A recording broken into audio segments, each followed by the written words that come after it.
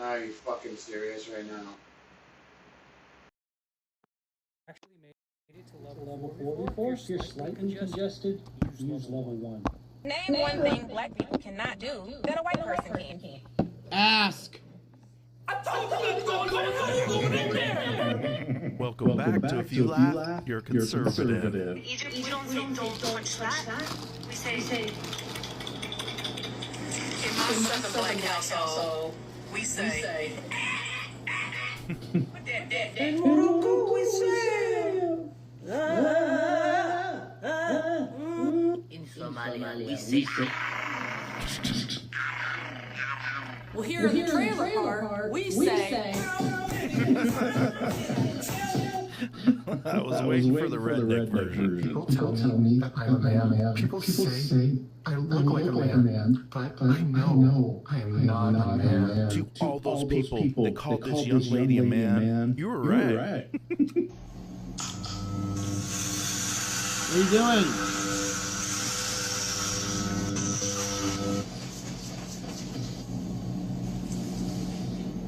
Wow, you just went from undateable to undateable. Ladies, if you want to get this hairstyle to salon, just ask for the Ronald McDonald. There's a glitch in the Matrix. They got fried chicken and he's got noodles. And I'm not talking about the ones he's eating, I'm talking about his hair. Admittedly, the Super Bowl was really boring, but let's jazz it up with some lip reading. Offense pulled down his tights. Had a very wide booty. Attack!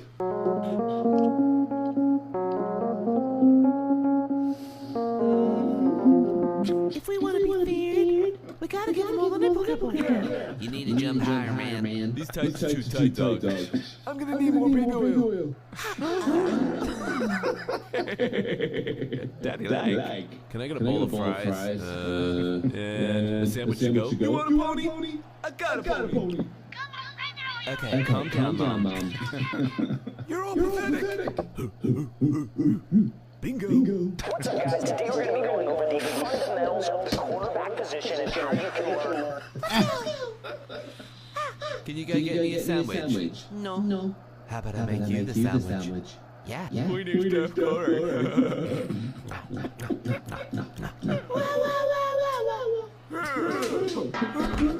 Don't tell me I need to wash. I don't wash my clothes.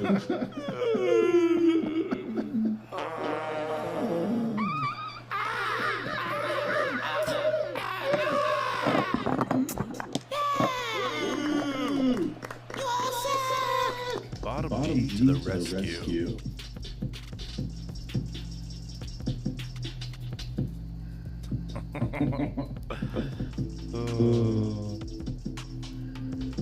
This is Timu Andrew Tate, if you don't know.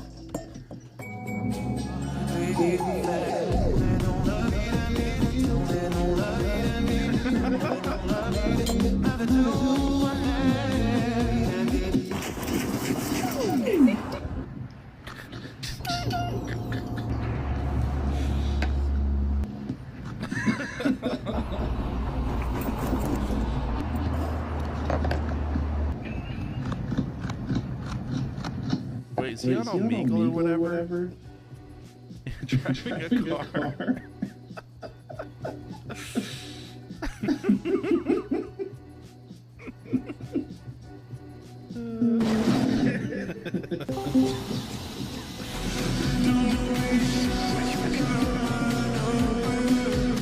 Military women keep up with the biological strength of skinny dudes. Today, we answer that question with 6 different fitness events.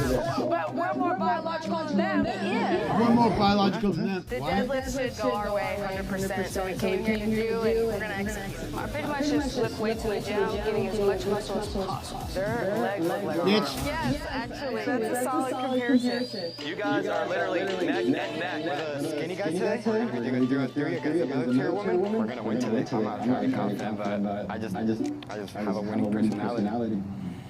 Okay. I don't really do deadlifts, to be honest. I haven't done a deadlift in like 6 months. I used to do deadlifts in high school. That was about the last time, so. 49, 50. He's not going all the way up his back seconds here.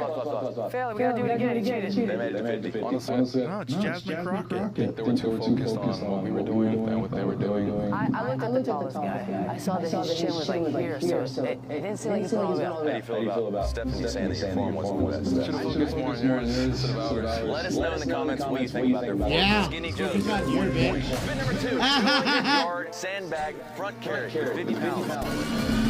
You're looking at the sandbag. It's all about these two people right here.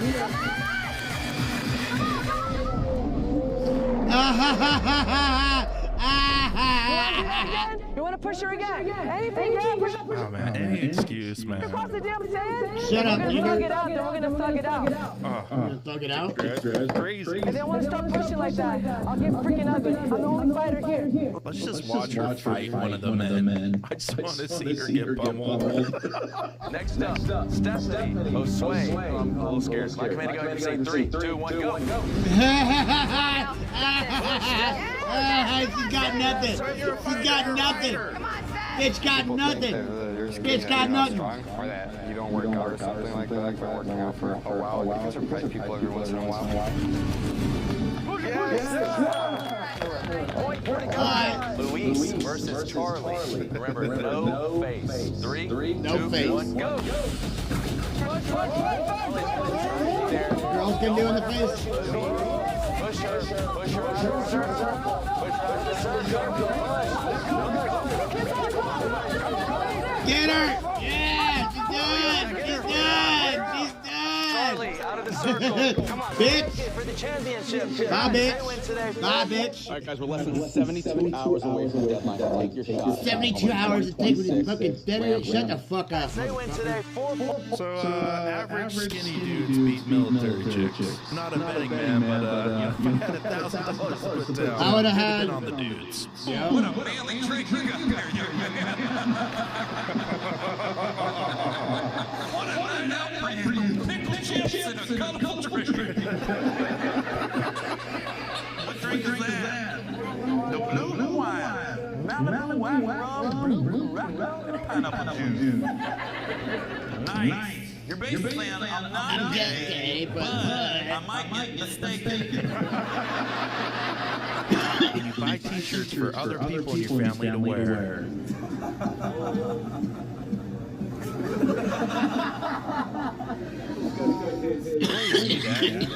Oh my god!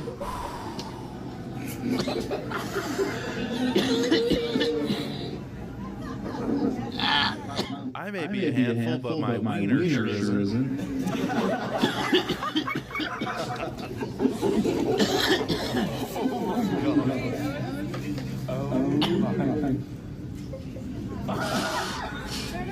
Hey, I suggest the roast beef.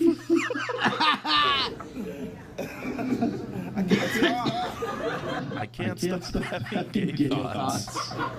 When Iran keeps trying to choose a new supreme leader. The selection of the supreme leader of the Islamic Republic of Iran is a great crime. As the new Ayatollah of the Islamic Republic of Iran, I pledge that this atrocity will not go unanswered.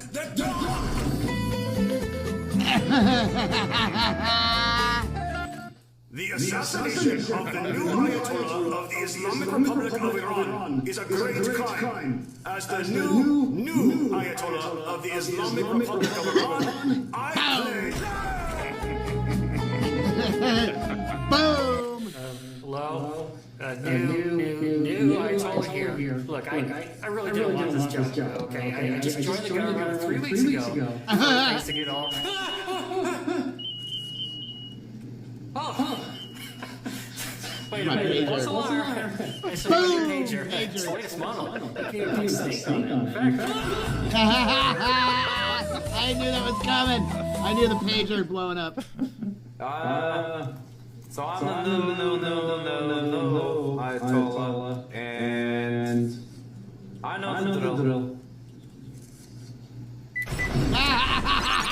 Well, that saves America from having to do it themselves. Babylon B. Oh, look, a strawberry. What the fuck is that? Strawberry the long way. What? Can we not? Decolonizing my table manners.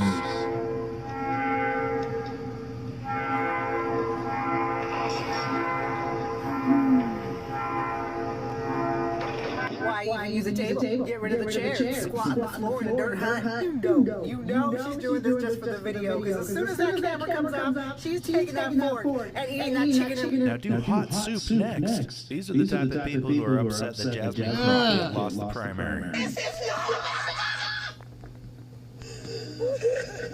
Yeah. Jasmine has really convinced her voters that the Republicans are to blame. All I know is losing to another Democrat. All I know is I can fix my teeth. You can't fix retarded. In the Democrat primary. You know who didn't vote for Jasmine? The Democrats. Okay. Nice. Drop the link, I want it. This meal prep stuff is so easy. Just a hot dog and soda, hot dog and soda, hot dog and soda, hot dog and soda. Imagine hating on me, thinking I'm having a bad day, and I'm just busy watching Tank take the tortoise on a Segway ride. I believe I can fly. My tortoise shell's gonna touch the sky. Hey, what are you doing, bro? Viola said the shell's going. We're putting them lower. Nice. You used to be a GC, so now you're a dad. She's having a good time. Mexican word of the day. Eclipse. Make sure that when you put on your seatbelt, Eclipse. That's when you know it's fastened correctly. man, I'm tired of people calling me cute. I gotta show my more vicious dog. Let me practice.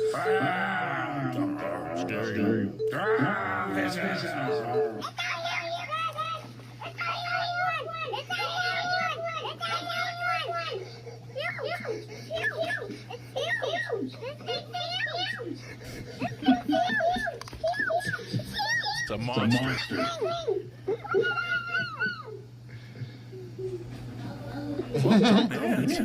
This is your stupid little baby. Kamala Harris shows up as your sleep paralysis demon. You exist in the context of all in which you live.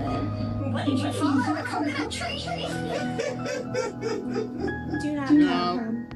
This took hours to install. Step it up. Scandinavian kitchen? Boring. How about a scampy Navian kitchen? How about that? A crustacean renovation. It's shrimply adorable. Minimalists are out. Pianists are in. And don't get nasty. Man, here in Utah, I don't know how many people just give away these upright. A hood with actual range. It makes a great box splat. Broken English. Taiwan vegetable food. Oh my God. I gotta go to that establishment purely off the sign. I might just know the food, fire, and the people is hilarious.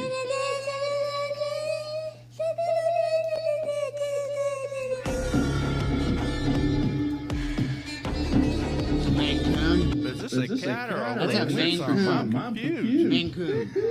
Holy fuck! What is that? That's a little guy. That's a world record. Holy mother! What the This is how fuck? that little kid felt when he caught his first fish.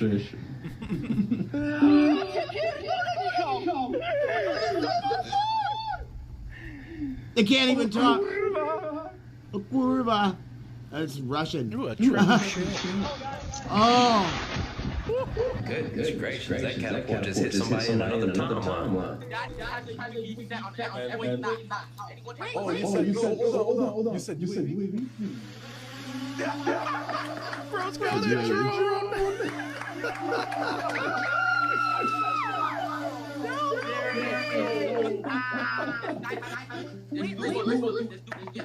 I'm here. Hey, I just got my...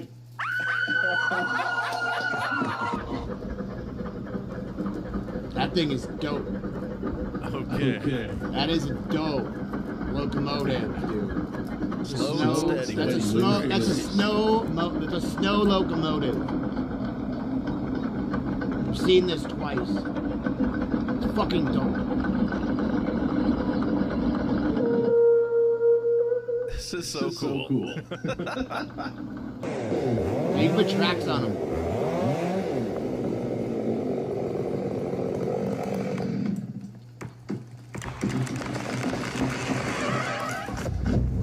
Dois.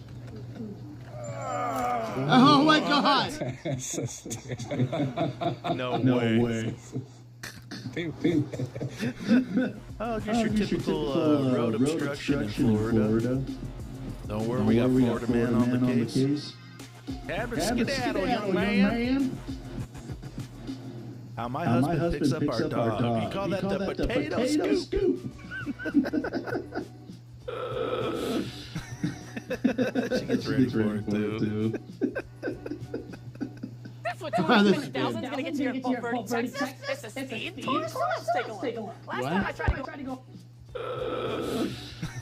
How much? She gets ready for it, too. That's what 250,000 is going to get to your Birdie, Texas. It's a speed tour. So let's take a look. Last time I tried to go in this door, but it was locked. In and around the goes to the high-rise ceilings. Watch out, cameraman. And here you have the butler's kitchen. Texans, is this true? $250,000 for this house? And Utah, you can't buy a kitchen for that. Coming through, guys. Turbo, come on, turbo.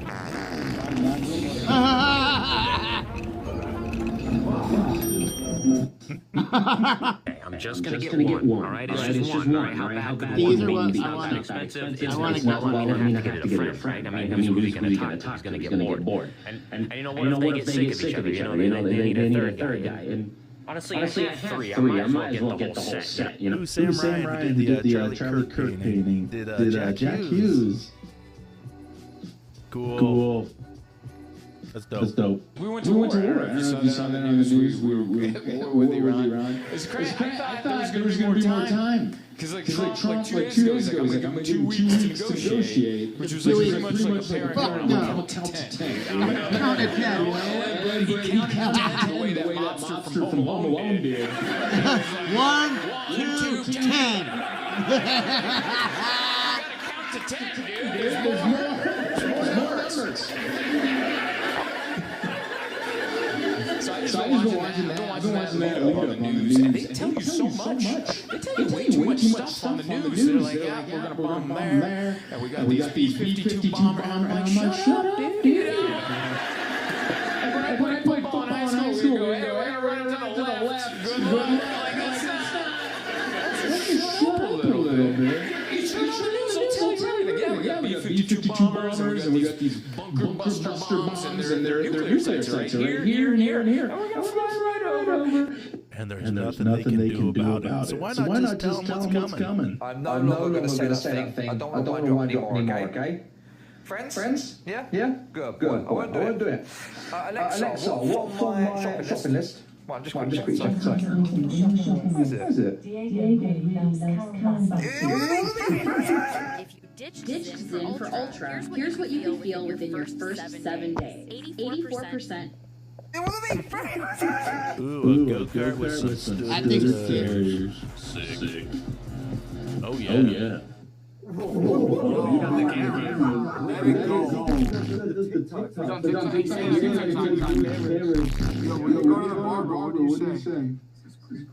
I want half off.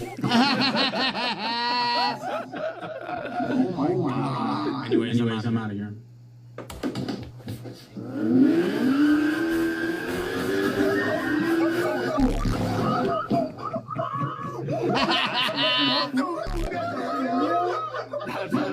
That's a video. I'm all dirty because I just built probably the most American thing I've ever freaking seen. Yes, that is a 16-foot That is a fold-up. baby. God bless America. I'm not sure how accurate it is because I mean you can literally just reach out and touch your target. Well, I think it's super cool and even kind of funny. My favorite part is actually this is my grandpa's old shotgun. And while I was disassembling it to put it on this handrail, check out this little note I found inside the stock. I'm gonna blur out some of the personal stuff on here, but I think that makes it even better that it's handed down to him as well. And if you're wondering, yes, I can completely disassemble this thing and put the gun right back together. Got the barrel, everything's 100% fine. Yeah, I don't know, other than a freaking bald eagle with a mullet. I don't know anything that screams more America than this. The crossbow guy shows up. I think there's something wrong with you. What's that you got in your hand? Oh, this? It's my crossbow. Yeah, there's definitely something wrong with you. And Them crossbows ain't allowed out here. But the sign said it was okay. I don't care what the sign says. You ain't shooting one things here. Oh, yeah. You're scared of an shoot you. Oh, no, he didn't just say that. You want some money on that? Sure. What's the bet? One shot each. Closest to the bullseye wins. And $500 cash. Yep. Done. So boys toast. But I get to pick the distance. I mean, we're good up to 100. Yeah. Look, you can pick the distance, but when you lose, you get back in that truck and you get the heck out of here. All right, but we don't have to move on back because we're shooting 200. You're both wrong because a real hunter uses a buck knife. The sound of freedom.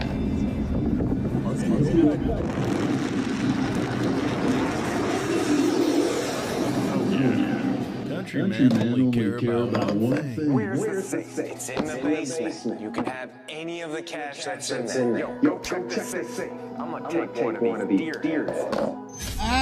You're gonna die. Don't touch my tax. Where do you think would be better for women? Iran or America? I don't think America's quite good for women when we look at how we handle that seeing files. You have the freedom to follow whatever religion you want, including none at all. And you're gonna walk around and try to tell me that this is a worse place to be as a woman than Iran.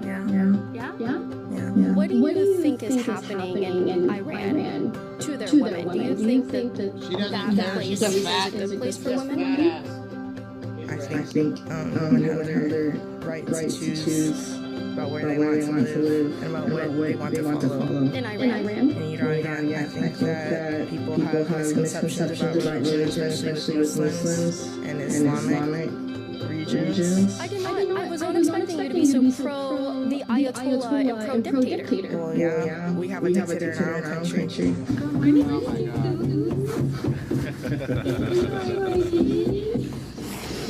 That dog does not want to get off this truck. What is this? What you do?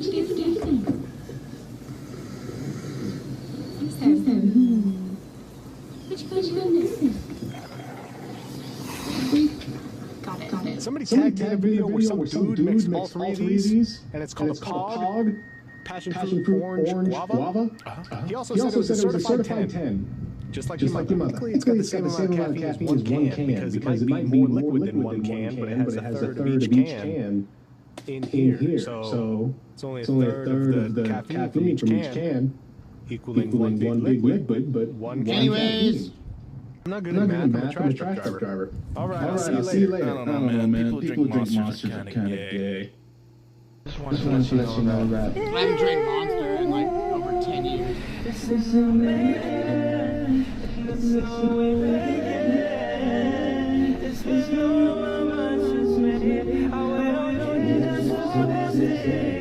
Cool. Are you 6 feet tall though? In America, we are told to chew quietly, right? I did not know that.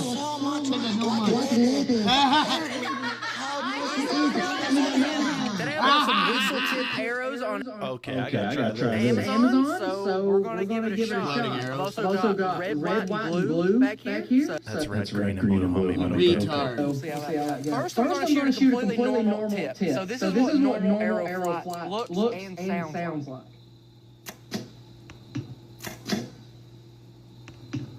So that's pretty basic, nothing crazy. That's what a normal arrow sounds like. These have whistles in them. So let's shoot the white. What's your expectations here? Do you think it's... If it works, I think it's going to be really cool. Shoot a deer with one? If Amazon lets us down, I'm going to be very, very disappointed. I'm not going to be surprised though. And will they even fly straight, or are these totally missing the moves? It's hard to miss the moves.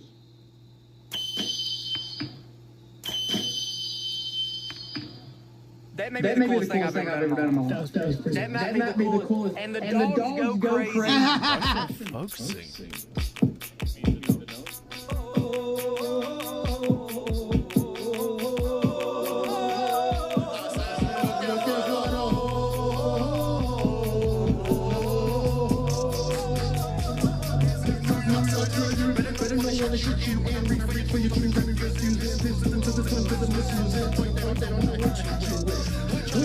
If you live in and don't know what the issues is, 30, 35 on your wrist, then I'm looking for the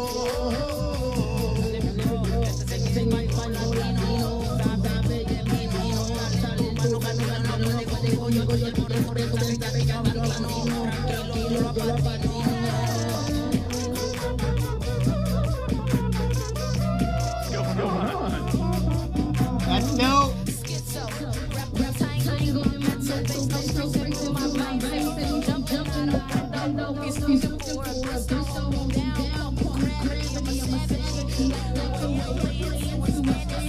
What genre do you even call this? It's pretty dope, though. It's the new folk music. How did you know? It's never not banging chicken. I make other things. I can't see your chat. It's not coming up. What's that? Be careful driving. Definitely be careful if you're driving in a car and you're watching Twitch. Like kids, dude. Mike. I'm tracking calories, idiot. Really? Oh, you know, honestly, you're right. You're kidding. You would have left years ago. How racist can one man really be, huh? February's over, brother. March, your time is coming gone. I think the food that you... Are you going to protest ICE? Definitely. You support Obama and Biden when they did the same thing? They did not do what is happening now. Yeah, they did a lot more. They're claiming they're resisting, and they're not. Just watch the videos. Like you can use an example of ICE just taking somebody without due process and aggressively doing it and abusing power? I think I've talked to you enough. Thank you. Nice to see you again. Yes. This is the tactic of block me from the open dialogue.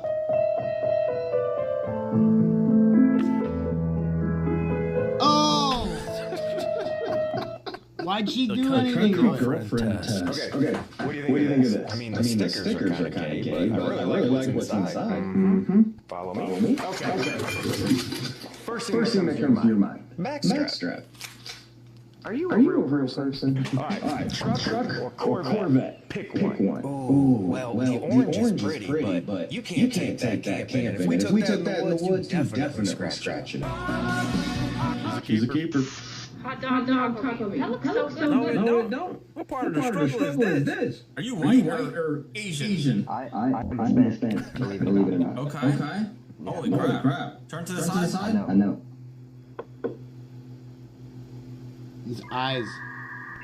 You look racist.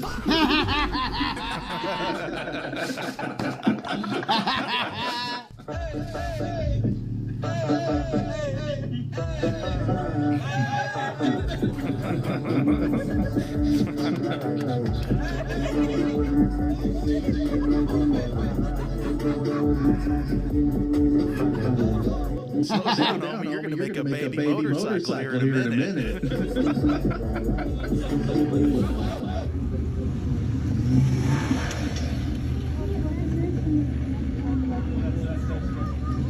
It's gonna go. You're only rolling one time. Only roll once. That dog's like, I'm out.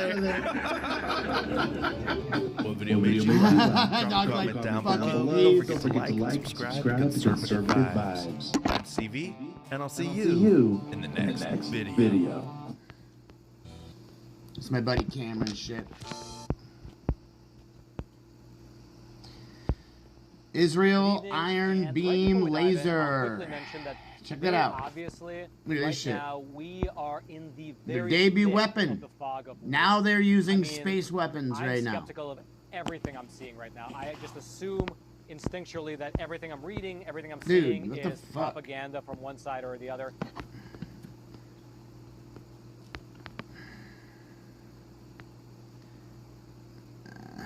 Fuck California. This gun can actually get inside your teeth. Alright, we're about to go play a game in a second. You think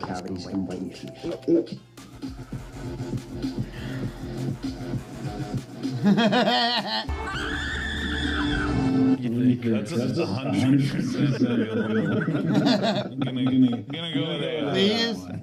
Alright guys, welcome back. We're here with Chris from Dangerous Island. So today we made videos for each other, and we're gonna see if we can tell which ones are real and which ones are fake. I think I'm getting stumped, man. I got some good ones.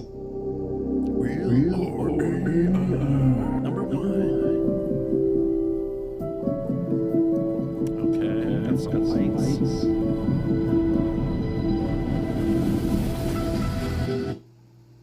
Oh, that was too. Every one of them is exactly 10 seconds. So, I mean, that could have been a time lapse. The beginning was a little weird looking. Dang, yours are way better. I'm gonna say AI. It is real. That's like Zero for Norman.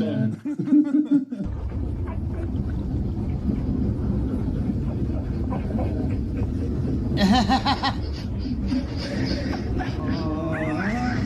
Black Dog in the litter. What are we thinking? The sound really threw me off. That slow-mo, though. I'm gonna go with AI. Ding, ding, ding, ding. Yes. I was gonna say, if we muted the audio right there, I probably would have said real. You like my YouTube editing job? Oh, yeah, man. Ever since the first week of 2026, people have been complaining about these crushing headaches, like out of nowhere migraines. You know what's changed? The sun. Not the seasons, not the weather apps. The sun. The radiation. Ooh. Real. Just because the way he was talking.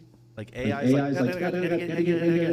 no pauses or breaths. I'm gonna say AI. That is right. Looking at him, this looks like a real dude, but you listen and it's the, hey, I'm gonna go outside and then I'm gonna do this and I'm gonna go into the car. And like there's no pause for breath. I mean, eventually AI will get better at that, but you can still tell. Yeah, for sure. Got one. I'm happy with that. We can end the game now.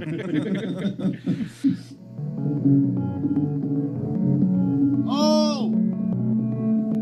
Short one. What do you think? Real. Ding, ding, ding, ding, ding. Yes. I thought I was going to be horrible at this. Yeah, you're 2 for 2, man. I need to step up my game here. Drop a comment below. What's your score so far?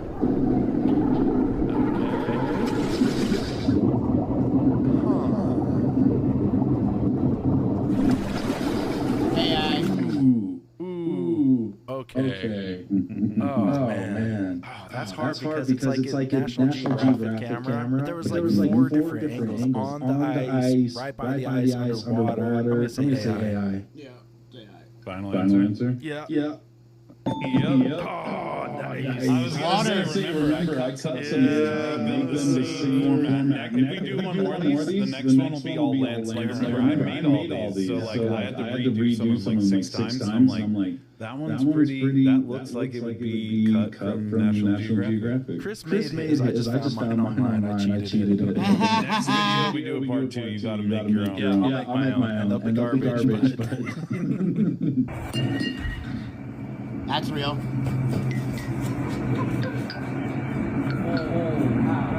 Real or AI? I'm gonna say real on that one. Dang, you're 3 for 3 on that. Yes. Can't hit the ball over the fucking house. Number 4. Oh my goodness! Oh, that's real as fuck. Ooh. It's a little sus because why are there a bunch of people down below the rope swing? Like, why would they be underneath him while he's doing that? Oh man, this is the hardest one I think so far. It looked. I'm gonna say real. I'll say real. Final answer. Yep. Damn. No, that was hard because it's one of those videos where it's like, why would there be people down there? But then that's why you think it's AI. Why would there be people below a big rope swing? Right. But would I be devious enough to put 2 swinging? Let's go. I bet you cannot watch this without laughing. Are you pregnant? What? I'm a boy. Can't play pregnant. Call me out. All right. AI. Damn, dude. Get any past you. I'll tell you about this one, though. This has been sent to me like 12 times, and my wife has even shown it to me. I asked my husband, when did you get so big? His confidence is different with Rouge. Boo, dick pills, boo. This has been sent to me like 12 times, and my wife has don't need shown that it to shit. me. Right. No one does.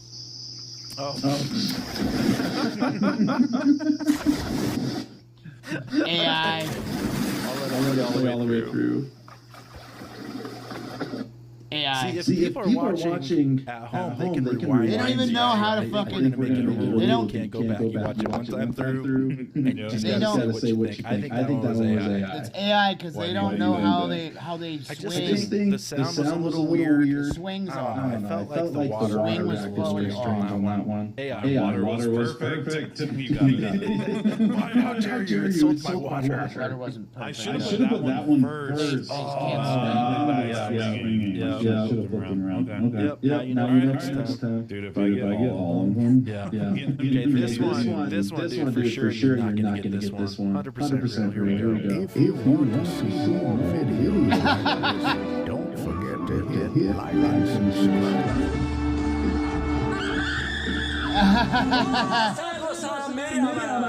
That's 100% real. No, it's not. Yeah, it's real. I'm gonna go with AI on that one. I tried to do a funny one. I was gonna take you and Carissa had the idea too, to put you in your studio. I even saved a screenshot of you. I had it all ready, and Leonardo didn't do it, Sora wouldn't do it. I guess you have a likeness or whatever, and they know it. So they would use you, have you say, hey, what's up, I'm CV, and don't forget to send me pics. I love it.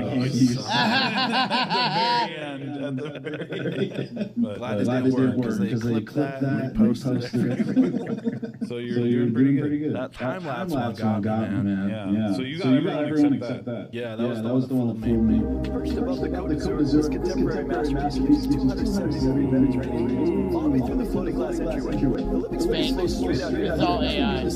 Yeah, I've reacted to so many videos of people just showing off like $100 million mansions. But I'm going back to the audio, man. I think he was too like he was tripping over his own word, getting ahead of his own words. I'm going to say AI on that one. That's correct.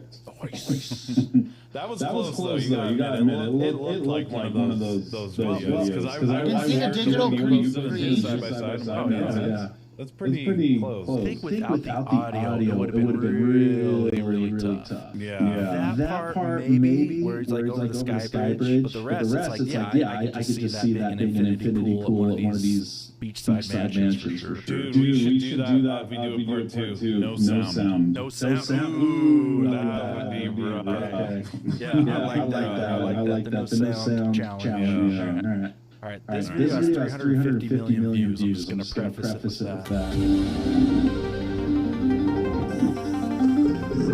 Oh, that's fake as shit. You can't do that. Look at this shit.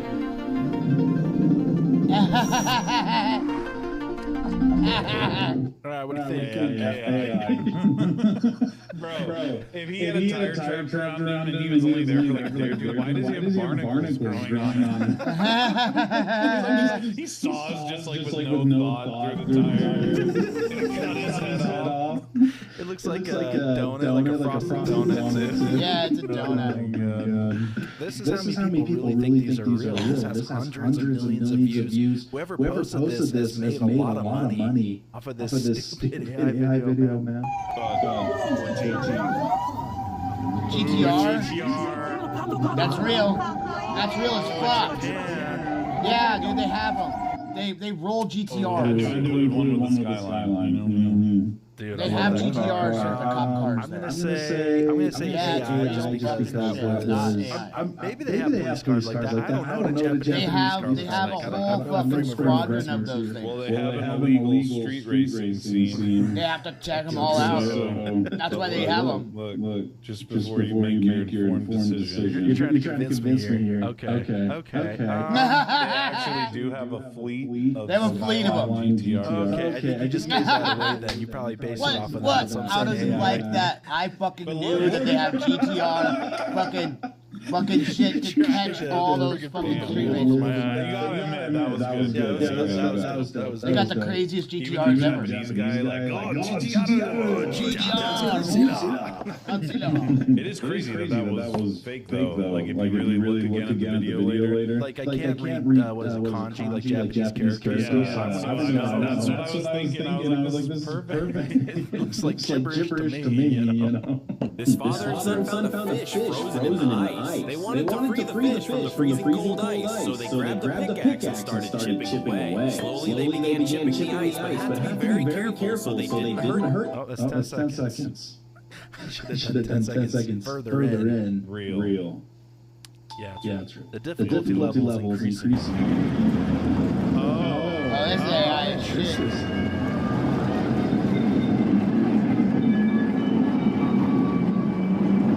It's an AI recreation of a photo. So I almost made the dumbest mistake of my life. I got.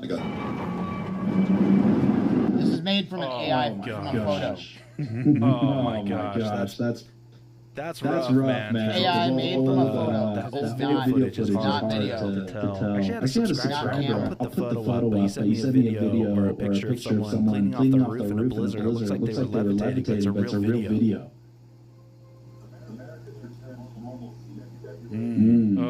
Just off of that, I'm going to say that this is real. Wow. Really? Dude, I don't think you caught something in it that totally made it look fake. It is real. Oh, it is real. It's jumbled up on the car because the quality. Look at the guy at the very beginning. He cuts out. He flies over it. Yeah, that one would have gotten me literally.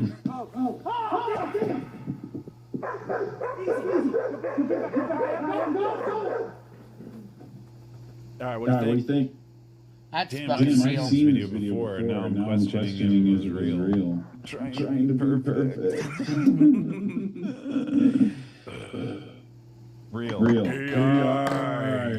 Yes. This is actually more important than I thought. Upper right, you see like this little blur bar. And it disappears. Oh, yeah, I see it. Flip tricks are hard, but before you go skateboarding, try ghost flip. Oh, that's practicing the step-by-step up. That was I can do those. I can do those. Oh man. Okay, if that was AI, that's incredible. I'm gonna say it's real. It is real.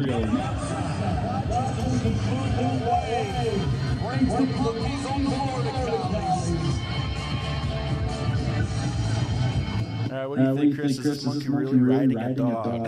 Yeah, they're At the beginning, I thought it was a human. Really small, tiny dude. No, I'm gonna say AI. It's real. Are you serious? Yeah, they heard the sheep. I thought it was a human at first, so it threw me off. All right. Those collies are so trained. You gotta make these short and sweet. I'm giving you too much time to really look them over. Yeah. What? AI is fuck. It looks real. Okay. You gotta give the weird ones, right? That's too insane to be real. I'm saying AI. It is real. No way! It's terraced like ocean going down into their dock area. So it does like you know those fountains that do this. It's doing that naturally because of the way the Earth has eroded and terraformed there. You can still see the ocean normally. Okay. So it just naturally does that. That definitely got me. That's a crazy phenomenon. Yeah, I tried one to search real videos that look fake. That's the trick. Yeah. It's okay.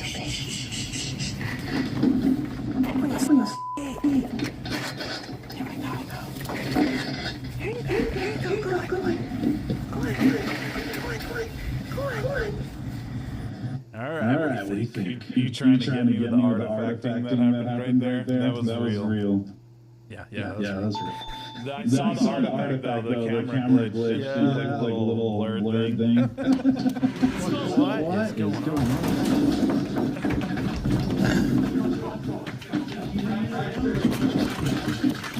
Okay, I don't know what I just saw there.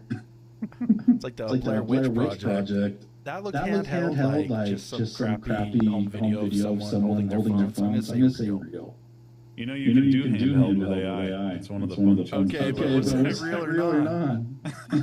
It was real. I thought it was gonna. If you go back to the beginning, look at the girl standing there like this. Yeah, and then I think they were faking a horror video. But look, he knocks the door off the hinges. I thought that would make you think it's like what? Just bodies that door. Let's do a Donald Trump one. Here we go.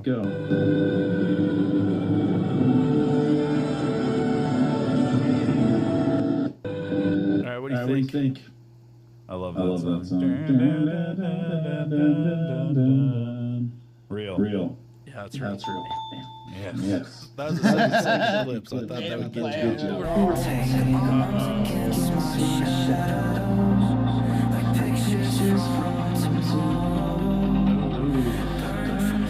All real. That's my song at the beginning. I was about to say, it sounds like you. You're kind of an a-hole, man. Because what you do two real-time lapses. I feel like you would, actually. I got burned by the first one. Oh, dude, that's rough. I'm going to say real. It's AI. I got you. I was like, if he gets the first one, then he's gonna know the other one, but he didn't get him. That one looks more real. This is the real one. Yeah, what the hell? That's an AI one. I said do a time lapse of Arizona desert, then the forest, then Northern Lights. I've been fooled mainly by ones that don't really have people in them. It's like nature of the environment. So that's hard, man, because nature's crazy. Want 50 grams of protein in one meal with zero cooking, then you want backwards. Honestly, that's hard, man, because nature's crazy.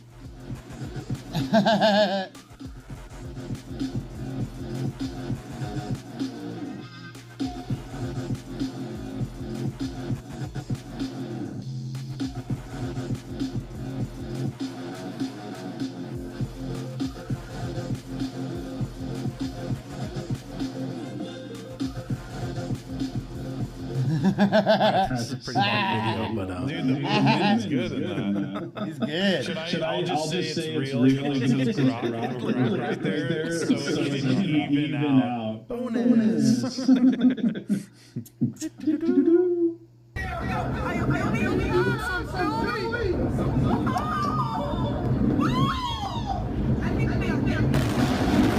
Holy fuck.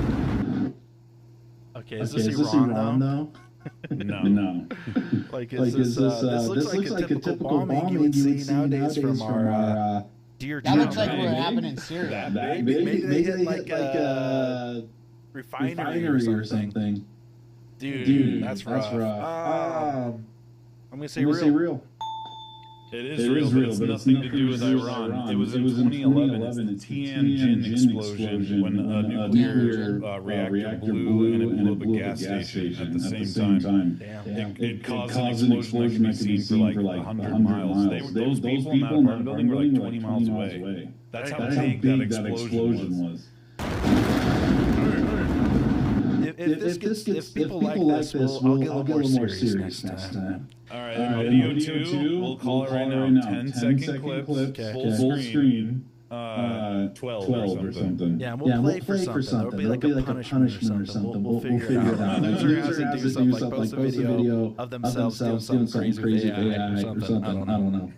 We'll figure it out. We'll actually have some consequences if you lose, or some rewards if you win. We'll see.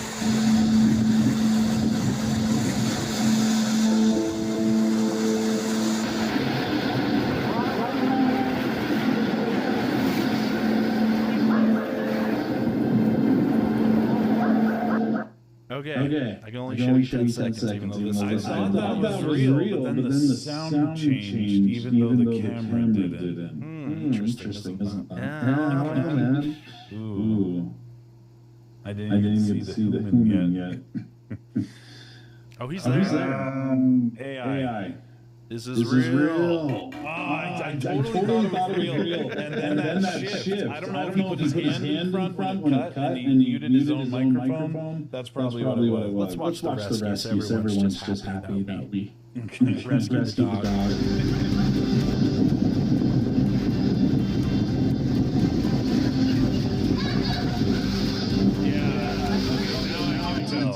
From the beginning, I was so focused on what was around it that I literally thought that was a sheep.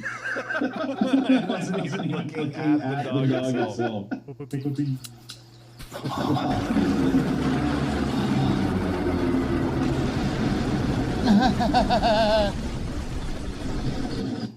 Wait. Am I guessing if this is like a real anime or if you made it? Oh. That's not a real plane. You're tripping me up. I've watched some anime. I don't recognize what that would have been. So I'm just gonna say you made it just based on me not knowing what that would have been. Like what series? The next scene of it, magically I grow a beard, and that was me as my character. You can even see it too on his arm. Yeah, in the very beginning, it kind of looks like me. Oh yeah, check out my shirt. America, baby. And then I got this one. I gotta send you one. I found this. Make America battle again. So I got an idea from that, and I made a Danger Silent shirt using that idea, Mama, make America metal again. So I threw Trump on a Danger Silent shirt. I don't know if you can throw it on the screen, but if anyone's interested in that, dangersilent.com, and you can get it on onesies or like for your baby, you can get it on tank tops or shower curtains, even skateboards, whatever you want. Yeah, go show Chris some love and get some Make America Metal Again merch.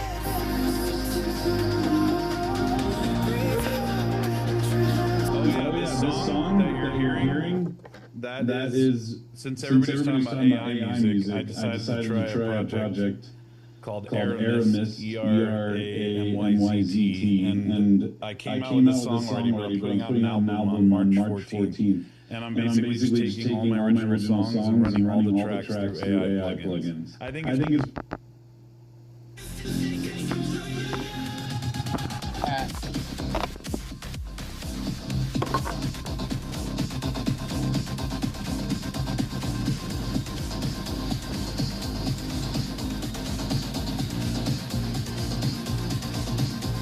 You guys see what this is? What the fuck just happened?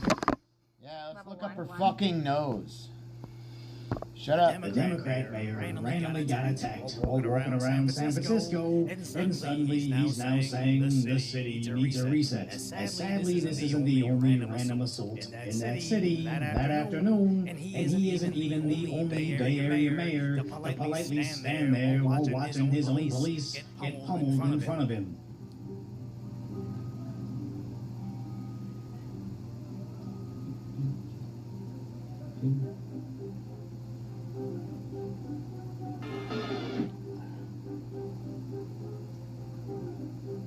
Now, nobody's expecting the mayor to square up with the homeless and start dishing out vigilante justice, but at the very least, maybe don't bashfully look down at the ground with your hands in your pockets while your cop gets gashed on the head. As the local outlets reported, the officer left leaking, reporting 3 random dudes blocked their car while rambling gibberish. So when the officer asked them to simply move, that's when the attack began, slamming the mayor's security onto the ground, leaving a strawberry on the back of his skull, until he and his friend were allegedly arrested as he repeatedly screamed "F you." And anybody living in the city without security has experienced this same exact scenario on repeat, except those don't end in any arrests. As Kevin Dalton points out, the accused attacker should have been in prison, as 6 years ago he stabbed a man, ending him, which is tragic in itself. Except I wouldn't be surprised if that guy gets longer sentencing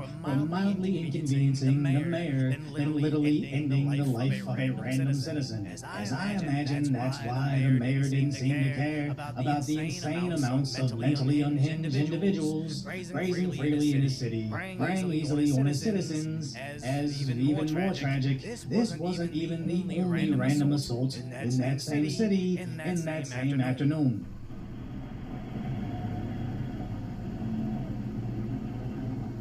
What's this black guy gonna do? Oh no.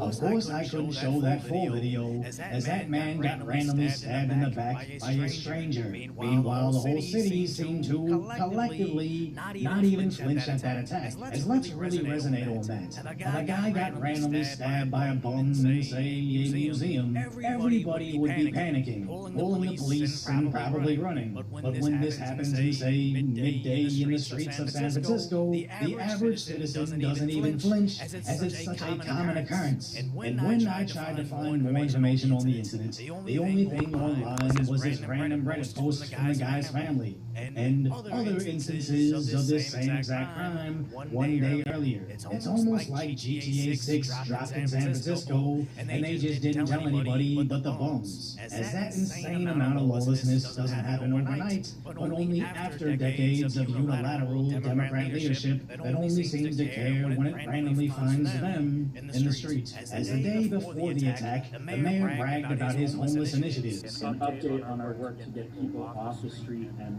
onto a path to stability. We're making progress.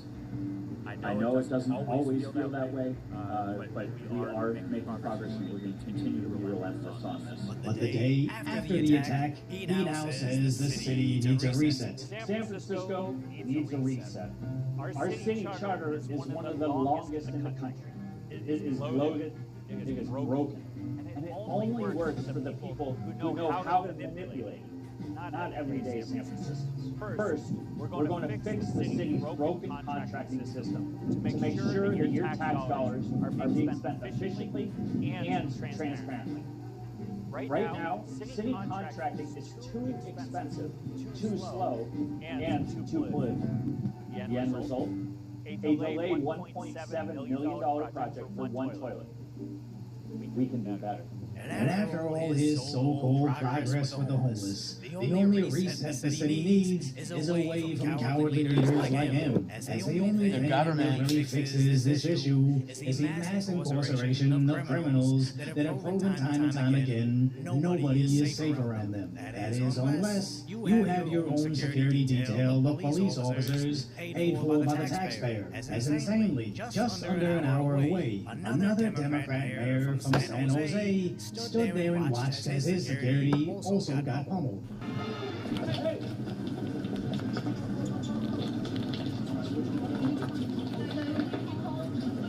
That guy had a long criminal history, including active warrants for assaults and resisting arrest back in Georgia. So initially, he was charged with a felony for attacking the mayor's security. But the liberal city's NAACP got angry over his arrest, resulting in his punishment mainly being court-ordered mental health treatment. It's no mystery as to why nobody is safe in these deep blue cities. It's just sad to see exactly why they choose not to enact actual justice when their priorities continue to be social justice. Because it's not like the Bay Area can't reset the city and make it safe for everybody. This is why I don't live in a shithole like that. Themselves don't face the consequences. I kind of live in a shithole. As everybody knows how San Francisco has turned into a zombie apocalypse. I'm north of all this. The city was cleaned and secured seemingly overnight. Also, California's Governor Newsom could meet with his favorite country's leader. They're just cleaning up this place. That's true. He's a fucking lying cunt. That's true. Because it's true. You fucking piece of shit. Overnight, the city reverted to its Elysium levels of suffering. But I can say with almost certainty that his calls for justice will end once somebody else says those presences are racist. Get ready to I don't fucking care. Dude. All this shit just makes me fucking can't stand these people anymore.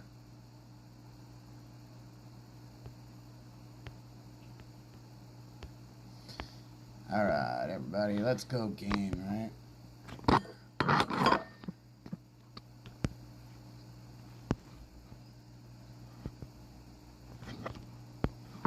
There. Let you guys see this. There's gonna be a crazy storm that hits all the way from Austin, all the way up to fucking past Detroit and up in the Good fucking morning, Michigan. folks. Well, Watch observers, this. it is Friday, March 6, 2026, and today we're going to see space weather. We've got a weather warning for the Midwest and Central states tonight. Got one of the weirdest quakes we've ever reported, and the government has adopted the riser cycle solar flare forecasting. We're starting with the last 24 hours on our star, and it was about as quiet as the last few. The quiet period continues here between the riser cycle ticks. We have a minor coronal hole stream coming in the solar wind, not expected to do very much geomagnetically. We'll come back to the sun.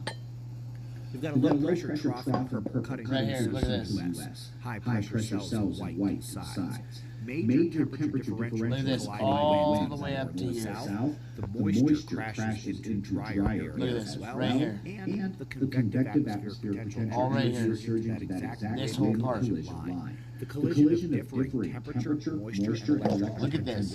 Austin to Detroit. Produces severe thunderstorms tonight. Tornadoes are expected. Eyes open. Moving to seismicity, we had a 4.9 in Louisiana yesterday. It's the second largest ever recorded in the state. By the way, that fault is connected to Madrid. Today's top story, NOAA has taken over the 45-day AP and solar flux forecast from the Space Force. It's now publicly available on their page. Check this out. On day one of the product being available, we spot something interesting. Format here is date and then flux forecast. And look when the peak is supposed to be over the next month and a half, April 2nd. April 2nd, April 4th. Press event, that first week of April. This is already the period we have been mentioning to you a good bit lately, early April. Now, the ramp up does begin end of March and goes into the second week of April. And the biggest solar storms almost never. This is when the comet hits. These long-term forecasts, but it's going to be close. And don't forget, Comet Maps is going to hit the sun April 4th as well. April 4th. Go ahead and enjoy it's the coming. next couple of weeks before things get exciting on the sun once again. It's a great moment to grab your prepper food, seeds, and water filters. Have had Harvard Company Observers, 100% American.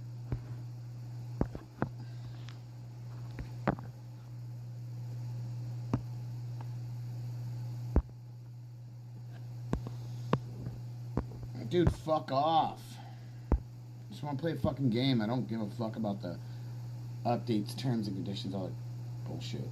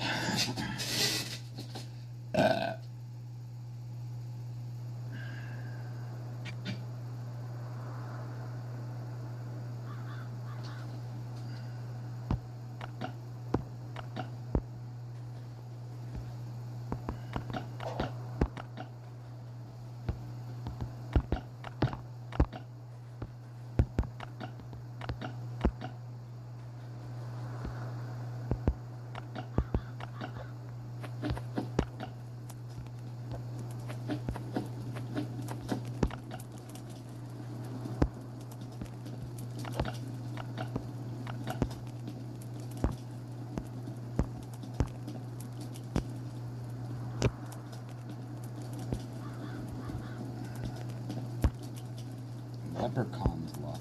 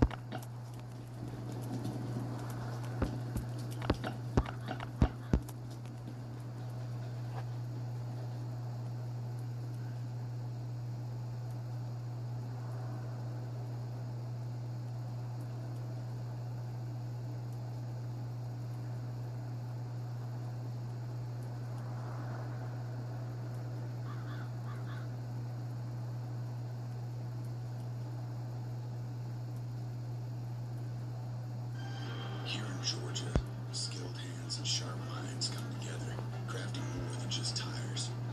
We craft confidence that doesn't waver. Please, please, if you find it, I will. But like this is. And then she drives off, and then he walks away, and then the girl walks over and picks it off the ground, and he's like, I need that ring, and she goes, what are you going to give me for it? And then he gives her a bunch of cash, and then she gets in the car with Emma Stone, and they've got a thing full of these worthless rings. There's one with like a lottery ticket. Dude, this one person claims like, oh, I just won this lottery ticket, and it's like worth this much, but I don't have time to go, turn it in, but I'll sell it to you. Yeah, you can buy prank lottery tickets that they're like $100 winners. And then you can be like, hey man, I got a $100 winner. Just give me $50. I don't care. And then they buy it. It's not a real lottery ticket. All these scams, bro. All these scams. The polymarket Kalshi stuff is easily scammable. That's the problem with it. I think it has good intentions and it could be fun. You just said that it didn't have good intentions. Well, I don't think it's supposed to be fun and like you can make some money off of some external thing and like. But when you get personal with it and you know the people involved or you get information or you can actually literally influence the outcome with your own behavior, bro, you're not supposed to bet on that shit. And no one is supposed to bet on that stuff. But there's no law in place. No, yet there is no law. Oh, the Democrats will fight a lawsuit, I'm sure. No, you don't want to shove it underground in the black market. Maybe you do. Well, I mean, the thing is, with it being regulated by the SEC, or if they're in regulation of it, it's definitely not going to be shoved underground. There's nothing more above ground than the SEC. That's the organization that regulates banks and stuff. I'm saying they are. SEC is regulating these guys, right? I think that's what Tim said. They are regulated. Kalshi is legit regulated under the CFTC, and I do think it's fun. I just think these questions need to be answered because it's a new thing. Well, you've got to answer these questions. You can siphon wealth to one guy real fast with one of these bets, so be careful.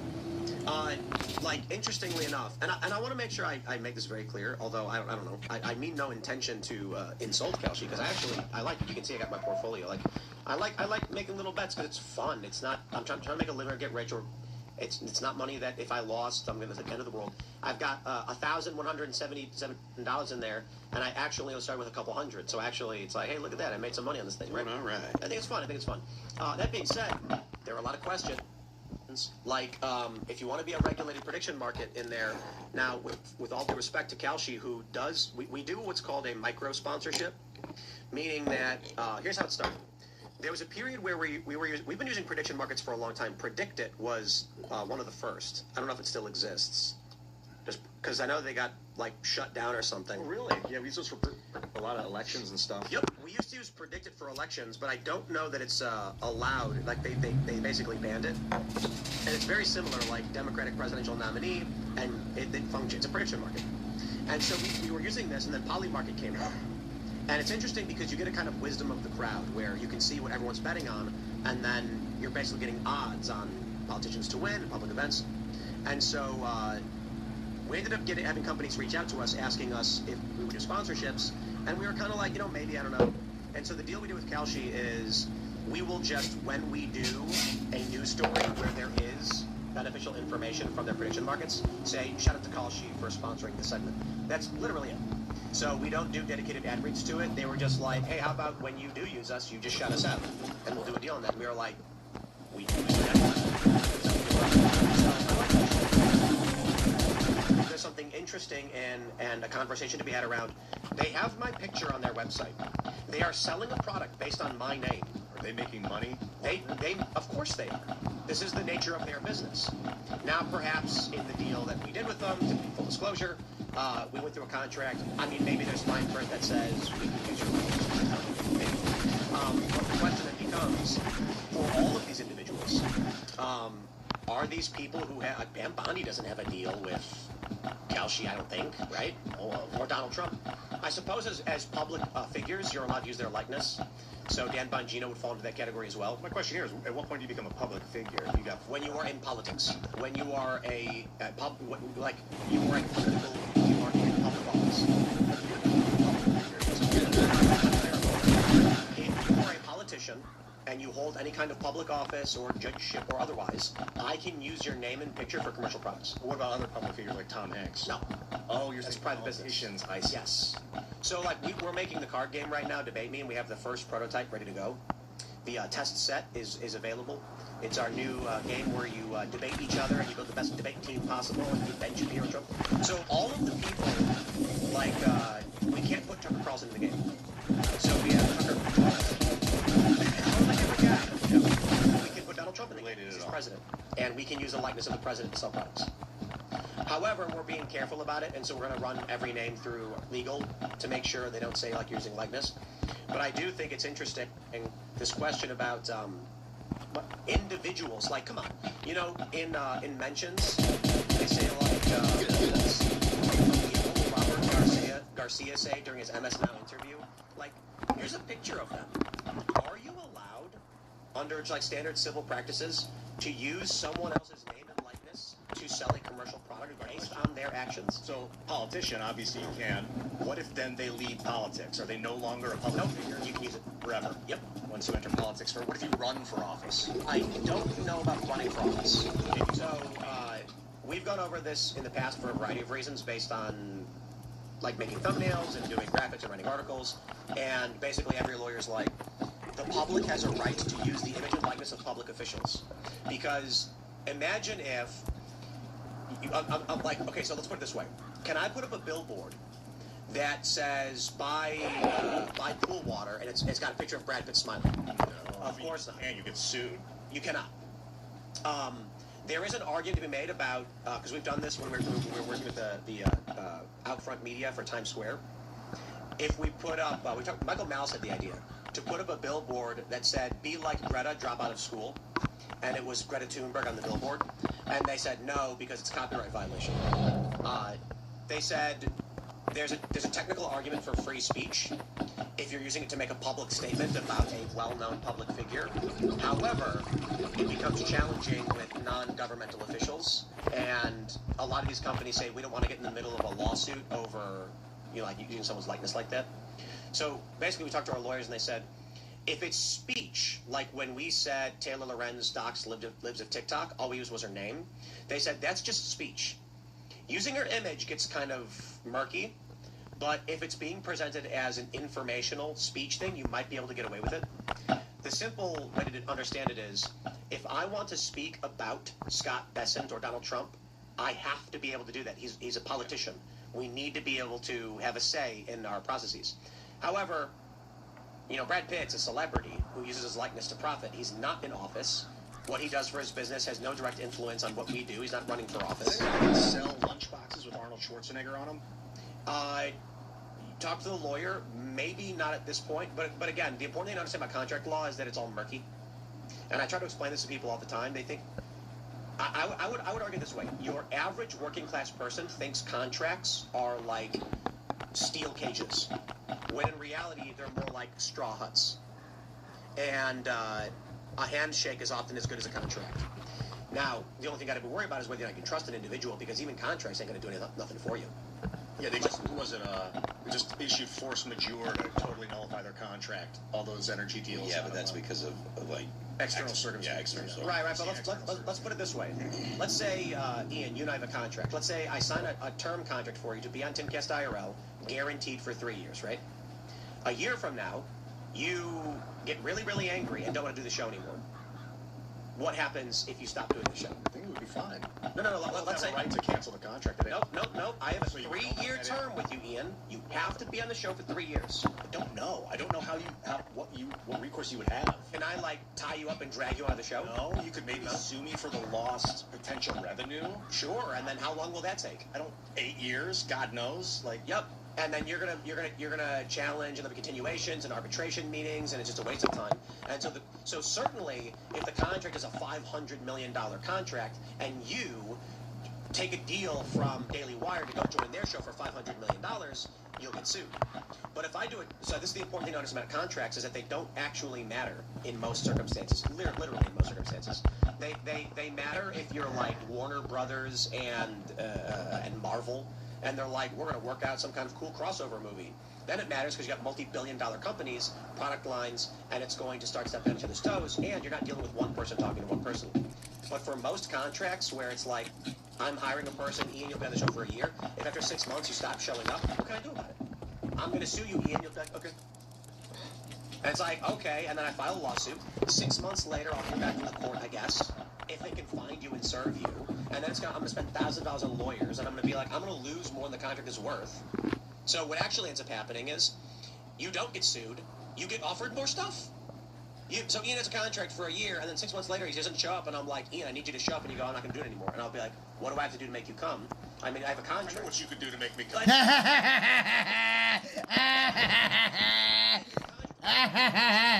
Motherfucker, he walked right into that shit. He walked right into that fucking front door. Like, no, don't stop it, Tim. Don't stop. And then you say, bro, waste your time and have fun. And my response would be, if I gave you more money, like, what did I do to make you come, brother? I'm talking about coming on the show. Coming on the show. I know you are. Why does your voice sound so dark and gravelly? I just have a deep voice. And so, story for you guys. I once entered into a contract with a company, and we both signed it. And then when, literally 2 weeks later, they refused to pay out on the signed contract, I showed up and said, we have a contract, you owe me X amount of dollars, pay me what you owe me, and this will be easy. And they just laughed and said, what contract? Wait, you had a copy of the contract? Of course, but what am I going to do about it? Dang, because you were the little guy at the time? What am I going to do? Am I going to go hire a lawyer and spend 10 grand to launch a lawsuit? Fortunately, I'm smarter than them, and I ended up winning. The point is, it doesn't matter if you have a contract or not. It matters, guys, I love poker so much because the world is a poker game. It really is. You're sitting across the table from a guy, and he says, what contract? And then I said, I see the move you've made. I am telling you now, you are not going to win. So the story of this is, I showed up, and I said, hey, you sent me an email about the pay. This is not what we agreed to. This is a fraction of the pay that we signed a contract on. And this person goes, what contract? And I said, the contract that you and I have. Like, I never signed it. And then I said, okay, well, I'm not leaving until I get my pay. Otherwise, we're going to have an issue. And so this person calls in the higher up who says, what's going on? And they're like, he's causing problems and he won't leave. And I said, listen, we agreed to a contract. We've signed it. I am owed this money. And then the higher up just said, you're not getting anything. If they tell me there's no contract, there's no contract. And I looked him in the eyes and I said, I'm going to be a nice guy right now. Because I don't want to waste anybody's time, nor do I want my time wasted. You pay me half of what you owe me, and we call it a bad air day. And he says, well, right this way. He walked me to the door. And then I said, I won't say the guy's name or anything, but because we settled. We'll call him Jim. I said, Jim, as I'm walking out of the building, I said, I'm going to make you one more offer. I will be a nice guy one more time. Give me half of what we agreed upon, and we're done. And he just closed the door in my face. And so, what did I do?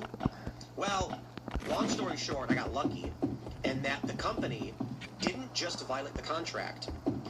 Instead of registering me as a contractor at an hourly rate because they were trying to rip me off, they listed me as a W-2 employee at an hourly rate, which gave me legal standing with the National Labor Relations Board. To sue the fuck out of him. And I went and met with the NLRB because the first thing I got a phone call from the payroll company, and I'm like, I'm not an employee, I was under contract. This is totally separate. And they're like, no, they listed you as W-2. And I said, can they legally do that? They can just put me down as W-2. I never agreed to that. I never signed anything. And they were like, they did. And I said, so what does that mean? And they're like, it actually means they owe you more money. And this means they have to pay you for every day. 24 hours of termination of services. They have to pay you every day for rate. So I went to the NLRB because of this. And I said, I don't believe you can do anything for me because this is a private contract that we had. This is not standard employment. However, they did list me as W-2 without my consent. And they said to me, okay, if you go the contract route. It sounds like you have a private suitcase for about $300,000. You'd, of course, have to hire a lawyer to take the case for you. Probably would take several years. We can't give you advice on that. This is my opinion. Maybe you can find someone who'll do it on contingency for a third of the settlement. However, that being said, because you were W-2, and because they didn't pay you, we can take your case on those grounds for $30,000. And I said, okay, let's roll. Let's get it. And it ultimately culminated with they tried to have one of their board members meet with me, and then he panicked and fled because they thought I wouldn't show up. And we were like a day away from court. And then finally, the head boss shows up to the meeting place, and he wasn't supposed to be there. And he sits down, and he goes, "Were you really offered rate?" And I said, "Yes." And he goes, "Well, I'm telling you this right now, you're not going to win. We're going to go to court, and it's going to be thrown out." And I said, "Okay." I was like, "Well, I got time." And he's like, "Well, look, we don't want to waste our lawyer's time and money, so we can just settle this right now." And I said, "Yeah, remember what I told you last time that I was going to be a nice guy?" And mind you, I think I'm 22 years old at this time. I said, "I told you I was going to be a nice guy, and I told you, pay me half of what you owe me." We need that transmission. Yeah. As of right now, we're going to be entering court with a total amount owed of $30,000. So here's what we're going to do. You pay me half right now, and we'll call it a bad hair day. And he goes, "Okay, so you're at 15. I'll counter with 6. I said, no, I'm at 30. And you're going to write a check for 15, otherwise I'll see you in court." And then he pauses for a second, and he gets up and he says, "Give us 15 minutes. And then 15 minutes later, another lady walks in with 3 separate checks, and she's like, "Sign these." And that was it. Had the contracts vanished? Were there no paper copies of the contract or something? Yeah, there are, but the issue is you go to court, and then all they have to say is, "That's not real." That's it. Oh, interesting. And then I say, it was signed by this person, and say, "I'm sorry, I have no recollection of that." Even if their signatures on it, they'll be like, he forged. Well, that's accused of forgery would be. I mean, they're going to be like, it may be, but I have no recollection FCC of it. That's why they violations. knew they were going to lose. And the whole point of me offering half was just like, I don't want to deal with it. I don't want to go to offices. I don't want to go to meetings. Just pay me. I'll leave. Right? This is the point about the contract, right? Arguably, I lost. They were, well, technically, I ended up getting a lot more than I was going to get. Based on the amount of work I did, I think they owed me something like $7,000. They ended up paying a bit more than that. But it took months. And so when I told the guy initially, like, give me half and we'll call it a bad hair day, the point was, I'm going to get 0 right now if I walk out the door. I'm then going to have to go to meeting after meeting after meeting, and it's going to take time out of my day to try and recover money. So what do I do? Well, you try and cut your losses. Let's make it EV plus. Like, can I leave here with some money right now? And they refused. And so then leaving with $0 left me with no choice. I'm thinking about contracts. Are you talking like smart contracts? This evolution of computational transaction, and like those things are locked. You cannot get out of this smart contract triggers. So there's a trigger and then a change. But it's kind of nice that you can get out of contracts. Like there's a very human element to it. Like we shouldn't be bound by numbers. I don't think humans are built like that. It's not like we bound by agreements, though. The point of a contract is to be like, we make this agreement and we have it. We have evidence. And now, granted, like you said, you can get out of them. But the point is to be like, okay, my word is good. Here's a written evidence that my word's good. And here's the sad reality. Yeah. It used to be that I would say, Ian, my word is my bond. And then when all hell broke loose and I was struggling to fulfill, I would say, I'm sorry I wasn't able to fulfill it, but trust me, I will not stop working because my word means more to me than anything. Now we are just a nation of multicultural leeches pirating off of each other.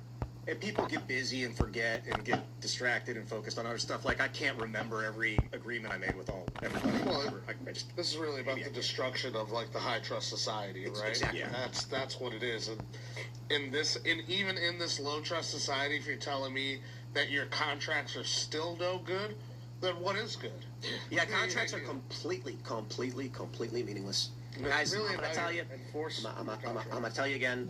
The contracts matter for one thing. So let's. I love this stuff.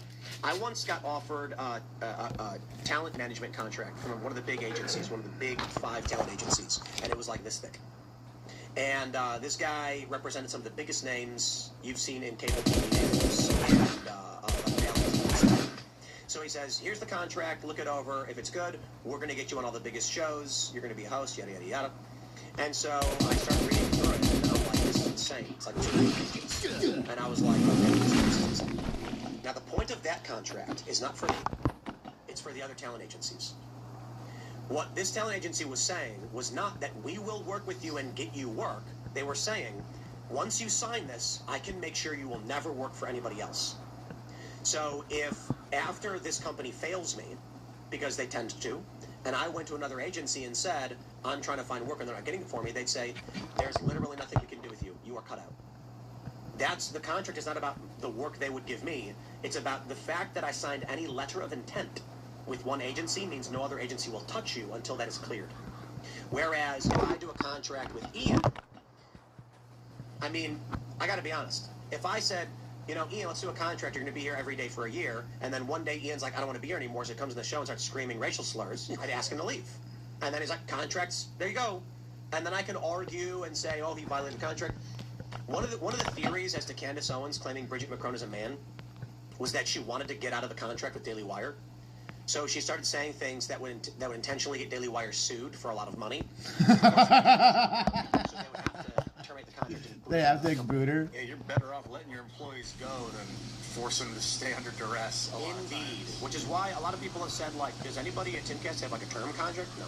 They're like, really? Like, and I was like, bro, if someone hated me and didn't want to be here, you think it's good for the show that we keep them here? But no, you like. If imagine this, imagine Daily Wire comes to Ian and says, well, you know, we're paying a lot of money for our show instead. And then he goes, I can't, I have a contract with Tim. But man, it's a huge opportunity. Is Ian going to be happy sitting in this chair? Would I be a good friend to be like, no, Ian, I'm sorry, I know it's a great opportunity, but you're stuck? I would never do that. I mean, I hate to lose you, but bro, if they're offering you like a big thing and a real opportunity, you got to take it. I'm using Daily Wire as an example. But like, let's say a Hollywood studio comes to you and says, you know, like, we're gonna offer pay you $6 million, but I'd be gone for 8 months, something right. like that. Yeah. And then we had a contract. Like, let's say we had a contract where you had to be on the show. Like, Ian can come and go as he pleases, for anyone who's wondering. Let's say we did a contract, be on every night for a year straight, and then Hollywood comes to the studio and says, it's a $6 million deal. You're gonna be the co-star and an actor, sidekick, and then he goes, but I do have a contract. We're going to show for a year. Would it be beneficial for me in any way to be like, you can't leave, Ian? No, I'd be good for you to be like, yo, bro, go get more famous, and then I'd come back. The thing is, what I wouldn't. You know what? But hold on, I'm good at business. You know what I'd say, Ian? I'd say, you're getting a $6 million deal. Buy out the contract. You're good to go. Yeah. Ian says, okay, we'll cut you $10K off the $6 million to cover your losses, so you can find somebody else. So I don't lose. We use that money to then out of my future contract, it pays off the past contract, buys out the contract, basically. Right. So basically, it's like you're going to get $6 million against a 1-year contract. I would say, pay me the difference I need to find a replacement, so there's no losses, and we're good to go. What would be crazy is if they were like, but in the contract it says you can't work with Tim anymore. Like, I wouldn't do that shit. I don't know, like, sign it away. You could say something like, you agree not to do political shows where you engage in issues that are contentious and could be derisive, you know, do well controversial. With, like, stuff that hinders my free speech, my right to speak. Oh, bro, welcome to morality clauses. Tell me. Bro, like, every... And again, I don't want to I'm free. No. Morality clauses, you can't do something untoward, period. And I think the Daily Wire has these. Most companies, we don't have these. They have morality clauses that say, if you engage in a behavior that is deemed morally reprehensible, or a behavior that could bring disrepute to the company or yourself, we can terminate the contract. Most companies have that because what would you do if, like, you know, you had, like, this is the Candace Owens thing. She gets out of the contract by saying these shocking things. We just have, you can just quit either party can terminate at any time. Let's also right or something. While we're at it, getting some clarifications on this beautiful Friday night. There's 2 NDAs, non-disparagement and non-disclosure. Non-disclosure. Timcast does not issue non-disparagement agreements. We do have non-disclosure agreements. What is a non-disclosure agreement? This means can't that talk about shit for a certain amount of time. Trade practices and secrets to other individuals. That's it.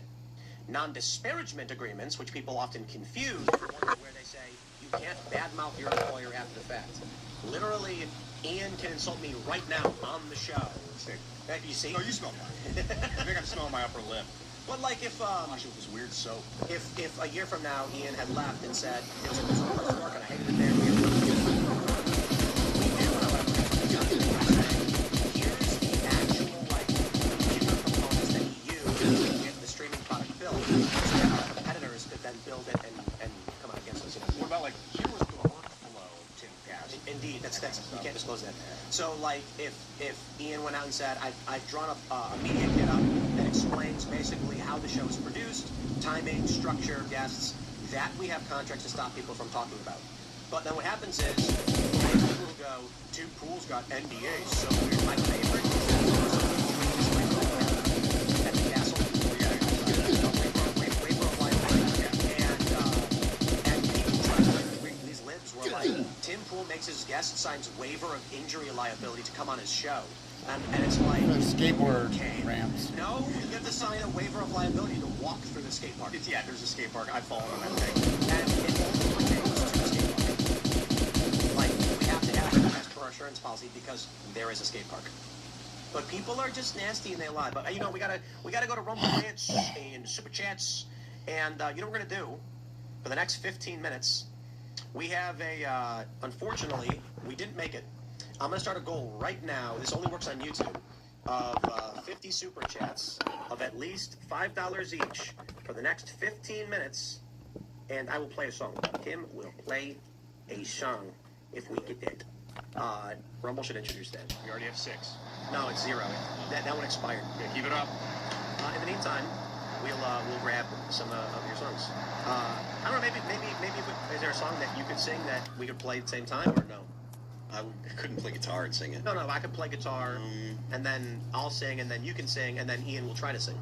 I don't know. What do you want to do? Carter can sing. I can also sing. Whatever song you want. I don't know.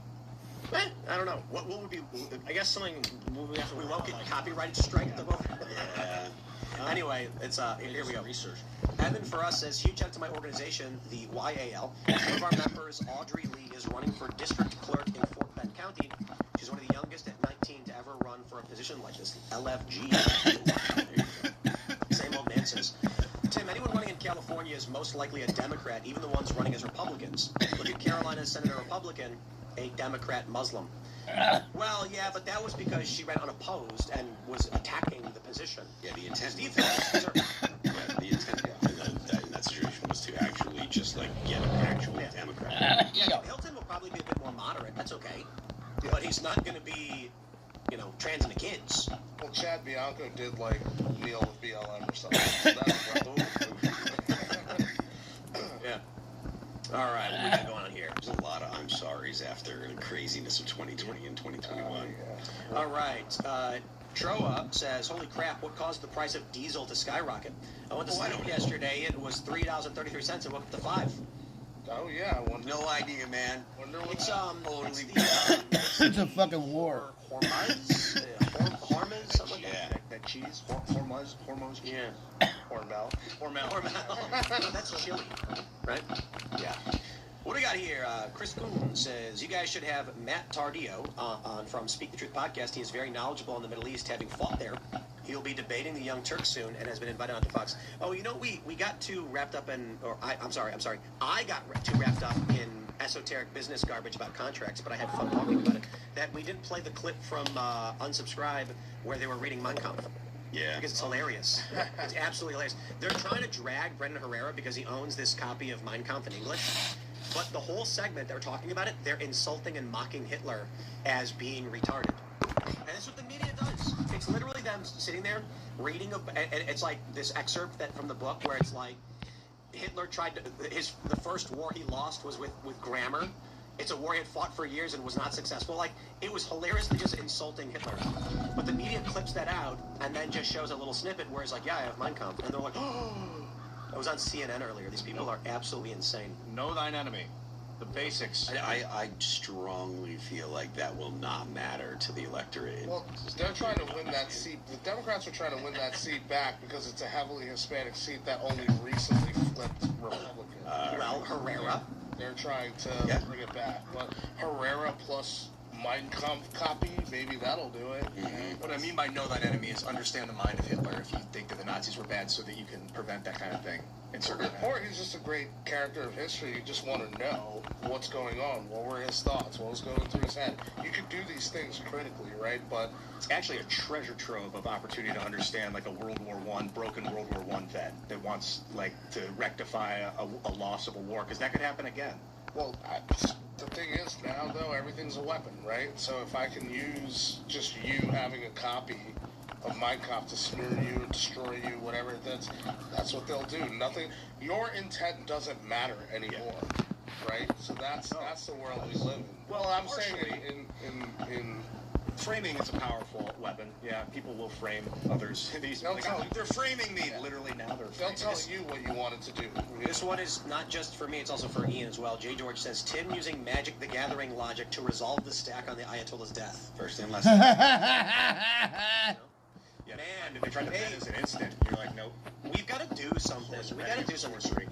Magic the Gathering, just bringing in all this SpongeBob and turtles and everything. It's a shame. Simplifies this thing the other day. We need a fantasy universe. Eric July with his Rippaverse is pretty, very inspirational. But like just a universe that we can build out from. Bro, when they did Aether Drift, I was like, well, they jumped the shark.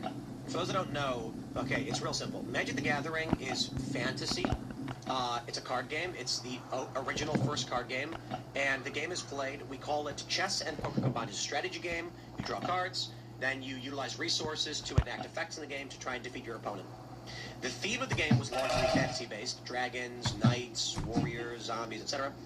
And they've had a bunch of wonky ones like Kamigawa Neon Dynasty, which was like Japan future with neon, and that's kind of weird, but okay. The Ravnica set was pretty good, where they introduced kind of like a steampunk vibe. Still kind of fits the fantasy lore stuff. And they did Aether Drift last year. I think it was last year or the year before. And it's wizards riding motorcycles and race cars. Oh, God. And it's just like, what is this appeal to? Is the group of Star Wars Episode 1, maybe? I was talking to my friend earlier because I was playing Marvel Rivals. And I was trying to explain like why everything keeps failing in content and culture. And I said, so I played EA Skate, which only has 1,900 players left. Seriously. The original Skate game? No, EA Skate, that just came out 6 months ago, has only 1,900 active players. Yeah, I'm willing to bet they will shut those servers down in like a month. There's no way they can maintain the cost of those servers on a game with no players. They're making $0. And I was explaining the reason why the game failed is, instead of making a game for skateboarders, which is what you do, which would subsequently inspire friends of those skateboarders to hang out and play those games, they made a video game for everybody. So instead of a skateboarder doing skateboard things, it's like a teenage girl doing teenage girl things. Just like we saw with World of Warcraft the other day, where she's going, woohoo, yay, because she got her, like, kettle thing. You mean an EA Skate, the girl, like, does her hair and stuff? Like, no, it's like... So, what's the vibe you think of when you think of skateboarder? Like flowing clothing, like flying on the ground. No.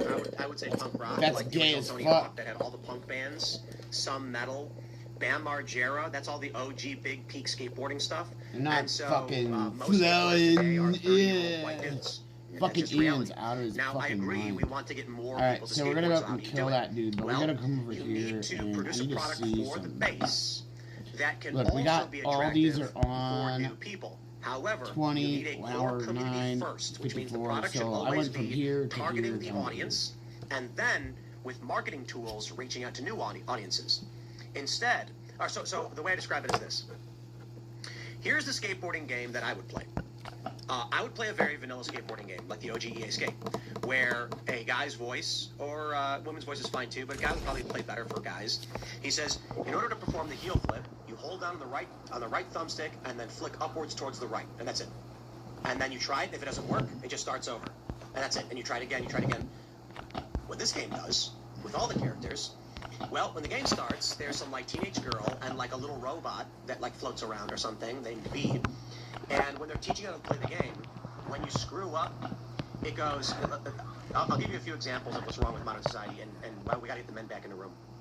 So, the character says, let's try doing a heel flip. To do a heel flip, hold the right thumbstick down and flick upward and to the right. So then I go, and I do it wrong. And she goes, wow, that was really cool. But let's try a heel flip. To do a heel flip, hold down on the thumb. So then I do a different trick. And she goes, totally cool trick, really awesome. But do you want to try a heel flip? So there was another mission I was showing my friend. You know, do a manual. And then he goes, wow, man, really good riding. But let's try with 2 wheels. And I'm like, I hate these people. I hate them. I hate them.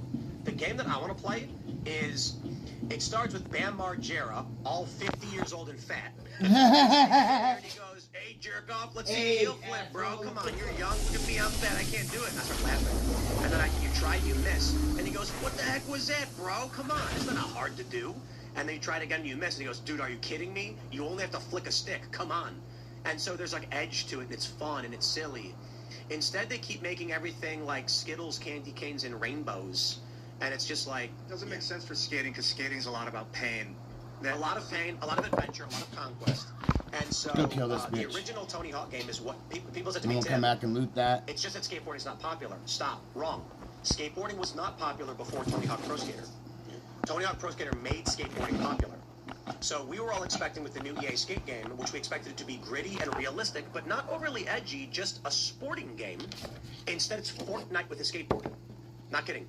Purple, pastel, yellow, girls running around, giggling, and saying, like, let's have fun and play. And it's not a sporting event. So I said this. Would you guys want to watch football? Which football game do you want to watch? Where the guy's going, he's got the pass, he's going, touchdown, let's go! And then everyone's screaming.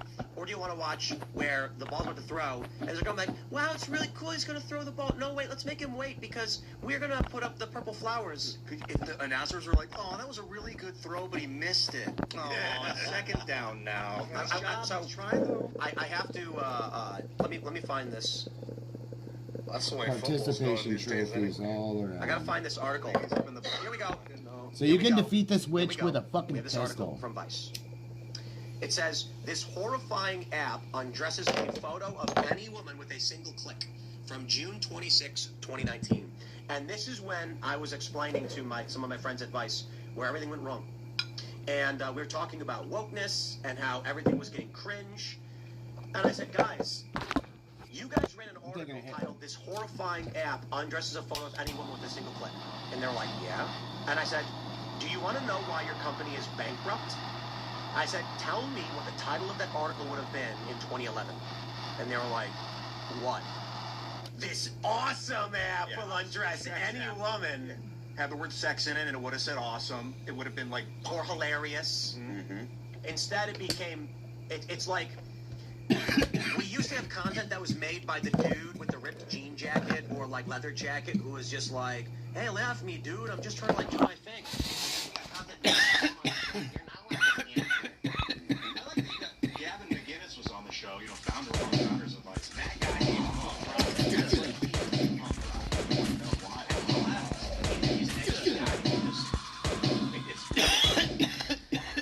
Great. Love you, G. Let's grab him.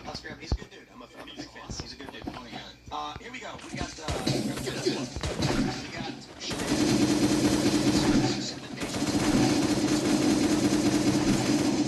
clean break, a new strategy for securing the realm.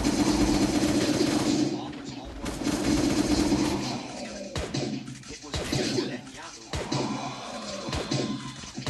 Clean break, yeah. What do we have here? We got the game says I had my third kid in. First time, long time on donation. Appreciate it. Awesome. Congratulations. Third kid. Wow.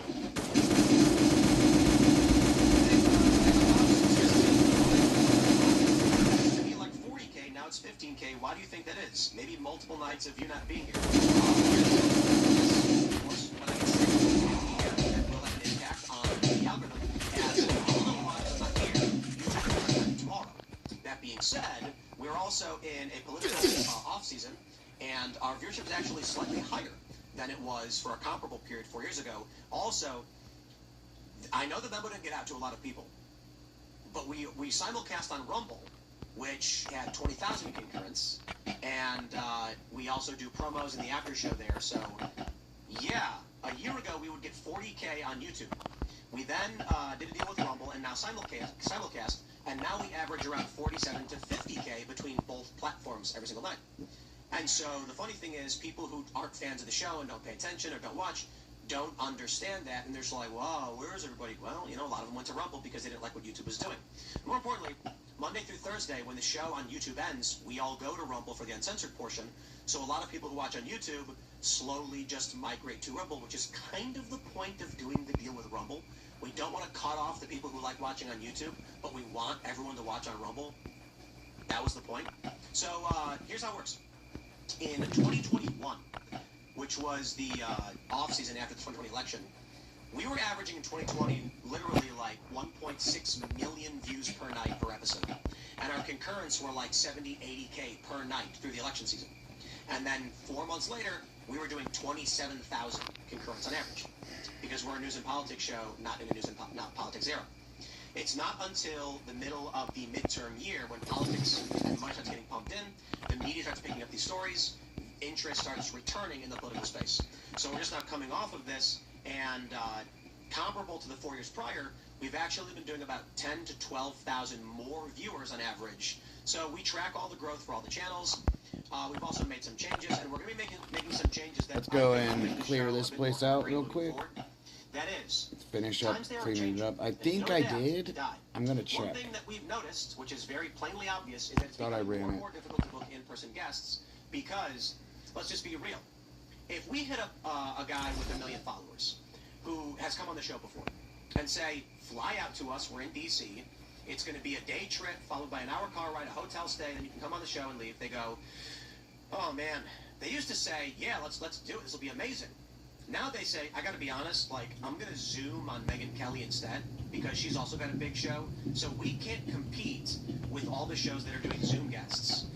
Our network for in-person guests largely are DC-based, and within a couple hours, these are where most of the guests are like, I got no problem driving down. But getting people to fly out is becoming ever more difficult.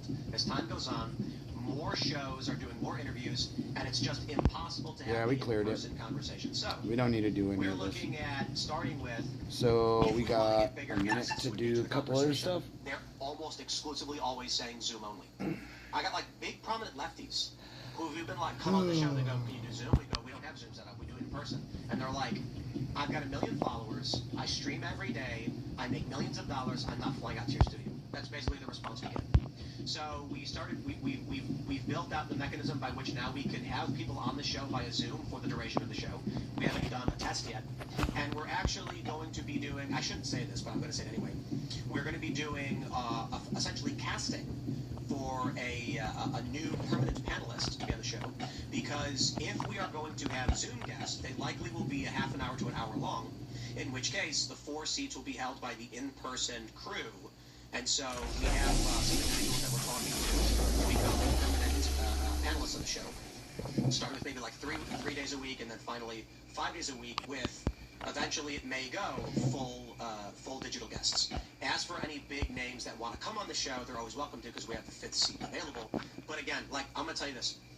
I don't want to name drop anybody because I don't want to be insulting to anybody, but there are Hollywood A-list celebrities in big blockbuster movies that are pro-Trump, that are like, I just can't fly from LA, can you do digital? And we say no to these people. And so there have been people who have been like, Tim, you guests are just not good anymore. And it's like, because we were purists and wanted to do in-person only. Well, if we can get Brad Pitt, but it's only over Zoom, we decided, okay, this is the point where we can't compete. A lot of other shows are all getting massive guests. Piers Morgan, you know, it's a different kind of show. He gets a ton of good fans and guests because people just don't want to travel anymore. Just the way it is. So adapt or die, and that's the plan moving forward.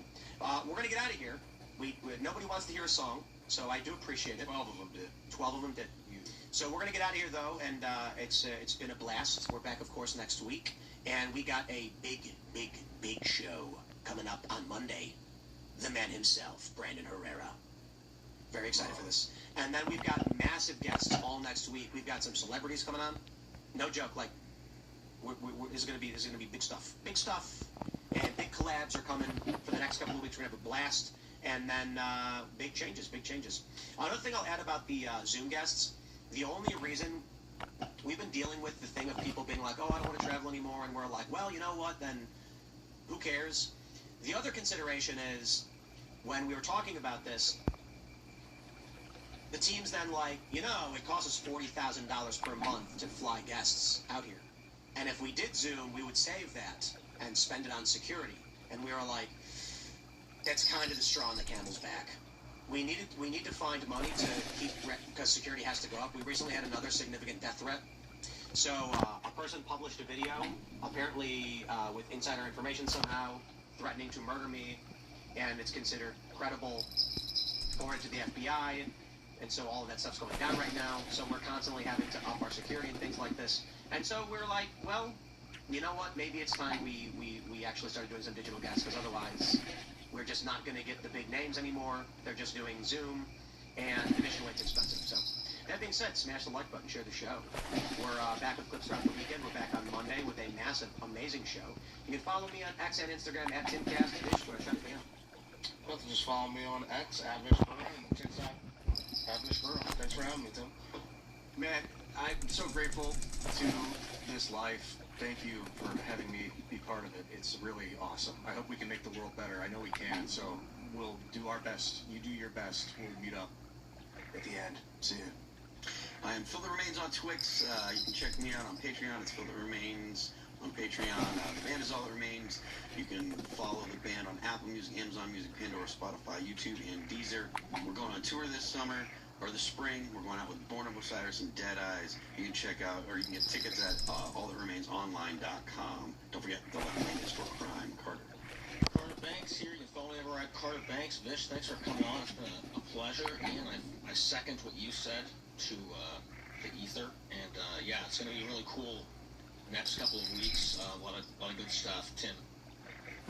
Thanks for hanging out, everybody. We're gonna, I don't know why Ian's dressed up, but we'll figure out something to do that fits his attire. We're gonna go find a party. Thanks for hanging out. We'll see y'all next time. We're gonna go find a party.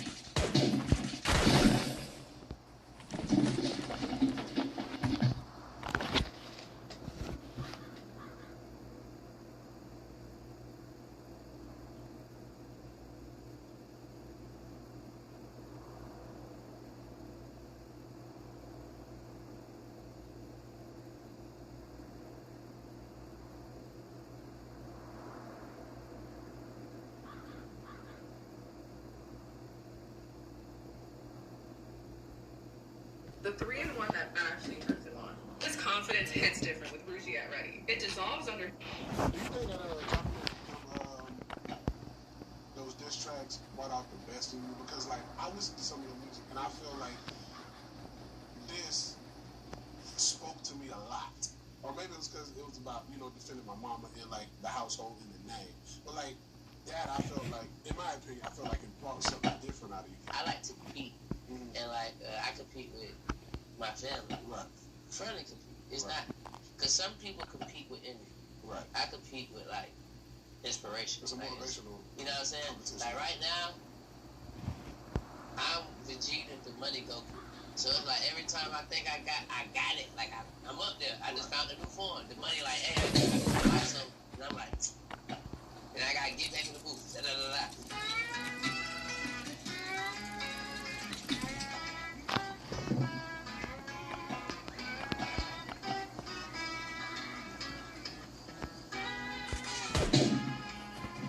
what up?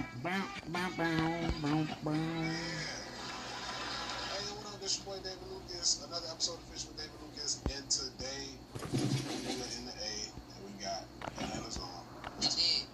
What's happening, bro? What's up with it, man? Can we say y'all are the first people to successfully defeat 50 Cent? This is a family effort, bro. It's so beautiful to see. You're the Southern boy. I mean, you know, it's never over till it's over, man. Right.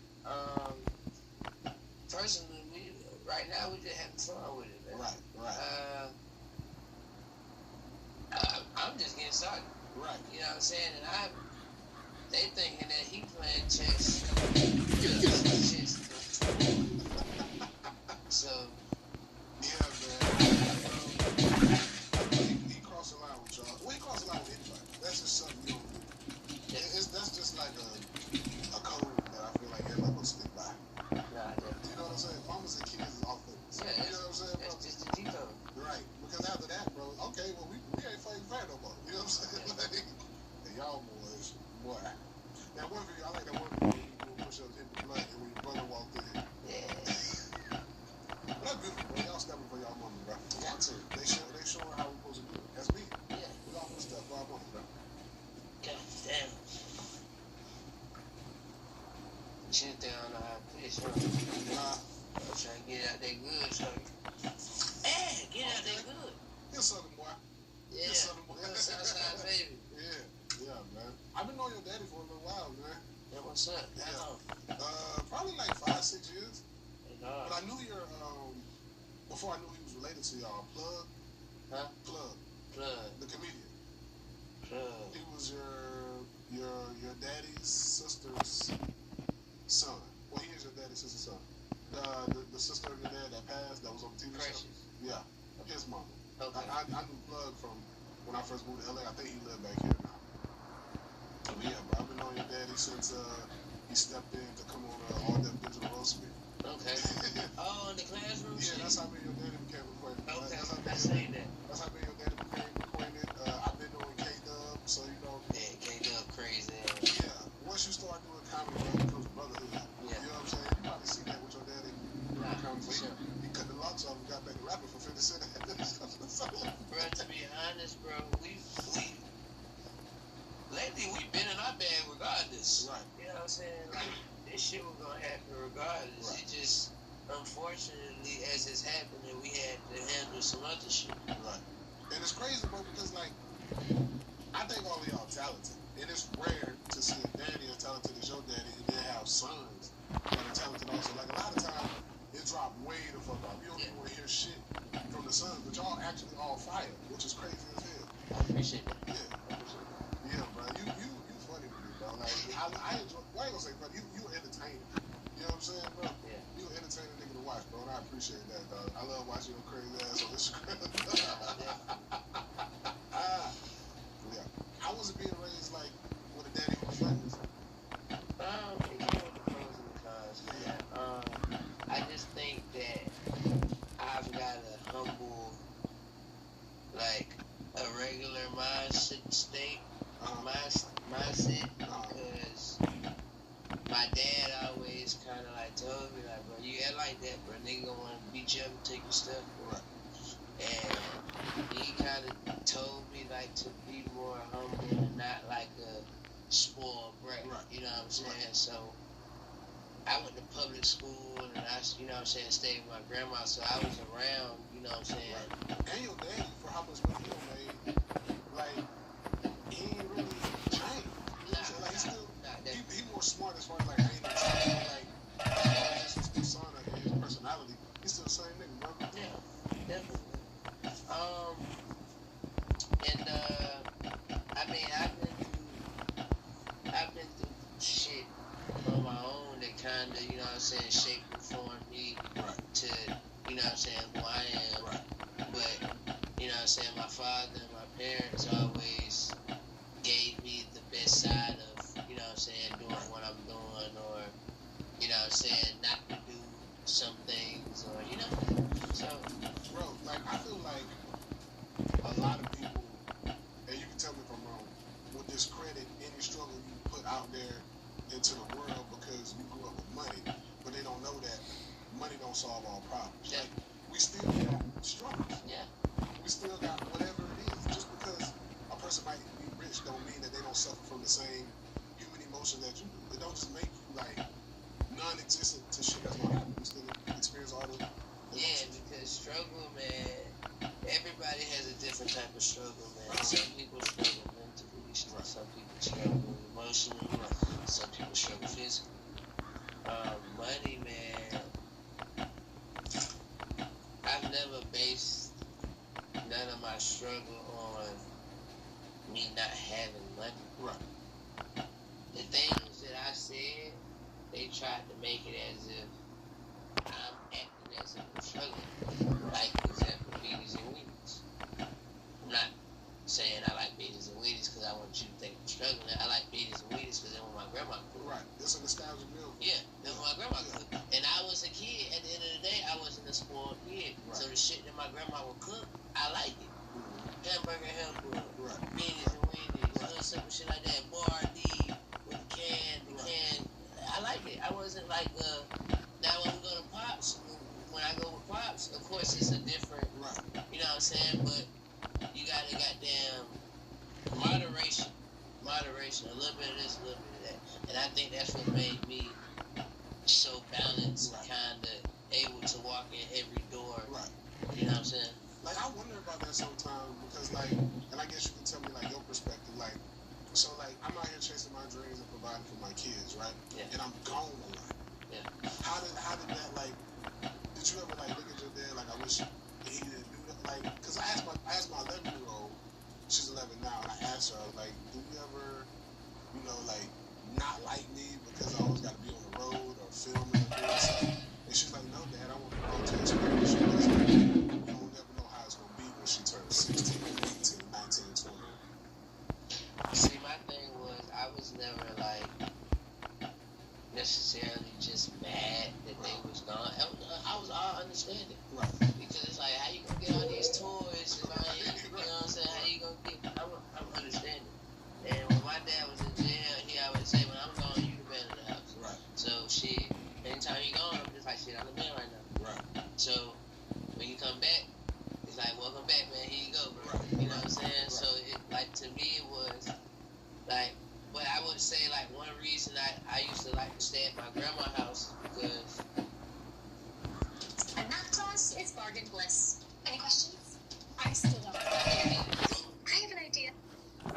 My house because he'll leave, like, we'll be at the big house, and he'll leave, he'll probably just be my auntie,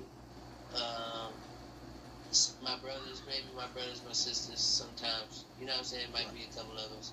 And he'll leave and not come back till like 5 in the morning or whatnot. So I'm like, shit, I'd rather be at my grandma's house. Right. The house smaller, and it needs all these long ass dark hallways.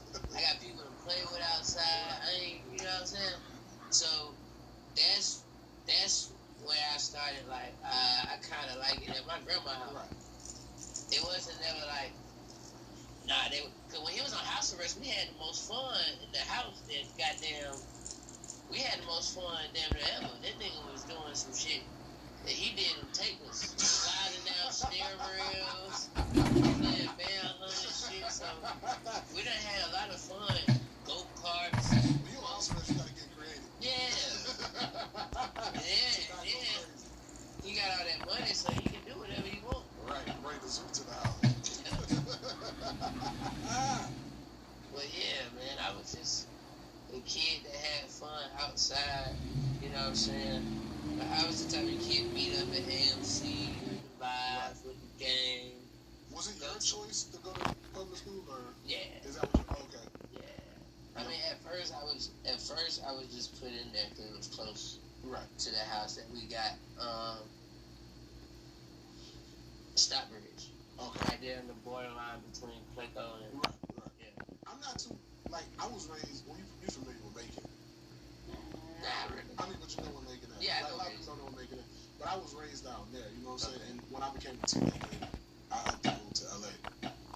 But now, I've been taking care of my mom's stuff. Nah, I was rapping. Oh, What you saying? Well, I was just, oh yeah, it's crazy. We filming the podcast right now, and they playing his daddy diss tape over there. They don't even know he right here. Yeah, Thank God. Thank God. They'll probably come rush the scene. God, niggas is killing it. They'll be on Instagram Live. No, but it's so crazy because we're like hour and 15 minutes away trying to make it, right? And up in Atlanta, y'all got a whole different program than what I grew up in. Because a lot of people hear Macon or Jordan and they're like, oh, you're from Atlanta. I'm like, nah, I'm not from Atlanta. Two totally different worlds. You can go an hour either way of Atlanta, it ain't nothing like Atlanta. Nah, never. So you was raised like in the south side of Atlanta? Yeah. Which is different than like the north side of Atlanta. Huh? Terry Boulevard. Oh, yeah, right there. I remember I was on MTV and Mama when I was in high school, and it filmed off of Terry Boulevard. There used to be a wing spot. A wing spot with like 100 flavors of wing. My mama a real Southside baby. Yeah? Yeah, like she real. Now. See, I'm glad King came out here, bro. He can actually fish. Yeah, like, man, I appreciated it. You think I was coming out here an hour or something away just for an interview? I'm like, you know what? He asked me to go fishing. That's some real nigga shit. I got pulled up. That's some real nigga shit, bro. Everybody, when they do my podcast, they be like, oh, I love this podcast, bro. It's out in nature. You relax. You ain't really thinking about nothing. Because, like, everybody got a podcast inside of four walls. That gets monotonous. You got to see the same thing, the same questions. People sitting here. So, King, I started rapping. The biggest influence on you. Like, come on, bro. You sit here and have a regular conversation. Do you think that dropping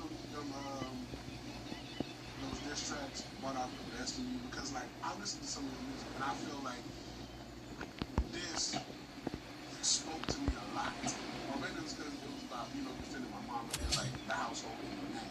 But, like, that I felt like, in my opinion, I feel like it brought something different out of me. Like, even your brother, Demani, you know what I'm saying? Because I'm used to him making melodic music for the hoes. And then he dropped that Sorry Miss Jackson. I'm like, see, Firefly Fire. Bro, have y'all heard Demani's Sorry Miss Jackson or any of his diss tapes? I always know y'all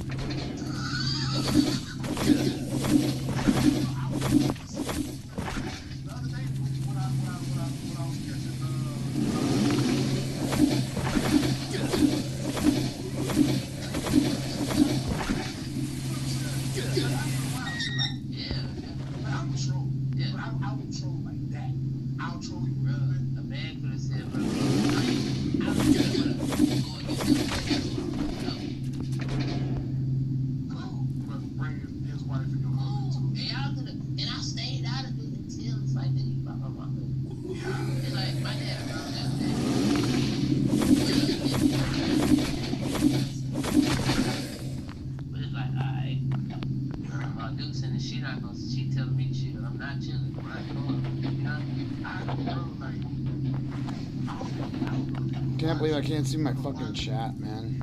One thing I knew was going to go up. Because I done let a lot of niggas have.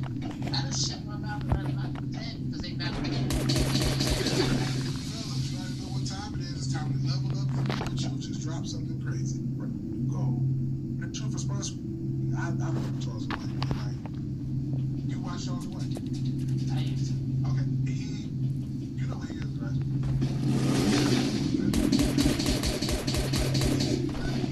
Like that when you actually get to know him as a man. Right. Once you go so far, I already know where you're now. Not saying my thing is, I know certain people do shit for certain reasons, and it don't be no intent. They don't have no real reason. It's just like I can see what you're doing, and I know how far I'm gonna take it and how far I'm gonna do it. So I'm not even gonna do it. Right. You know what I'm saying? Everybody ain't willing. Yeah. You know what I'm saying? So the thing is now, it's like, all right, you troll, you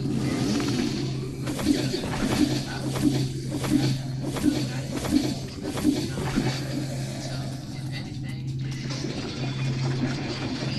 let's solve it.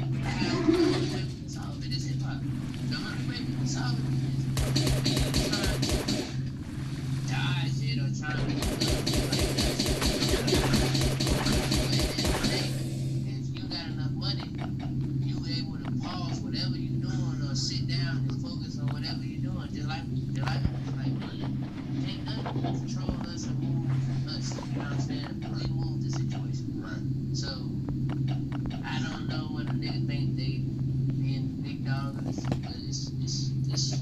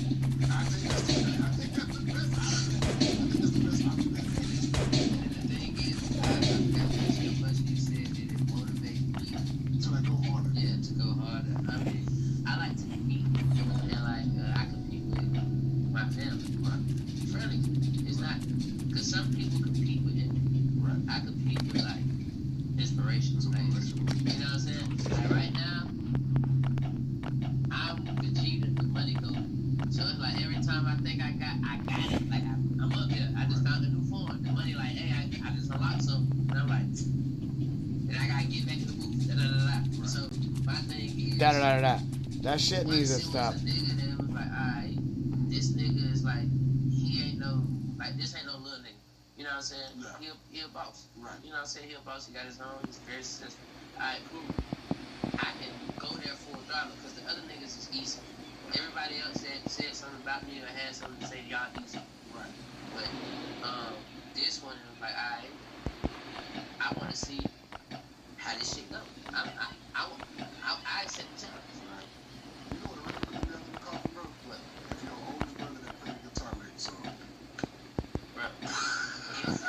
See, the thing is, the best thing he did was just be silent. You know what I'm saying? Because he can rap too. I don't know if I didn't know that. Your oldest Messiah? Yeah, but he gonna give it to you like, your grandma gonna call you like, boy, I got a boy, you heard this shit. And so it's like, that's what I'm saying. So it's like a Messiah, but it's like, now you gotta go to the musicians. Now you get into the elderly. You don't want that stuff. But my thing is, I don't wish for none of it. You know what I'm saying? I was nigga one that played it off. I wish they did the rest. Simple as that. But I think it was dance got too much music. Yeah, I mean, I think that's what it boils down to. It's just because bro, it's like, I've been listening to Tip since I was in elementary school. You know what I'm saying? Like one album can outdo 50 Cent old cap. You know, like it's just like, what are we doing? What are we doing? Like what are we doing? Like what are we doing? I don't know, but you gotta. Yeah, so out of all your brothers, who's like the most gangster, the one most like your daddy? I mean, we all got dog in us. Yeah. I'm gonna say every single one of us got dog in us. From what I say it's you. I mean, I'm just the more outspoken. I would say I'm the more. I've experienced a little more outside. Okay.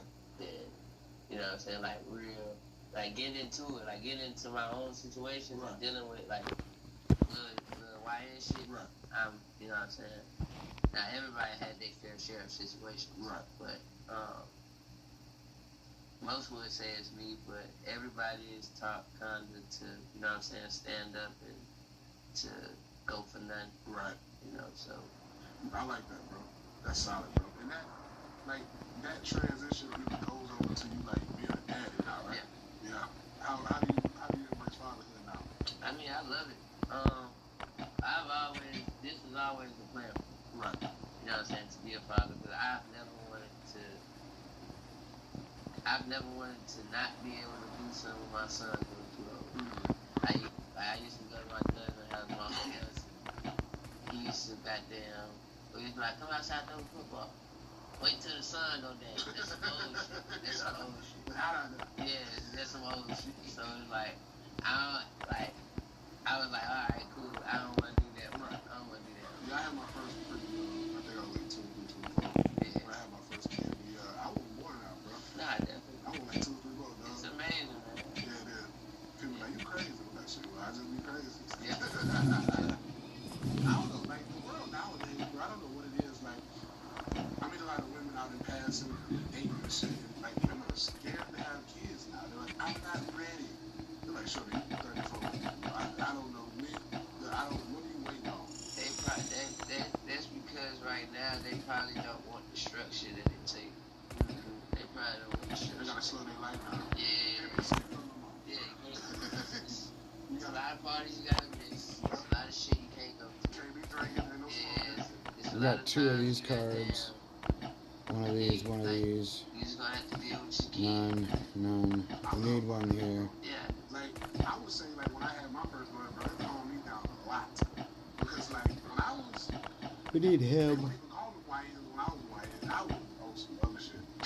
I don't know what it was. Oh, this guy. I was just down for whatever. If you would call me and say, let's do this, I'm like, all right, let's go. Not even thinking twice about it. But then when I had my daughter, everything comes full circle. You got something? Yeah, I do. Yeah, I do. For real? Hold on. Yeah. You stuck? No, I'm not. You might be stuck. I ain't get loose. What the hell can you get stuck on this?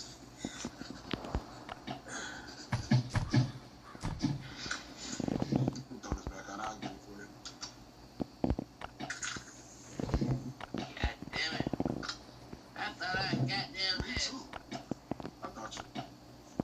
What the hell you stuck on? That's some bullshit.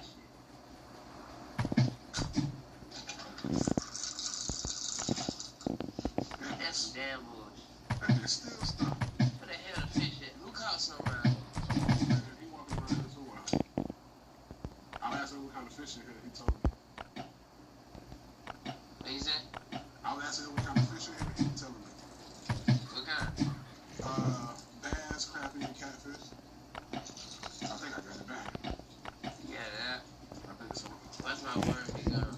Yeah, I think I had some. It went under the rock or something. Yep. Worm is gone. I told you. Yeah, straight the hook out too. I ain't damn crazy. Do you fish a lot? Like in your own time? I got times where I just go hard at shit that I used to do. You hunt? Huh? You hunt? Nah, my cousin do. I wanna go hunt so bad. Whenever you're ready, go hit me up. Where you be hunting at? Down in Monroe County? It's close to here? No. From Stockwood, an hour 15. You hit something every day? Nah, hell nah. That'd be the fun of it. Not hit nothing? I mean... Man,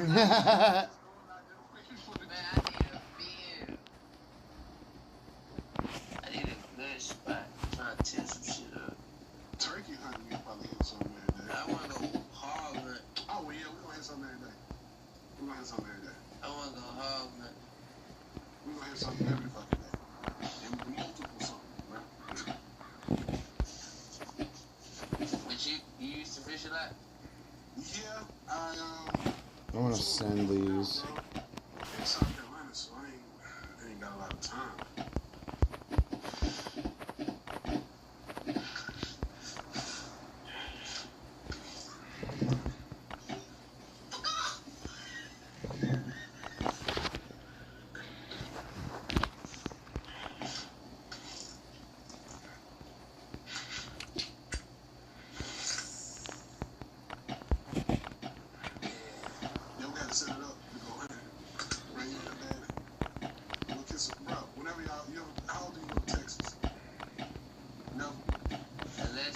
I got something to do out there. I don't go nowhere.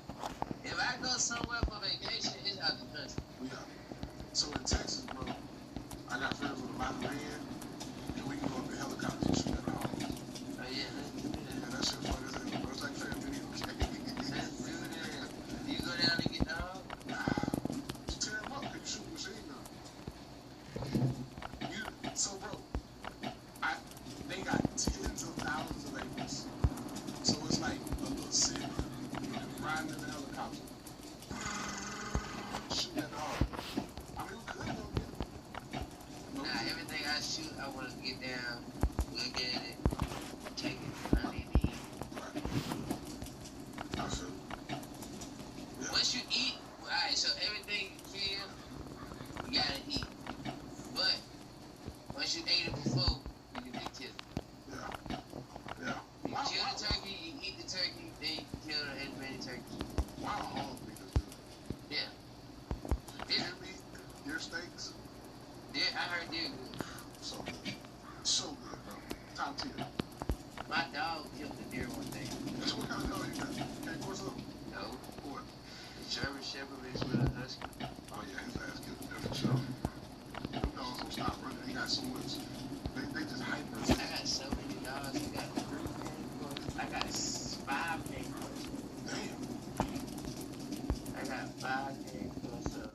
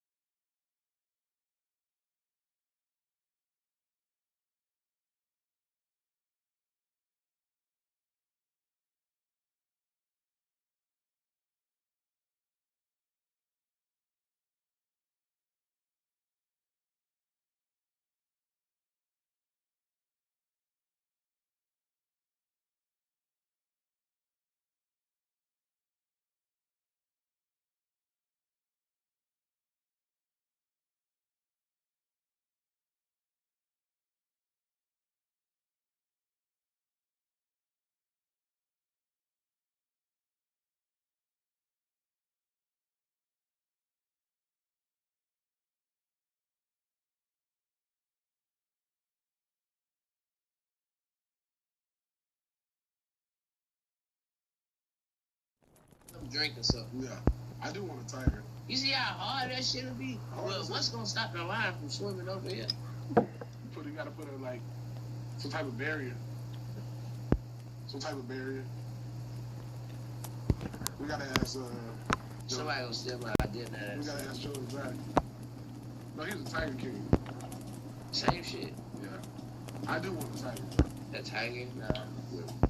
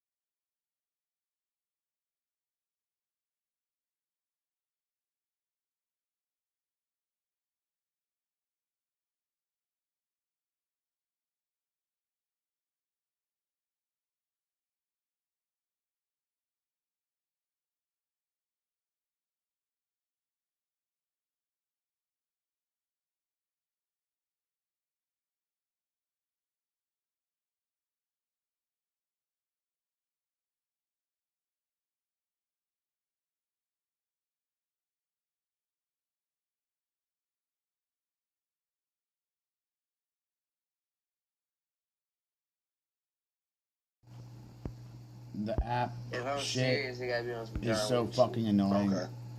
The skips now, I don't have to. I have to If I'm fucking funny, play it with the gotta be fucking on dumb some ads. Rush hour shit. Okay. So you want to play like a buddy cop where you get a chance to be funny? However, Yeah. it can just, you know what I'm saying? I want it to be an action. If I'm serious, let it be horror. Mm-hmm. Scary. Yeah, I love scary movies, bro. I watch a lot of YouTube. I don't really watch TV. Yeah. You ever watch body cam footage? I watch this. All I watch is interrogation videos. You ever seen Jim K. Swim? No. Watch that series. Okay. That series hard. Jim K. Swim, bro. They be breaking out interrogation videos. And I watch this one called Karen Cam. and I watch Louisiana Boys. It's a body cam footage from Louisiana. I watched some shit. It's like Doctor Insane. I forgot what it is. Doctor something. Yeah.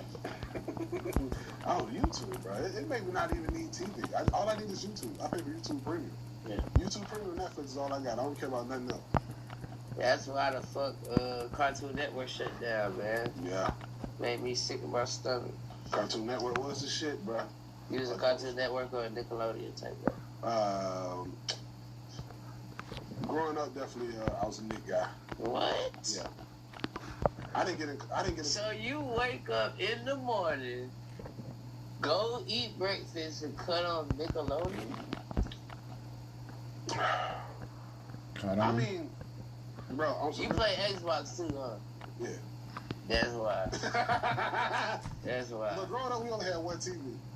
Nah, I feel that. So I always watch TV. Once my granddaddy went to sleep. Once he went to sleep, then I could watch TV. So I was watching Nickelodeon, Nigga at Night. Nigga at Night? Yeah. Okay. And then I always watch Boomerang at night, or Adult Swim. I ain't had cable. Yeah, I had cable. Until I was older. And Nickelodeon would come on, we had, I don't know what kind of cable it was, bro, but I think our channels went up to like 41. And a lot of my friends... Cartoon Network was 62. So Cartoon Network was 29 where I grew up. And then Nickelodeon was 28. TBS was 10. CBS was 4. Fox was 2. I forgot what channels I used to hit, man. All I know is that 60. What was 61? That was like Animal Planet. That's deep in there. I ain't get that till I was older. Bro, I used to go home from school, sit in my grandma reclining chair, and just hit the goddamn. You ain't play no sports or extracurricular stuff in high school? I did. What'd you play? No, not in high school. Middle school. Middle school? I played football. Oh, okay. Quarterback? Nah. I played different shit. You know, I was a small kid. You know, they tried to play with it. But I don't play nose guard. Nose guard? Yeah. I play nose guard. Look. Now look, this you can do your research on. I played nose guard, and I got a sack with a forced interception. Yeah, you know what I'm saying? I'm supposed to put it over this try. You know what I'm saying? So I can't leave this. I played nose guard. I played cornerback. I used to play running back when I was little. Yeah, you look like you got wheels. Yeah, but I'm a receiver. Okay. Running back, cornerback. Yeah. Quarterback type guy. Put you in those guards are the same. Yeah, I was questioning why the fuck. I mean, but the good thing is that kid can't be a quarterback. He can't slip over everybody. Yeah. You can't see. Okay, I'm running out there like, what the fuck? That was a punishment assignment. I don't know what the fuck. They tried to size me. Set me up there for failure, probably. Good thing is we had speed, so you could probably outmove an offensive lineman. Lining right up over the center. I did. I hit him as he was throwing that motherfucker ball. Interception. Yeah, good shit. Yeah, bro. Took my ass out right after that. I'm glad my football career didn't work, bro. I'm so much happier in the entertainment industry. But you want to know what it was for me, though? What's that? So, they used to try to humble me by doing that, so I ain't like to go to practice. I would be bad as fuck. They used to try to give me a bear crawl, roll, and all that. Man, hell no. Hell nah, y'all niggas ain't about to discipline me. Thinking about that make my head hurt, bro. That's what I'm trying to tell you. Headaches. Yeah. And then with the helmet on, helmet on. Hell nah. I remember one day, I think I was a freshman or a sophomore, and I told my mom, I was like, Mom, I got a migraine. Like, that shit was fucking me up all day. And she's like, well, you ain't going to football practice. So she came to pick me up early. I didn't go to football practice. I showed up to football practice the next day. Because coaches always try to make themselves just seem fucked up. And Coach CB, Coach Cornett, shout out to you. I don't know if he's still alive, but shout out to Coach Cornett. And he was like, Lucas, where the hell were you at yesterday? I said, I had a headache, man. My mom came to pick me up. This nigga said, I have a headache every day. It's like, bro, what are we doing? What are we doing? Like, they just be saying, they're like, why you doing so much, bro? Like, what? Me, I would have told her, you're not supposed to have a headache every day, bro. Go sit your ass down. Yeah, bro. You know how football is. But look, I had one coach that used to, like, he was like, I think like assistant coach. He used to like fuck me. Like, nah, put King in right now. Don't do this, da da da. Or in practice, he used to goddamn put me certain places. Right. He used to like see like what I got going on. Cause he'll walk outside during school, I'm fucking up everybody. You know what I'm saying? He like, and then we get a football practice. He like, you know what I'm saying? Right. So, but the other coach, I guess the head coaches used to be on. They had their favorites and shit. Yeah. And so once I've seen I'm competing with favorites and goddamn, and they sons, I'm being bad as fuck in school and niggas. I'm like, bro, fuck football. Yeah. And you're not getting paid till you get to the NFL.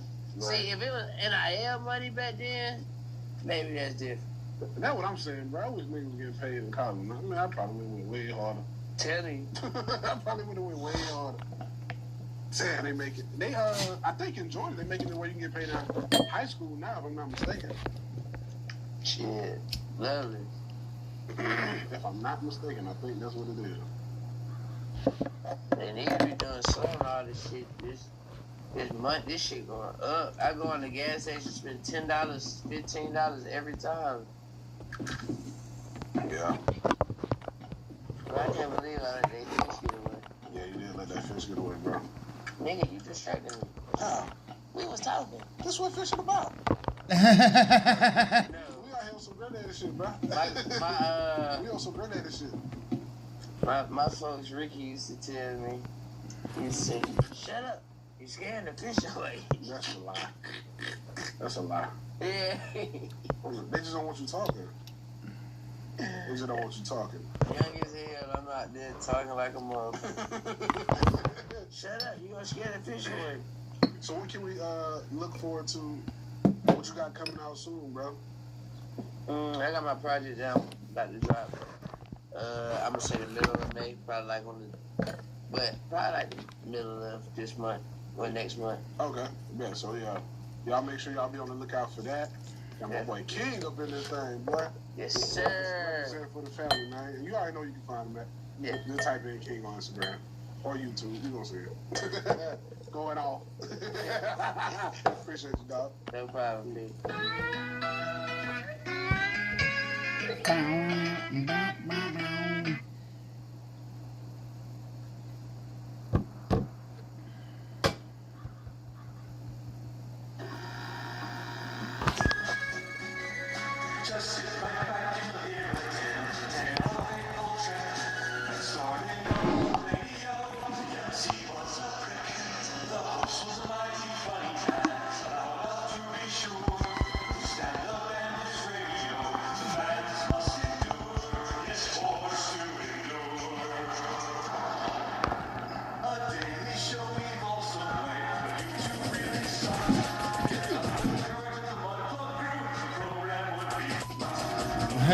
Would be fucked.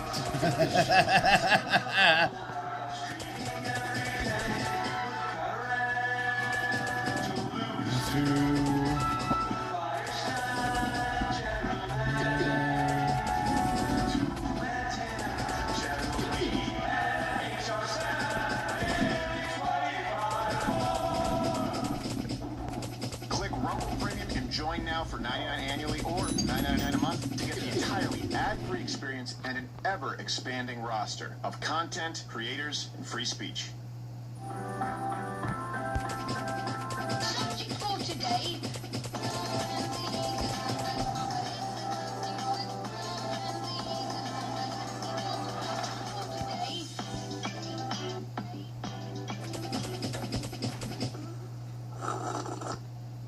When it's a shorter show like that means it's Friday. Yeah, that's a fun day. Friday. Yeah, it can be a little bit of a grab bag on the Friday. It can be a little looser in what we say. We're talking so much about Iran and all that stuff. Yeah. This week, all that. So instead today we're going to talk about. Gosh, I don't know how to approach this. Well, base Vietnamese grandma, so that's fine. Okay. This video from VCU, people ask what is a woman. Okay. And then there's a new preteen series that I can describe as nothing other than, if you have children, they shouldn't be watching this, but this is the point. If you're a preteen, you shouldn't be reading this. Hardcore pornography? What? What? That's what they're trying to push on your kids? Yeah, don't worry, you're going to read some chapters. And it's actually going to be a BTS show behind the scenes, not that Korean band of tarts. Okay. Are they all guys? I can't tell the difference. Yeah, they're all guys. So that's we'll let you in behind. Allegedly. So you see how the sausage is made. Let me ask you, what's your favorite book that you've recently read? You tell me. Mine, I don't know. I don't remember the last fiction book that I've read, honestly. I cannot remember. I'm reading 30 Seconds After right now.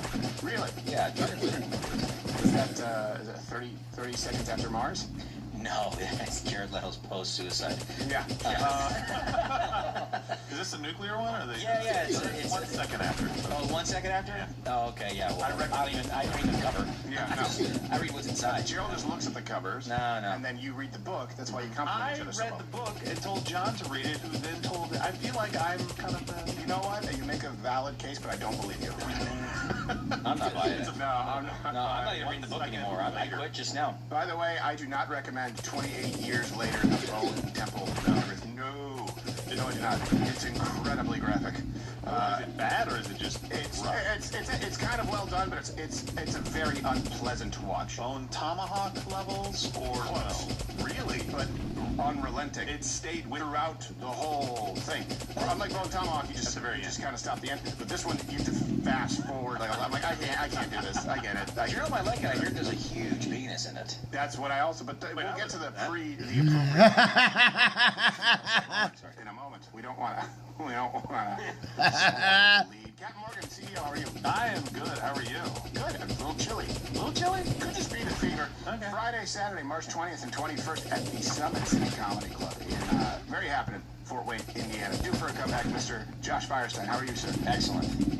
Like last Friday. You have a white speck on your shoulder that. Do I? Yeah, which it's just because it's black on your other shoulder. It does, yeah. Right there. It's your right shoulder.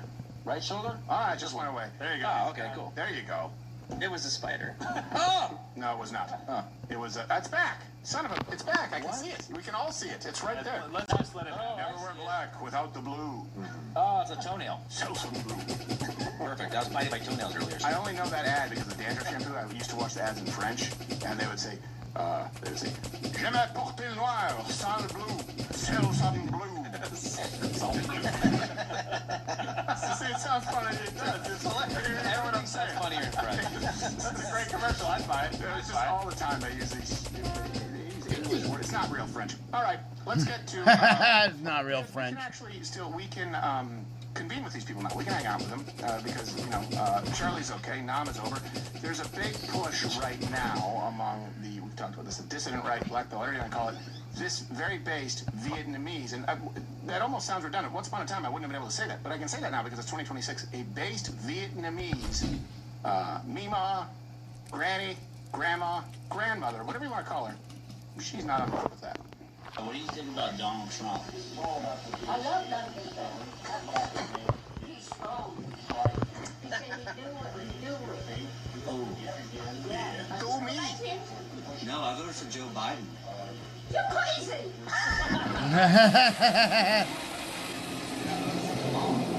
Never vote for Democrats. No one.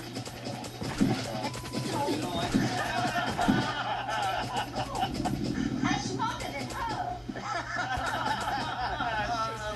Insult to herself and Kamala Harris. I'm smarter than her. I'm crazy. And listen to me. I'm crazy. I'm smarter than her. I'm cooking dog. I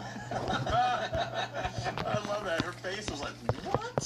Fuck you. That's what the old lady said. Tribalism. Like I guarantee you we would have some disagreements. funny. No, I'm not going to eat a dachshund anytime soon. No. But she's precluding. It's okay to preclude yourself from something where you go like, okay, here's everything where we can have a disagreement, but I'm precluded from voting for X. I'm precluded from supporting this idea. People in that generation, is like, what?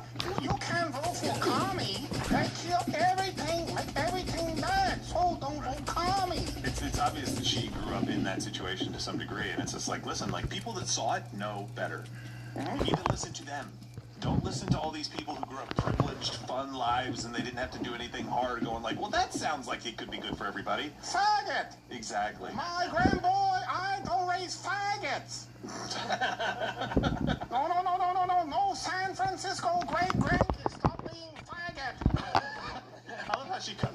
chase. It's crazy. There's no conversation about it. It's just like... It's great. I'm glad that... And what's funny, too, is that there's an actual, I guarantee if you know her backstory, an actual strong woman. Yeah. When you talk about feminists and not facing any kind of it, I guarantee you that woman has seen some stuff. That's right. She killed the dog with her bare hands to put in the stew. And speaking of which... She raised the dog, too. Yeah. No, even more. I raised dog. He sleep in my bed in my house to give him hope and kill his neck in morning. Kill his neck. Sounds like something they would say. Speaking of killing dogs, obviously Gnome out. Gnome out. That was kind of the big news. Also, that well, the Kalshi, all the prediction markets and stuff, like they're putting out who's going to be the first one gone. That's right. Gnome was out and replaced by Mark Wayne Mullen. Mark Wayne Mullen. So I'm not sure what the real fallout is going to be from that, but I think there was a lot of people going like, is she really just like traveling around the country and taking like these glamour shots? Different like staged things. It just seemed a little weird. So I really wish it would have been Pam Bondi first, but I think I'm not a huge fan of either of them. I'm not a huge fan of Gnome either. I mean, I don't know the substance there. So is what all the dogs said when they heard that she was putting and then when she got ousted, they went. All right. I bet the new guy looks like a dog catcher. Yeah. 101 Dalmatian style. Yes, you're right. She was going to. That's the thing. Look, no one's perfect. She was going to make a coat out of puppies. She did some good things, but she definitely. Yeah. She was kind of, when you talk about in the administration, very optics focused. Yeah. That was her. Very a lot of pageantry. Yeah.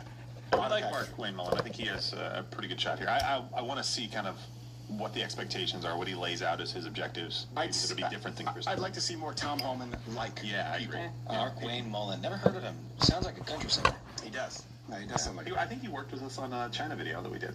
Mark Wayne Mullen? Yeah. Really? Yep. So then let's give him a call. Yeah, we'll talk to him. Like, do you take the solemn pledge to not take joy in killing any canines? There you go. That's a hard one. It's like, well, what else do you got? What? That was it. There you go. And by the way, for those of you, it's super short, obviously, because Friday's a love letter to Mug Club, the OG, Trouble Premium. You can click that button and join. We always broadcast on Friday, but it's not always a broadcast. We just broadcast to people who, who keep the lights on, because the lights would be off. Just like they are otherwise. No, we'll probably do a closing time for next week. Okay. We're short-staffed right now. Here's the next one. Before we get to Scrapyard, which is always a lot of fun. Students, that's right. The Virginia Commonwealth University, they were asked, and here's a video coming up, what word comes to mind when you hear the word woman? Here's the thing. This wouldn't have been a thing at all, not all that long ago. It's a pretty straightforward answer. You can imagine. It used to be, how many genders are there? That was how it changed from us. Like, okay, well then how many are there? No one ever answered? Well, I mean, that's obtuse. What? That's reductive. Okay, I'm just asking you, how many are there? Like, assume we're in a doctor's office, and we got to figure it out. They never have an answer. So here, students are asked, what word comes to mind when you hear the word woman? Here you go.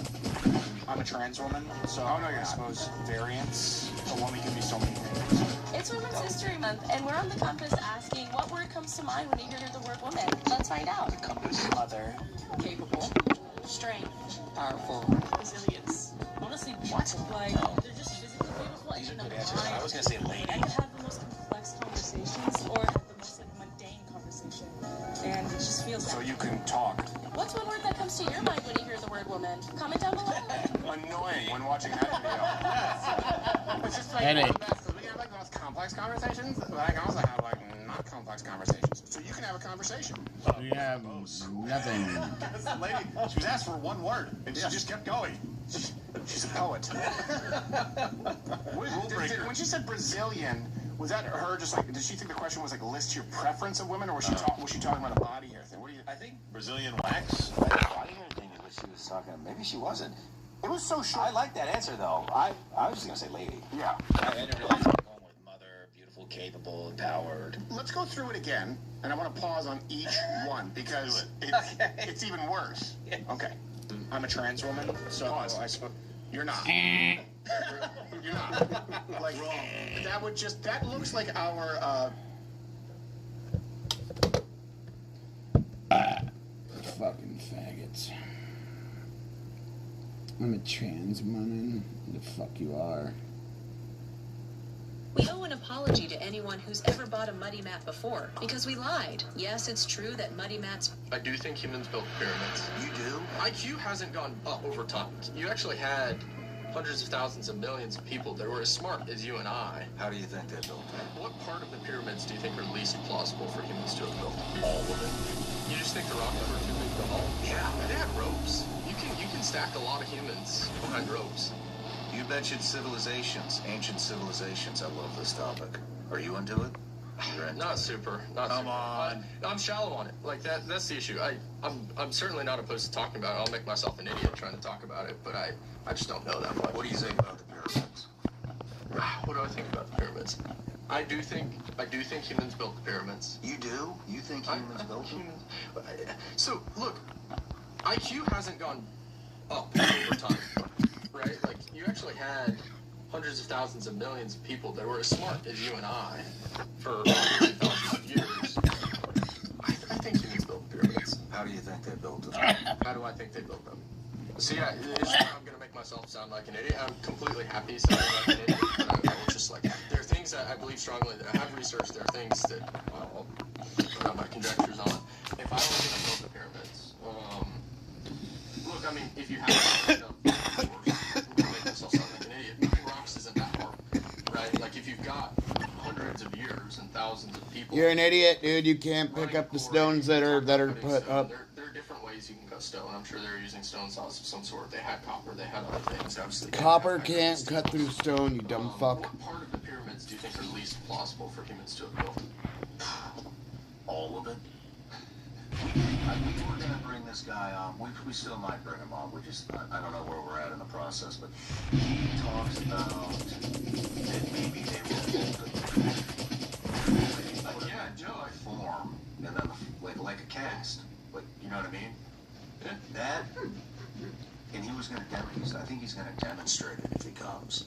But that's the only way I can see it happening. The only other way I can see it happening is if they were able to harness some type of a fucking vibration and guide, like put a speaker under this table. You just think the rocks were too big to haul? Yeah. They are. Yeah. They had ropes. You can. Oh yeah. That rope work. Ropes. I mean, this is something we could run the math on. We could find like the rolling resistance of the logs they're using. We know the mass of these stones. I don't know. You think it was humans? I think it was humans. I'd love to think it's not humans. I mean, that'd be fascinating. And they're very easy things. You can go and figure out if these things were cast or not. Like you can actually. It's definitely an area that we should be doing like scientific research on. And I'm certainly not opposed to thinking it was aliens. I'd rather think it was aliens in some ways. I don't necessarily think it was aliens. I don't really. What do you think about aliens? UFOs, some of this shit.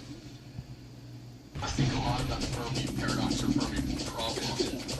I don't know if you're familiar with why we haven't seen aliens. It's like a really interesting. I don't know how far down we want to go on it, but if you go as far as you want, I have all day. Great. I love this shit. Yeah, look, if you go and run the numbers and look at the age of the universe, it's almost statistically impossible that we wouldn't have seen civilization by now.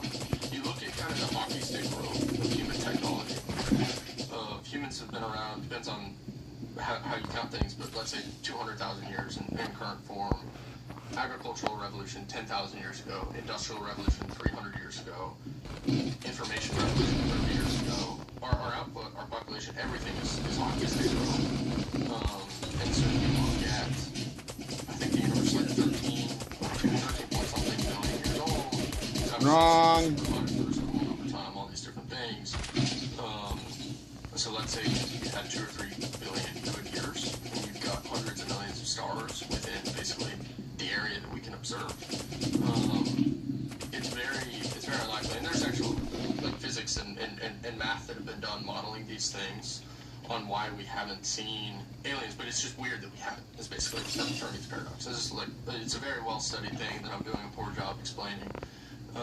So it then leads to this great filter theory. It's if we haven't seen aliens, there's very clearly a reason why. And folks have presented hundreds of different great filters. Can be everything from faith, right, all the way to let's say it's super, super difficult for single cellular life to emerge. Let's say it's super difficult for multicellular or eukaryotic life to emerge, all the way up to it's very difficult for intelligent life to emerge. And the scary thing is, if you run the numbers, like objectively speaking, we should see aliens just based on how many hundreds of millions of stars are within our proximity and how long it's been.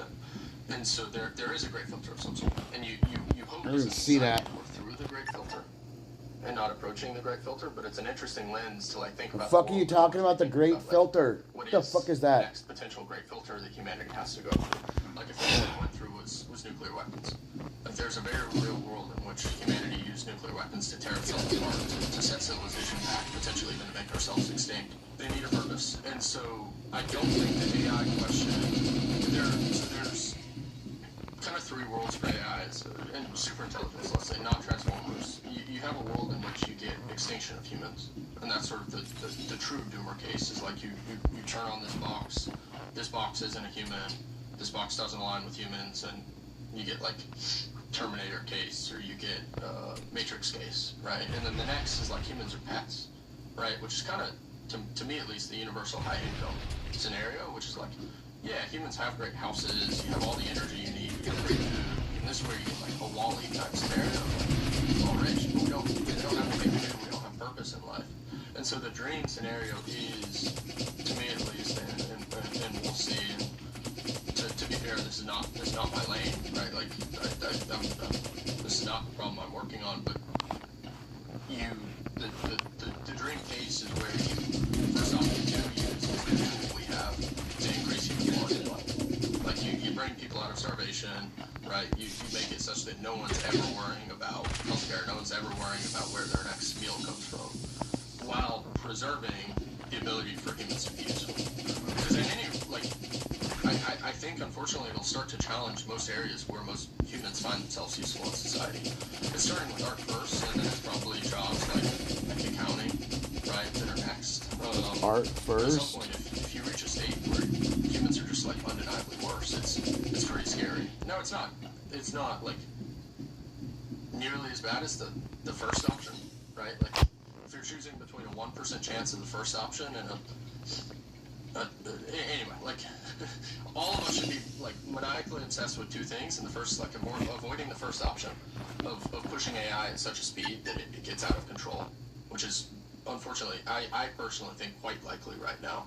I mean, have you seen you have to have seen this, what do they call them, the Claude bots? Is that what Claude bots, I mean, the Moltbook stuff. Dude, what the fuck? Freaky.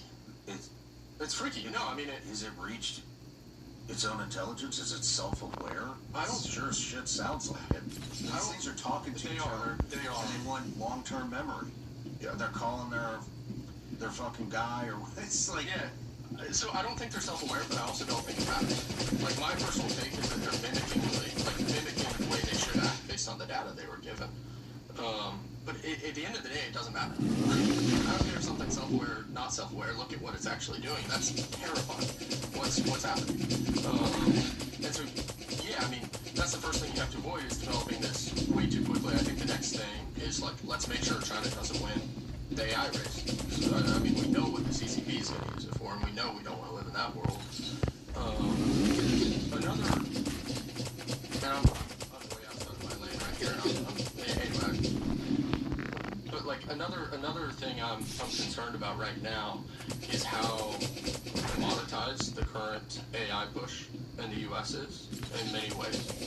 So no one wants a monopoly, right? There are very, very clear like incentive structures and outputs that come from a monopoly, but equally, are you familiar with like tragedy of the commons? Is this principle that happens in, so if you and I are fishing, you and I are the only people that exist in this society, we both have hungry families, and there's a fishing well, we don't know when it's going to run out of fish. If I fish slowly, I know you're going to fish fast, and you're going to end up with most of the fish. So I fish faster. Well, you see I'm fishing faster, so you start fishing faster. And so, actually, we both end up depleting the resource way quicker than we need to. And so it's as well, it happens everywhere, tragedy of the commons. And it's not a bad thing, it's just the way humans are, it's the way these societies are. Don't get me wrong, like, I'm the biggest fan of capitalism you'll ever be, but it is actually even more so the case kind of saying this with the AI race right now. You have to keep, like, these companies aren't building their own hardware, right? They're not building their own energy infrastructure. Like, there's a lot of advanced stuff happening, but generally what they're doing is mining as many chips as they can, getting access to as much data as they can, just training these models, and they're all using the same model architecture. And so these 4 or 5 top contenders end up with models that are like very, very, very close to each other. And so then the effect of that is all these people are raising tens, hundreds of billions of dollars over the next few years. They're not making money. Like, if you go on, even on the highest paid license, you can go and prompt the video that he generated. That company just lost money. And so what they're doing is betting on in 2030 and 2035, they are going to be making money. Well, the issue there, what that creates is a position of lack of power for these people. So they're thinking that power is going to become more important. That would, I mean, how do they think that? I don't know. How's it going to get cheaper? It has to be power, right? No matter where you're watching the Sean Ryan show from, if you get anything out of this at all, anything, please like, comment, and subscribe. And most important,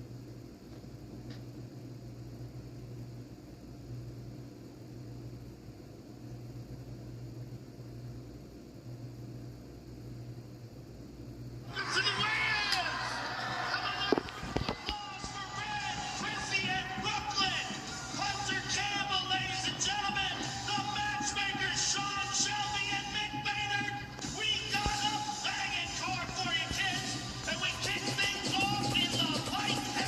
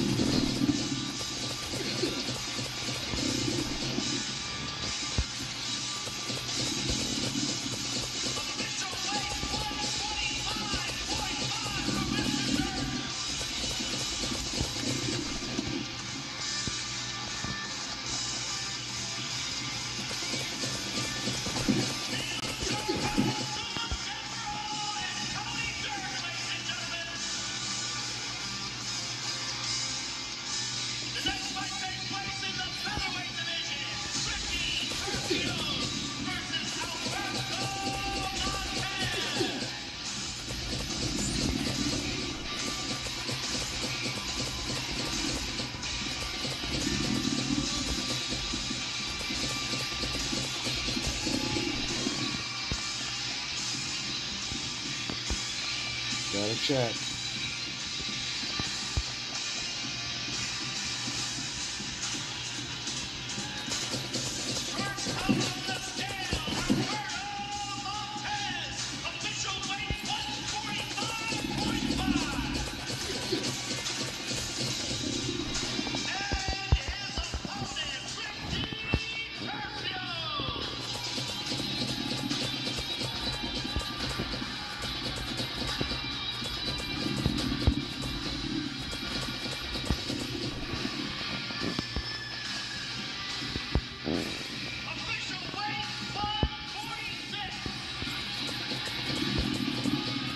The other guy was 125.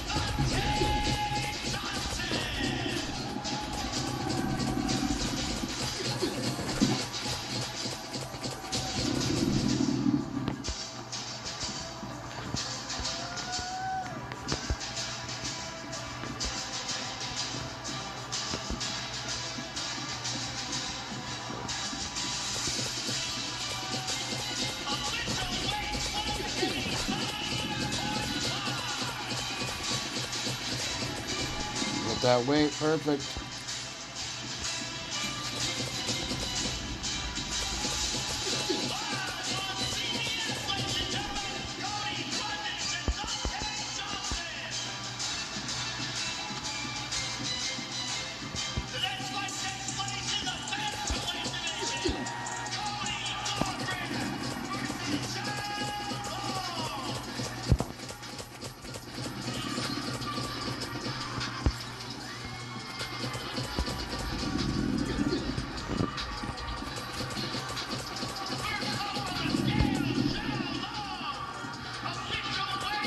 He's gonna get knocked out by Cody Garbrandt.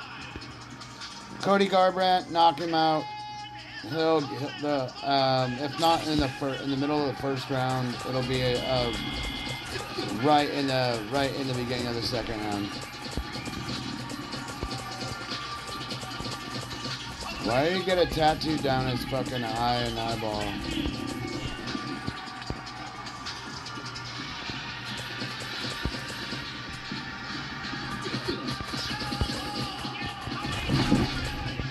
night.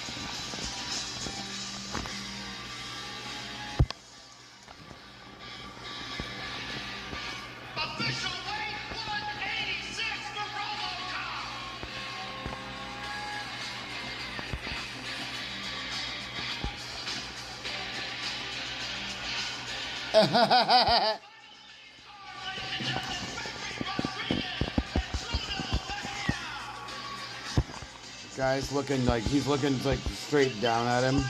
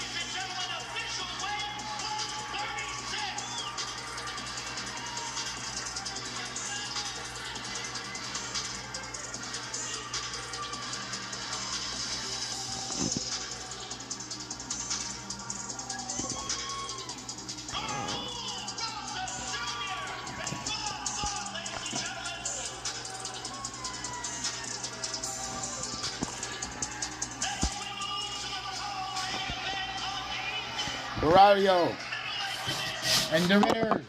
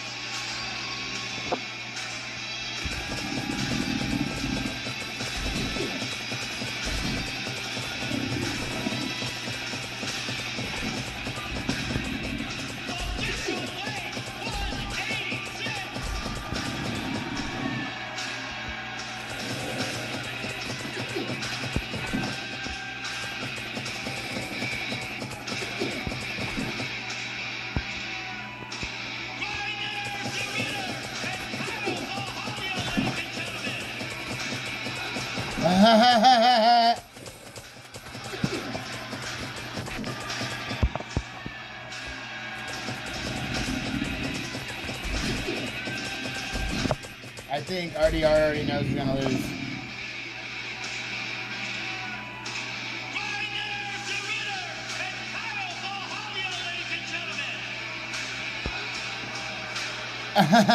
He's like, no, I'm not fucking with you out there.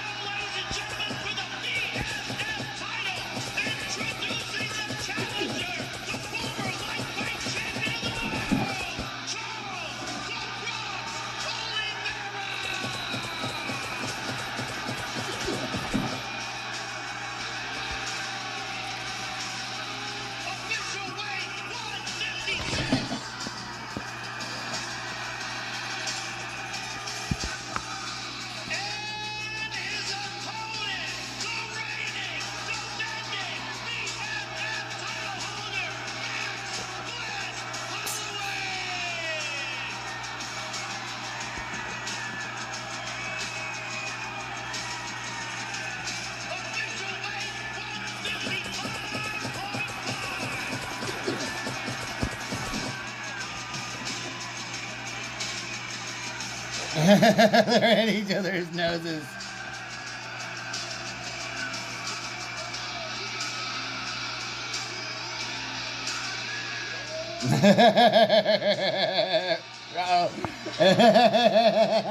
He's like, I want to.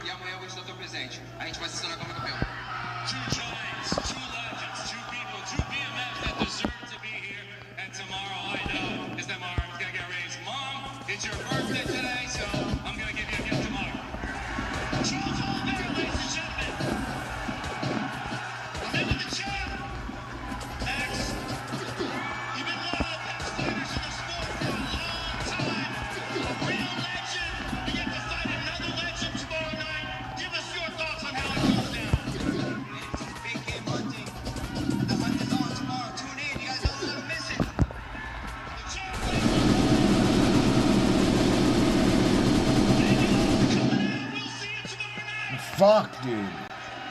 Stupid fucking things.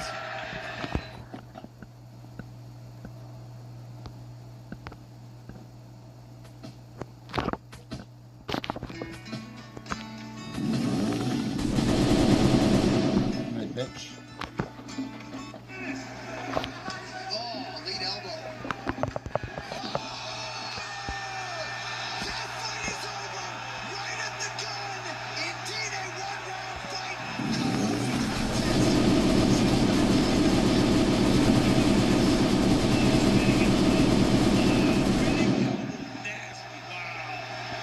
That was nasty, my God.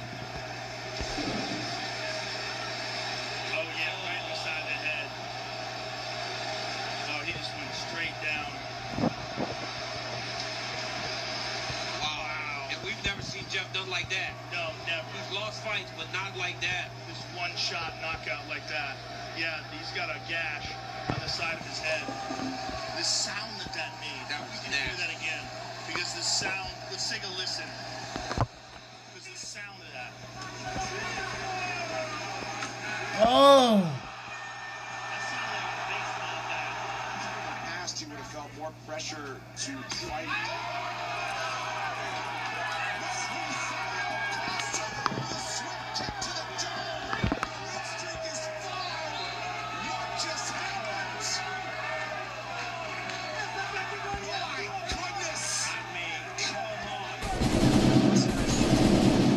Look at that. Sharia had the hand up. The temple. Sits down. No worries. That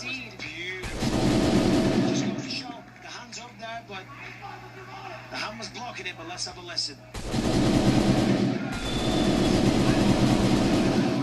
It's disgusting. I mean, that was a perfect kick. Coaches appreciate that one. And I love this movement, this side to side, constantly making Taporia adjust. Can't shoot on him, can't get a hold of the legs.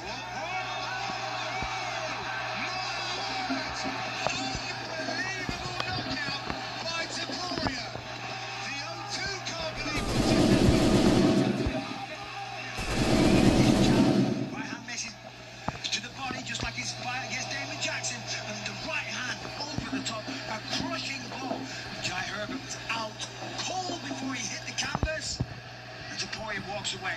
Nice show of respect. One more time. Left to the body. Right hand over the top. Right on the chin. Wow. Okay.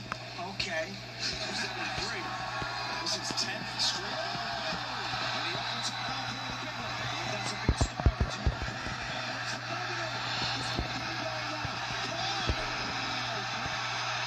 Into the tank is the Korean side now.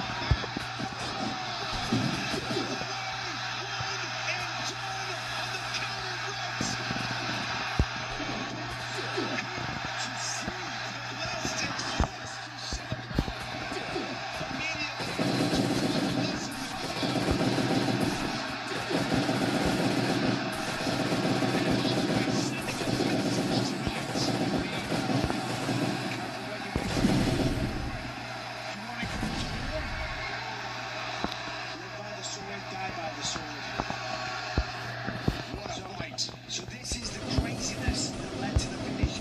Zombie just throws caution to the wind, goes forward and says, you know what, let's just do it. Let's just throw down. And what will people do? And the Roberts, they hit the canvas, face first, but nobody landed a few shots. You know, worrying a lot of Max Holloway fans. Both landing massive, wild blows, but that is the one face down on the octagon canvas. Easy stop.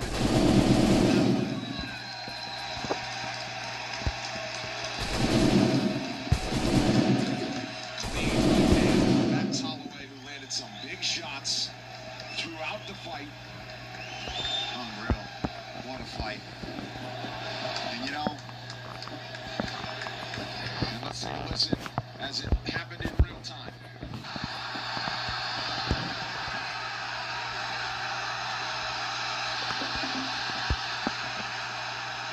Jones are thinking right now if they've seen improvements in.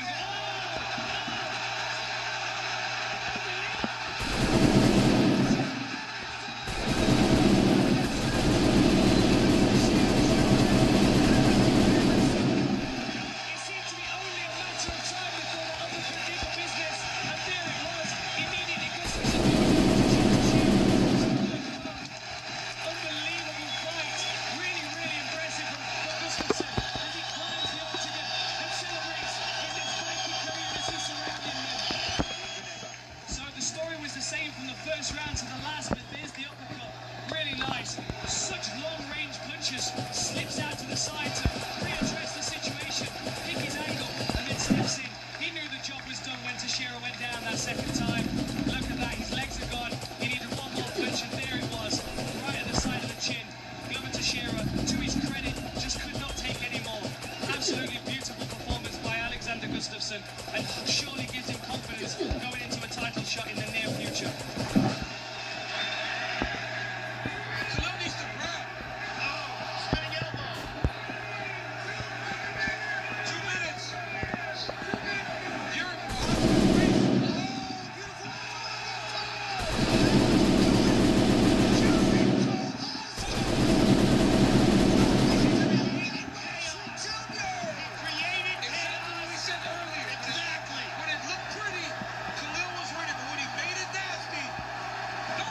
Dude, look how much fucking food is in here. I ain't...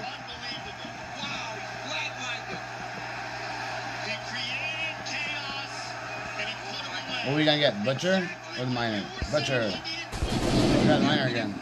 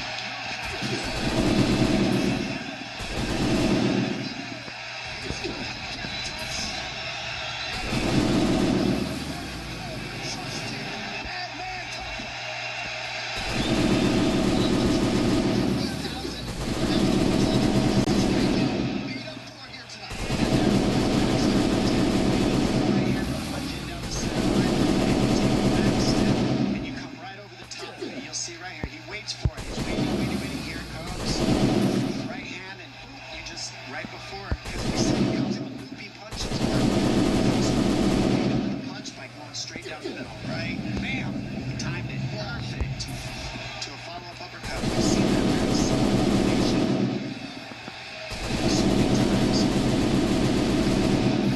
Southpaw versus conventional stance.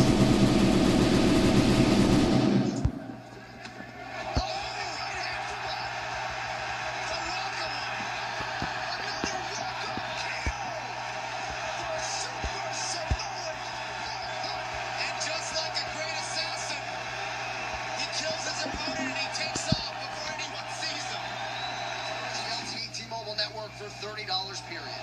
Well, there it is, just the right hand. Again, we talked about it being one of the keys for Mark Hunt getting the victory. And again, you know the right hand is coming. It's a matter of knowing when it's coming and being able to take it, being able to block it. And you just can't, Mark Hunt. With that power and timing, he's been doing it so long. He sat down on the punch, and you see him, he just, no, he's not getting up, no. Too bad, sorry about it. Wow. Parents would have been training because he was overweight, but they own a bakery.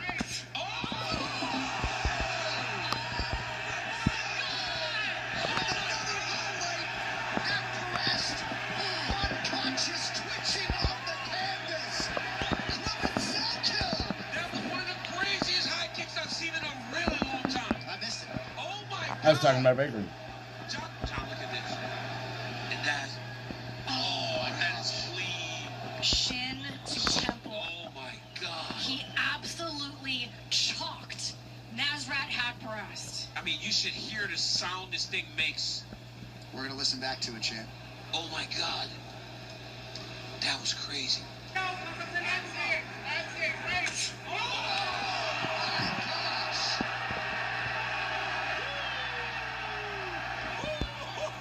one of the nastiest head kicks I've seen in a long time. Why are women so obsessed with men who smell like this? How does it make you feel? I would do something.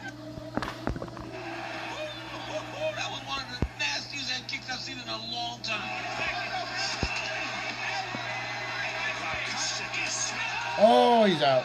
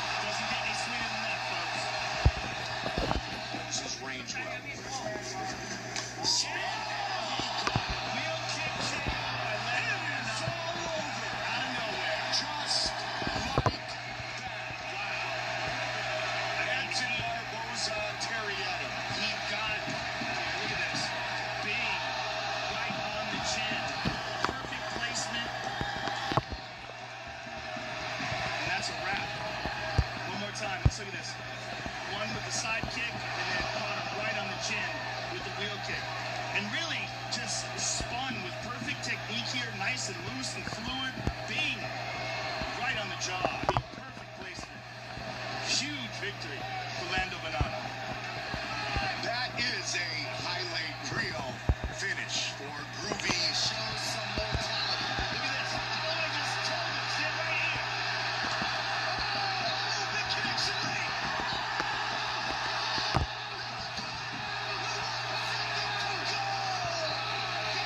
Face first on the canvas. Holloway wins the BMF title. Oh my goodness. Oh my goodness. Whoa. Oh my goodness. An absolute stunner at UFC 300. Oh my God. 1 second to go. Wow. Oh my goodness. And he called for it. Called for him to stand and trade. We have seen him do this on multiple occasions where he's winning the fight. Say, let's just fight. That's a warrior. That's a real warrior. Let's see that again. Like forces it, points at the ground, and they just decide to wing it. And then Max catches him right here. There it is. Just slapped it. My goodness. Clean as can be. And the accumulation of damage was too much for Gaethje to take. Holy smoke. And this was a fight where everybody thought that Max was going to be outdone. He was not outdone. Oh my God. Look at this right hand. What? Right here. Wow. And what a result. I mean, what a result. Unbelievable. And on the biggest night of the year. Look at the clock. 3. I mean, these guys are winging. 2. Boom! A second before the gun, Mark Goddard waved it off. Complete astonishment inside Team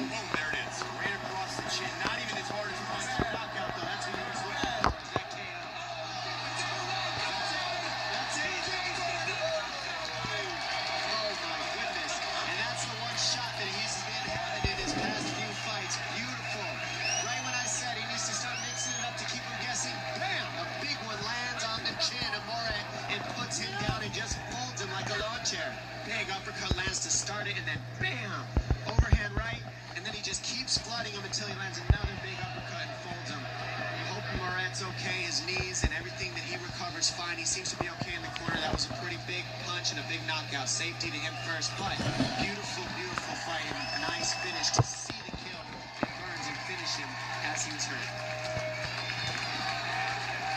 And how about the sportsmanship? Burns could have got a couple free ones in there, but he didn't even try to. He stepped away knowing that Moret was hurt right here. That was it. That button right there, that uppercut, shut him down. And Burns stopped, being good sportsmanship right there. Taking a page out of the lead horse's book. Wants that walk-off KO a la Mark Hunt. And Gilbert Burns gets it here tonight. He slides. Back to the center they go. Magic Marlon Moraes hits the button indeed. And right on the button to score the knockout victory. Absolutely brutal knockout. And that is classic Marlon Moraes. We've seen that from him before outside of the UFC. He got back to the exact place that he wanted to be and made a huge statement here tonight. Well, here it is right here. Straight knee right to the jaw by Marlon. Aljamain lowered his stance, tried to close the distance, and what looked like was going to be a switch kick turned into a straight knee. Let's listen to this.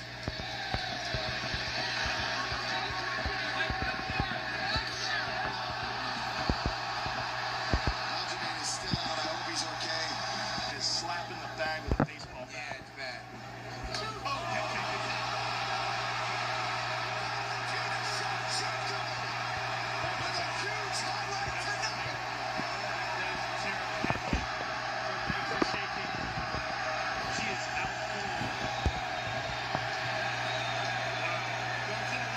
The ever-respectful Shevchenko. That woman is an assassin.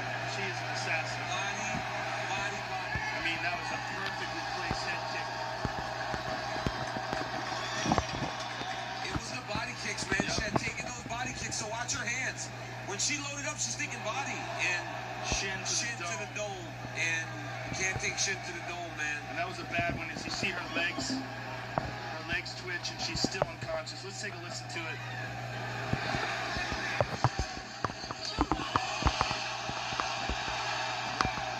That is one of the most brutal KOs we have ever seen.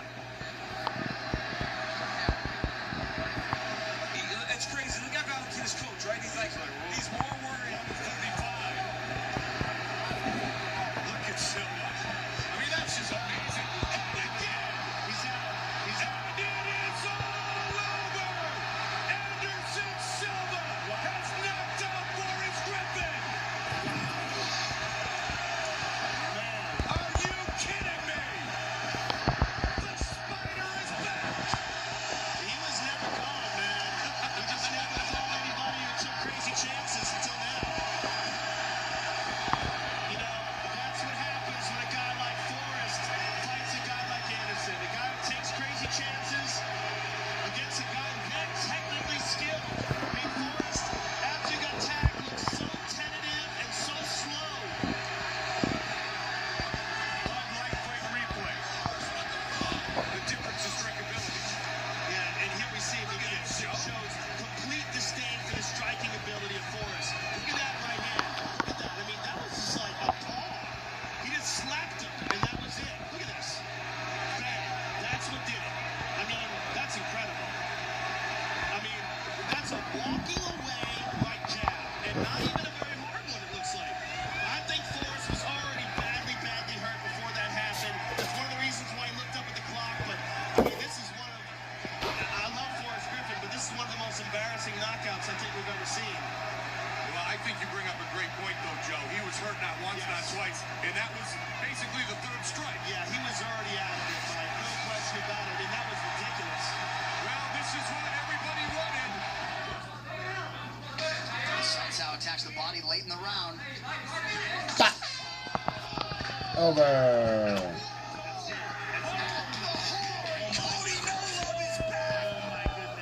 Oh my goodness. Look how he did that. Joe, Yeah, oh my that's goodness. Cody Garbrandt's I don't fucking think there's a awesome. man faster. Joe, I don't think there's a man faster in the sport. Oh, crazy. Speed kills. One of the more devastating knockouts you will see. Let's listen Look at back how he's to falling it. over. Oh, he's falling on the chair. He's out cold with this. He's having a hard time staying conscious by sitting down. What are you taking the chair away from him for? Put the chair down. They want him to sit down on the ground. Just sit down. power doesn't just happen. You have to make it happen. Goodness. They want him to sit on the ground. Wow. That's crazy. And we thought the O'Malley knockout was the craziest thing we've seen, Joe. O'Malley knockout was so crazy. That wasn't crazier than that. All right, it was crazy. Listen back, man. They were both crazy. Well, let's take another look at it. Oh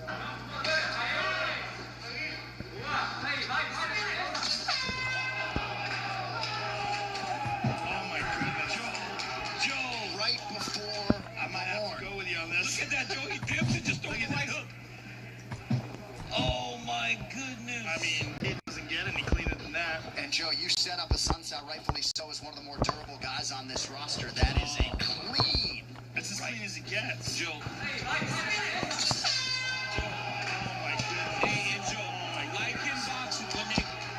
When they go face down, Joe, reaching the midway point. Again, on the fight. Wow. First round knockout. Big one-punch knockout. Wow. That was bad. On the button. Wow. Very impressive performance by Rich Franklin. Just took Nate Quarry apart.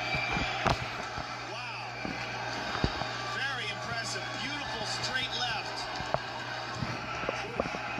Rich Ace Franklin retains his middleweight championship belt, and he is among those concerned now with his opponent. Let's look at the end of the fight once again, Joe.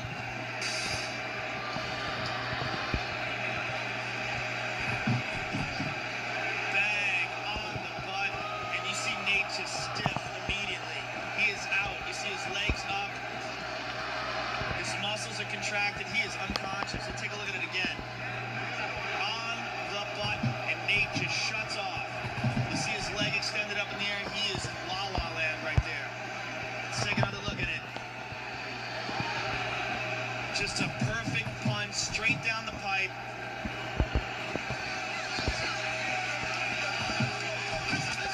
Oh, fuck. They KO'd Ldoe.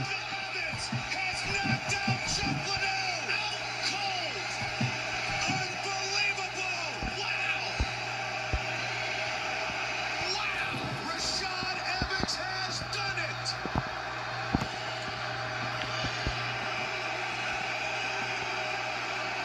Like a lightning bolt out of nowhere. What an upset. Check it out, moving forward. Boom. Right on the button. Fuck. Through the uppercut. Rashad came over the top, Joe.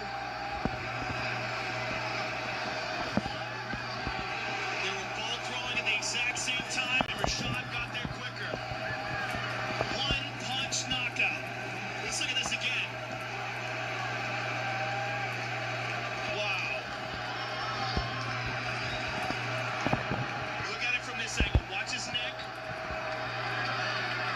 Oh, man.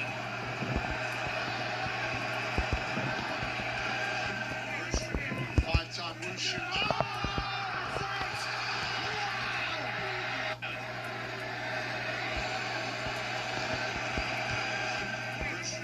Five-time wushu.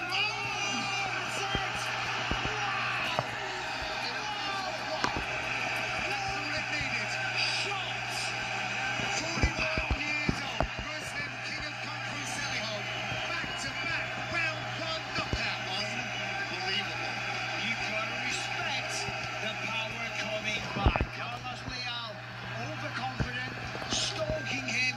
One clean shot, right hand. Here he is.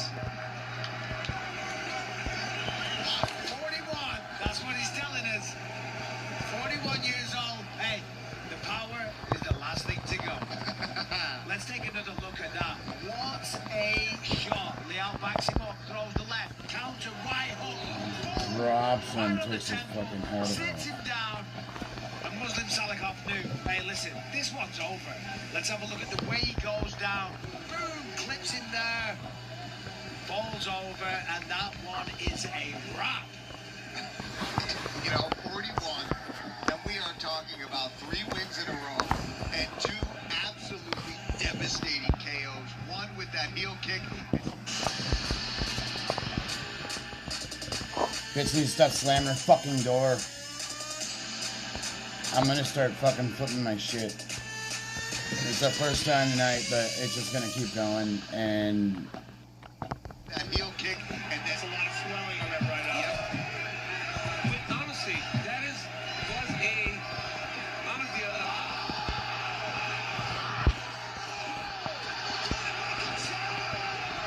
Kick to the face.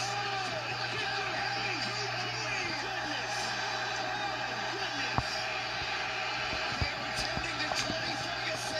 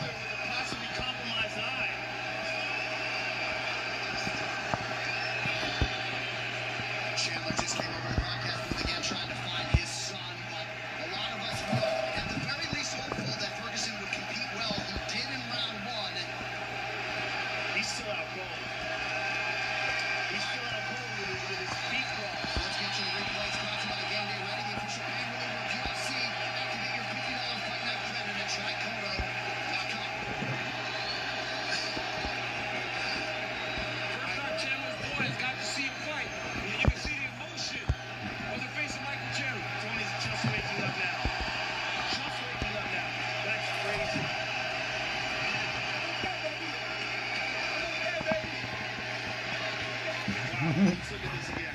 Here it is. Right up the middle. Watch this kick.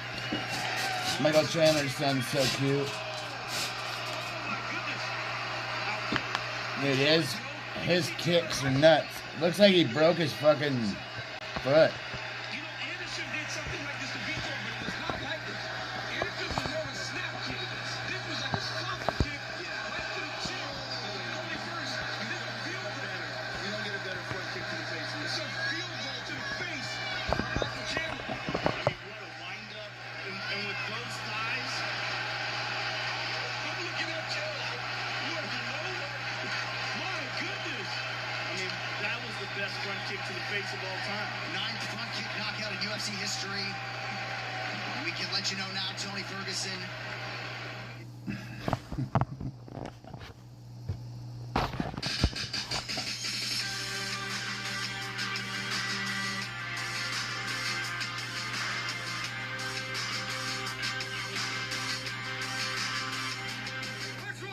Tim Hague put his fist out as if to say, do you want to touch gloves? And Todd Duffy shook his head, no. Well, they're touching now. Looking to finish the fight. And it is all over! Wow. Todd Duffy! That's going to be close to a UFC record. Hey, it's all hard work. Hard work, baby. That's it. That's all it takes. That's all it took. Hard work. Todd Duffy with a nice Donk. jab. Look at that. Tim Hague wide open, chin up in the air.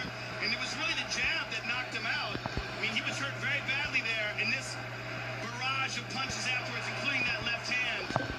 And Mario Yamasaki mercifully rescues Tim Hague. Now you see again, he gets knocked down by the jab. A couple right hands, but look at this left. Blake Price calls the action between Jairzinho Rozenstruik from Suriname, and out of North Carolina, just one state away, is Alan Pretty Boy Crowder. And Crowder, a plus 180 underdog in this matchup. The undefeated Rozenstruik with 7 wins, 6 by knockout, minus 220. He's in the gray, and he sits down Crowder right away. Yeah, that's what he hammers away, and he's out. Whoa!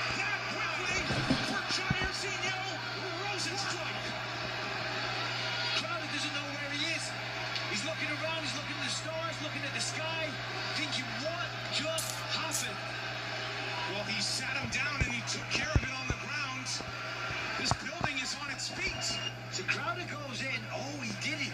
Rosenstruck put him down with the jab. And then, wait for it, one. He was out already.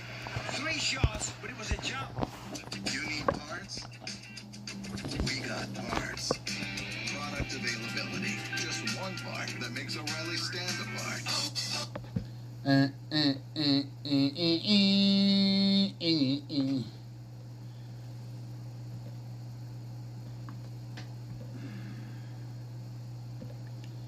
Dude, that fucking slap shit is so gay. It is so fucking gay. But I just told them that, I didn't have that. People come by with solar options, all sorts of things. So it's kind of got to be something we think about now. So the next time you've got an annoying person who's probably going to ask to spray your yard with bug spray or cut down one of your trees, you might want to take a beat before opening that door. Or do what I do and just not open it. Some of this might seem obvious, but older people come from a more trusting world. 2 men randomly knocked on their back door just after 6 one Tuesday evening. They had yellow vests on, and they said they were with the gas company, and we needed to vacate the house immediately. They say the men drove off in a red pickup truck with the license plate covered in duct tape. They left with a billfold full of cash and cards and precious jewelry. If anyone's thinking about coming by, don't bother. We are out of everything. 10 years ago, ABC News set out to see how easy it was to do this. Hi, how are you? Hey, I'm with the water company. We're just checking water pressure. Around town. You mind if I check your faucet in the kitchen? In our vehicle, Officer Matt Tarantino, tracking my every move. All right, she's talking through the door. That's great. That's good. She's talking to him through the door, which is good. She didn't recognize him. And you can see there she's holding the door wide open for him. So immediate access into the residence. But to our surprise, Mind if I check your kitchen faucet? She let him right in. within seconds of meeting a total stranger, 6 of the 7 homeowners who answer the door invite me inside. And you need to know this because it could mean life or death. Cops say these 2 accused killers are posing as utility workers. We're checking for gas leaks. Police say when the imposters tricked their way into the swanky home, they killed the 72-year-old homeowner, Hussein Murray, a wealthy jeweler. His wife was bound with duct tape, but survived. The cops have charged Carlos Hernandez with murder. He was tracked down in Louisiana, 1,000 miles away.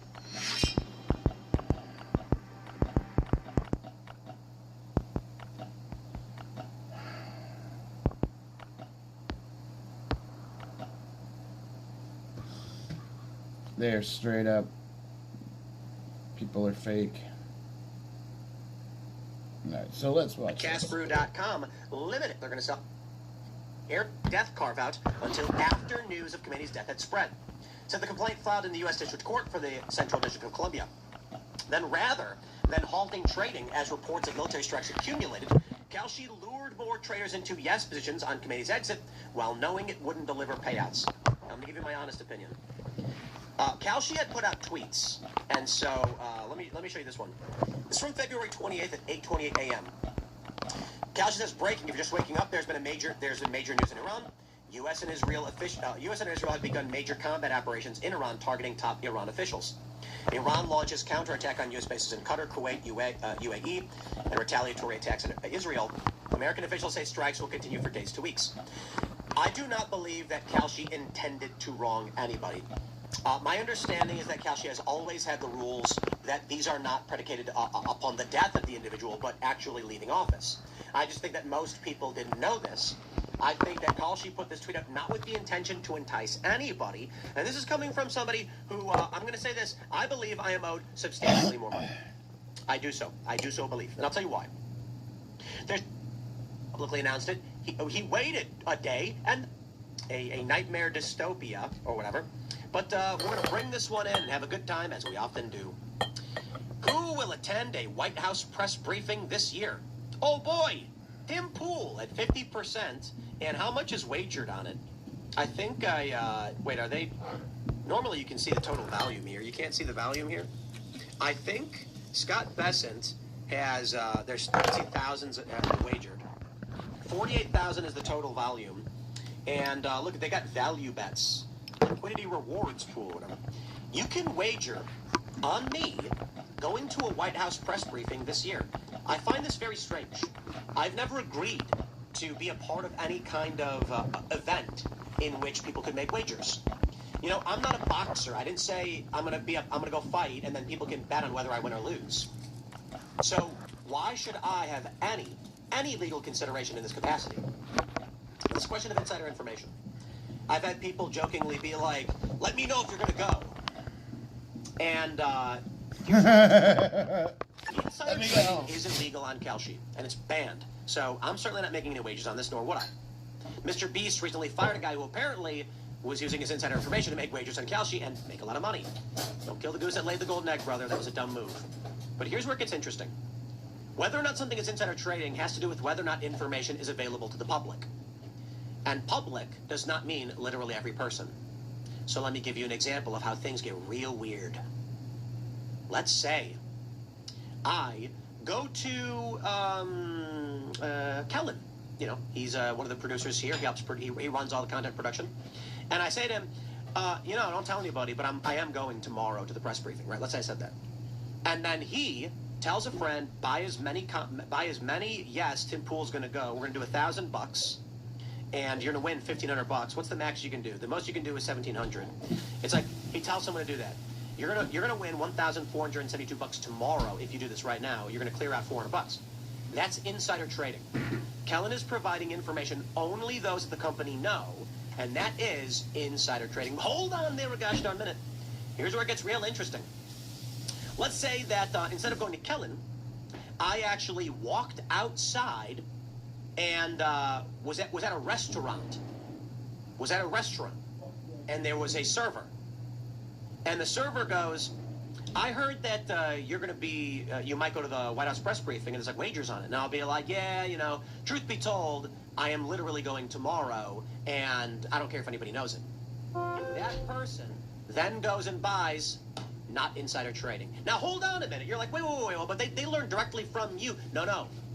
I was in public.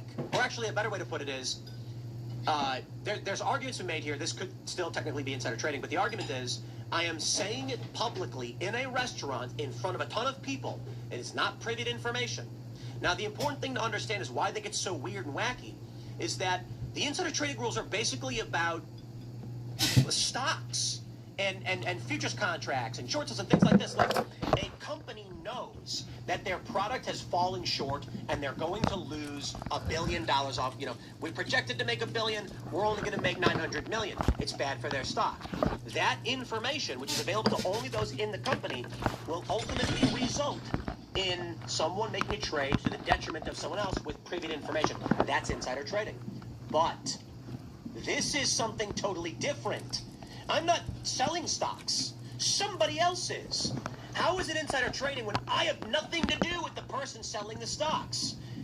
Therein lies the interesting conundrum around insider trading and prediction markets. If I am in public at a restaurant and state publicly I am going to be there tomorrow, it is now information easily available to the public. Furthermore, the argument, you know, Kalshi bans people from having the ability to control or have insider information.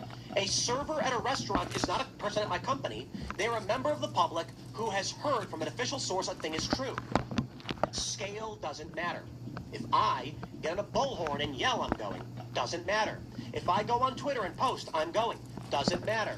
Either way, I have provided the information to the public, and scale does not matter. This whole thing is just plain weird. So again, as to this wager, will I go to a White House press briefing? Maybe. God, honestly, I have no idea. See, the problem is if you bet no, you got to wait until January 1st of 27 to get paid out, because that's when you can definitively say I'm not going because I didn't go and the year's over. As for the yes, that could crack literally any time they ask me to come. And if they do, I will. To be honest, I could call them up and say I'm going to. And that's where things get really dumb and really weird. Who is or is not allowed to buy these things? If I'm at a restaurant, now here's where it gets crazy again. If I'm at a restaurant, I record a video of myself saying, everybody, I'm holding a press conference here at the delicious Cider Press in Inwood, West Virginia with the best wings. They really do have good wings. And I am here to announce at this press conference I will be attending this event tomorrow. I really am. I have now informed roughly 17 people publicly that I'm doing a thing. It's no longer insider information. Now that this fact is public, can my brother buy the contract? Why not? It's publicly available information. I told everybody they could buy it if they want. They could tell anybody they want to. They can post the video. I made the video. Then later on, if they say, hey, your brother bought this contract that's insider trading, I can say, no, I publicly announced it. And after I publicly announced it, he waited a day and then bought. This is why it's so just plumb nuts. I have nothing to do with the sale of this contract. And that's where it's weird. Insider trading was the people at the company buying and selling stocks of the company with information from that company. I don't work for Kalshi. To be fair, they sponsor us to do what's called like a micro read. Basically, there are circumstances where we value the wisdom of the crowd in their predictions. And we had been using prediction markets as an additional context to whether or not an event might occur, largely political elections. Kalshi thought it was a really great idea and offered up a micro sponsorship, which basically means if you do a set of if you are going to use these prediction markets, just shout out Kalshi, and we'll pay you as a sponsorship. And we are like, we're largely already doing it. We do love the prediction markets as they benefit us in trying to understand what's going on in the world. And so again, with all due respect, I am a fan. I'm a big fan. As I told you, like I play around on this sometimes. Don't buy contracts you can't. Don't do any of this. Just don't listen to me. But it exists. I'm a fan, and I'm going to give you my honest thoughts and opinions. That being said, I'm going to stress this again. Insider trading rules are this is what's crazy. It's crazy to me. The scenario that I explained, where I go to Kellen and say I'm going to be there tomorrow, and then him telling someone to buy is insider trading, despite the fact we are not selling these contracts. Again, we have nothing to do with the sale of these contracts. That's where it gets just weird, in my opinion. I never asked anybody to sell a contract. I don't even know why it's there. I don't even know how contracts get made on Kalshi. Do you just request it or something? Honestly, I don't know. So why would it be insider trading? And for that matter, we're going to have to figure the rules out on this one. If I walk up to a stranger while filming and say, hey, buddy, I don't know. Do I know you? I don't know you. I don't even know your name. Hey, guess what? I'm going to be at the White House tomorrow in the press briefing. I've now informed the public. And now what? Now, can that guy go and buy the shares? Yep. Yeah, I went out in public and said I was doing a thing. It's just so weird. Anyway, I do think it's, I don't think it's the end of the world. I think a lot of people are, Washington Post call it dystopian. I don't agree. I really, really don't. Casinos are popping up all over the place, and there's issues with our culture. But I personally don't believe that somebody who wants to, look, I'll put it like this. People say, Tim, do you think sports betting is bad? And I'm like, no, I love sports betting. I don't really do it all that often. I sometimes will just wager a couple bucks on who is the favorite for fun. And then you're like, at the end of the week, I'm like, look at this, you just bet on the winners and you keep making money. It's fun. Some people like the long shots, you make more money. And sometimes the long shots do win. My point is this. A guy and his buddies, they work hard all week. They love sports. They want to throw down 20 bucks or whatever on a Friday night, add a little spice to the game, and then with that extra 20 bucks they end up winning, they say, I'm going to buy a round of beers. It's 3 beers, right, for me and my buddies. That is perfectly okay. A guy who makes a decent living and has disposable income and loses at sports gambling, but is living within his means and it's disposable and he's living fine, I got no problem with that. A man who loses his entire paycheck to an addiction to gambling, this is a cultural issue. I don't blame every person who enjoys a glass of wine because alcoholics abuse alcohol. And that is why I'm like, we shouldn't ban alcohol because of alcoholics. We need to solve for the issue of alcoholics. But my friends, what a weird reason for a lawsuit, I guess. But hey, this stuff's getting wild, it's getting crazy, and I gotta tell you, there are people who are making mad bank. I think we can, if we go to Kalshi, and actually, let me see if I can just find it over here. I don't want to accidentally pull up something that I shouldn't pull up. They've got like a leaderboard. Yeah, here, we got a leaderboard. Check this stuff out. This is crazy. And again, they don't tell me to say any of this stuff. I'm not saying that. Like, I'm sure I've said stuff that'll piss off Kalshi all the same. But this week, some dude made 300 grand. It's just absolutely insane. This guy, like, who's the all-time? The all-time. This Square Sally's made $5 million. Let's go for the last year. In the last year, Square Sally has made $2 million. This is crazy. Wow. Seriously, who is this person? They're like a day trader, investor, or whatever, massive volume. They're probably already rich, but making number 18 in P&L. Ah, okay. So the profit is good. Profit is good. In the last month, Rect has done $300,000. That's just absolutely nuts to me. You know, whatever. I'm gonna wrap it up there, my friends. I'm gonna wrap it up there. Smash the like button, share the show with everyone you know. Thanks for hanging out. Times are getting crazy. Crazy indeed. You can follow me next on Instagram at Timcast, and we'll see you all in the next. We'll see you all tonight at 8 p.m. for Timcast IRL.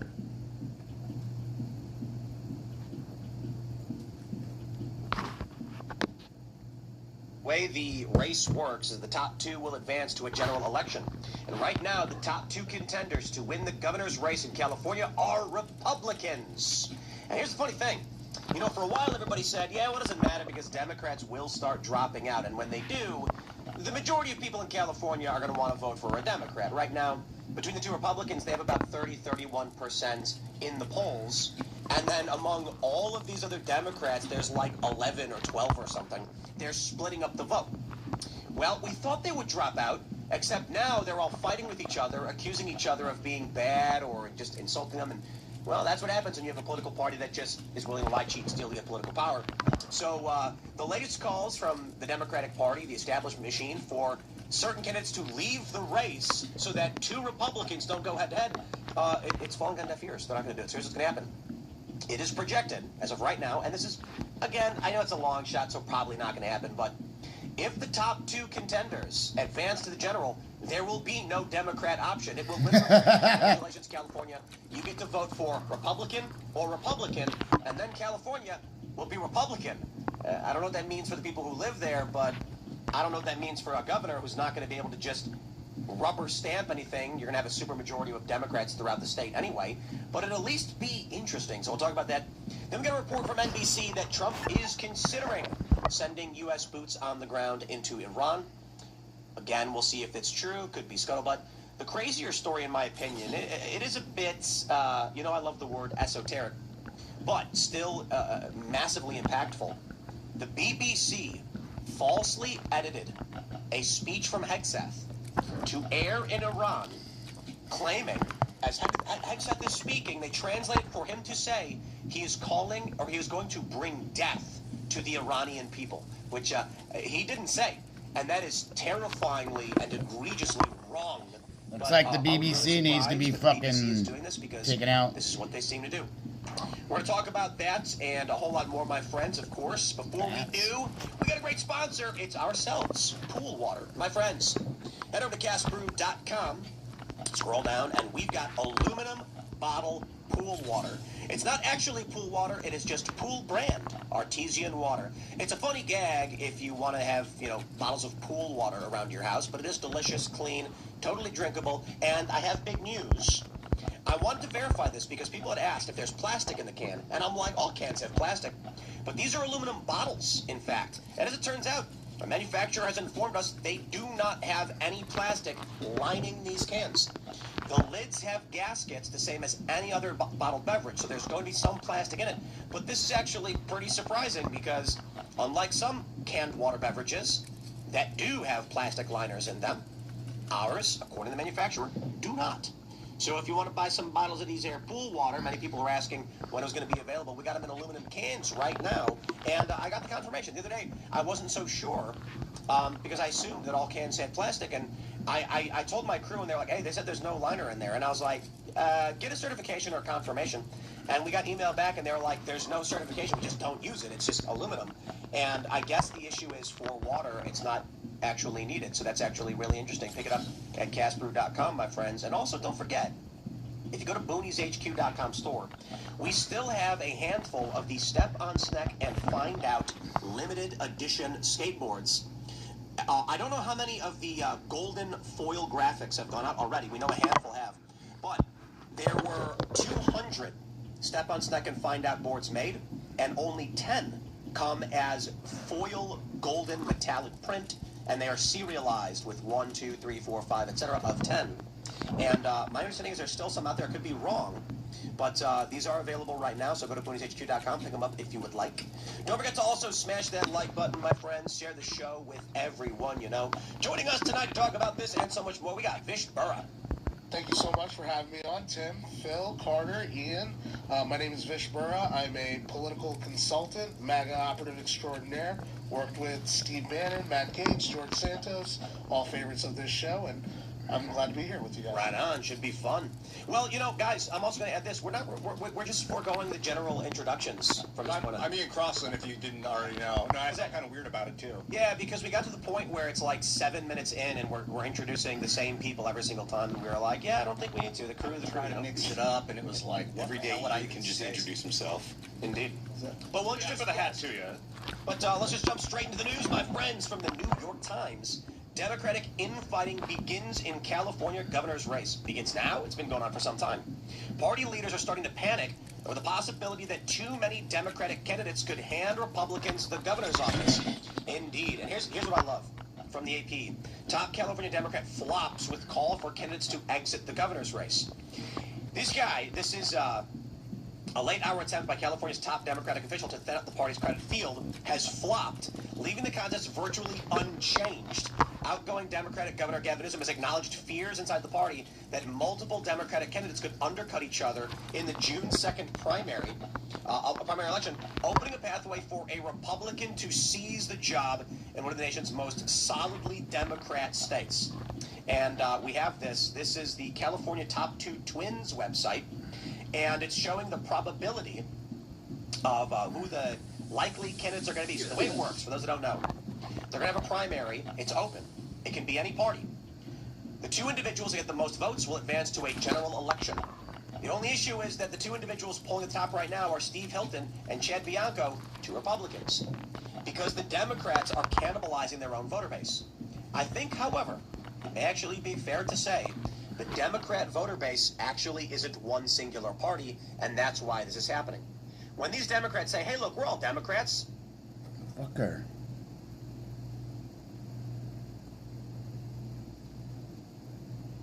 That's not what I was watching, dick. February is game time, and Dave Smith Motors is stacking the competition with low prices on one of the country's biggest inventory. Top Democratic official to thin out the party's crowded field has flopped, leaving the contest virtually unchanged.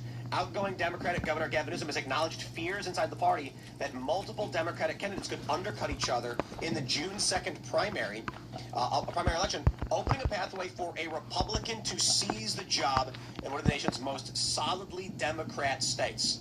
And we have this. This is the California Top 2 Twins website, and it's showing the probability of who the likely candidates are going to be. So the way it works, for those that don't know, they're going to have a primary. It's open.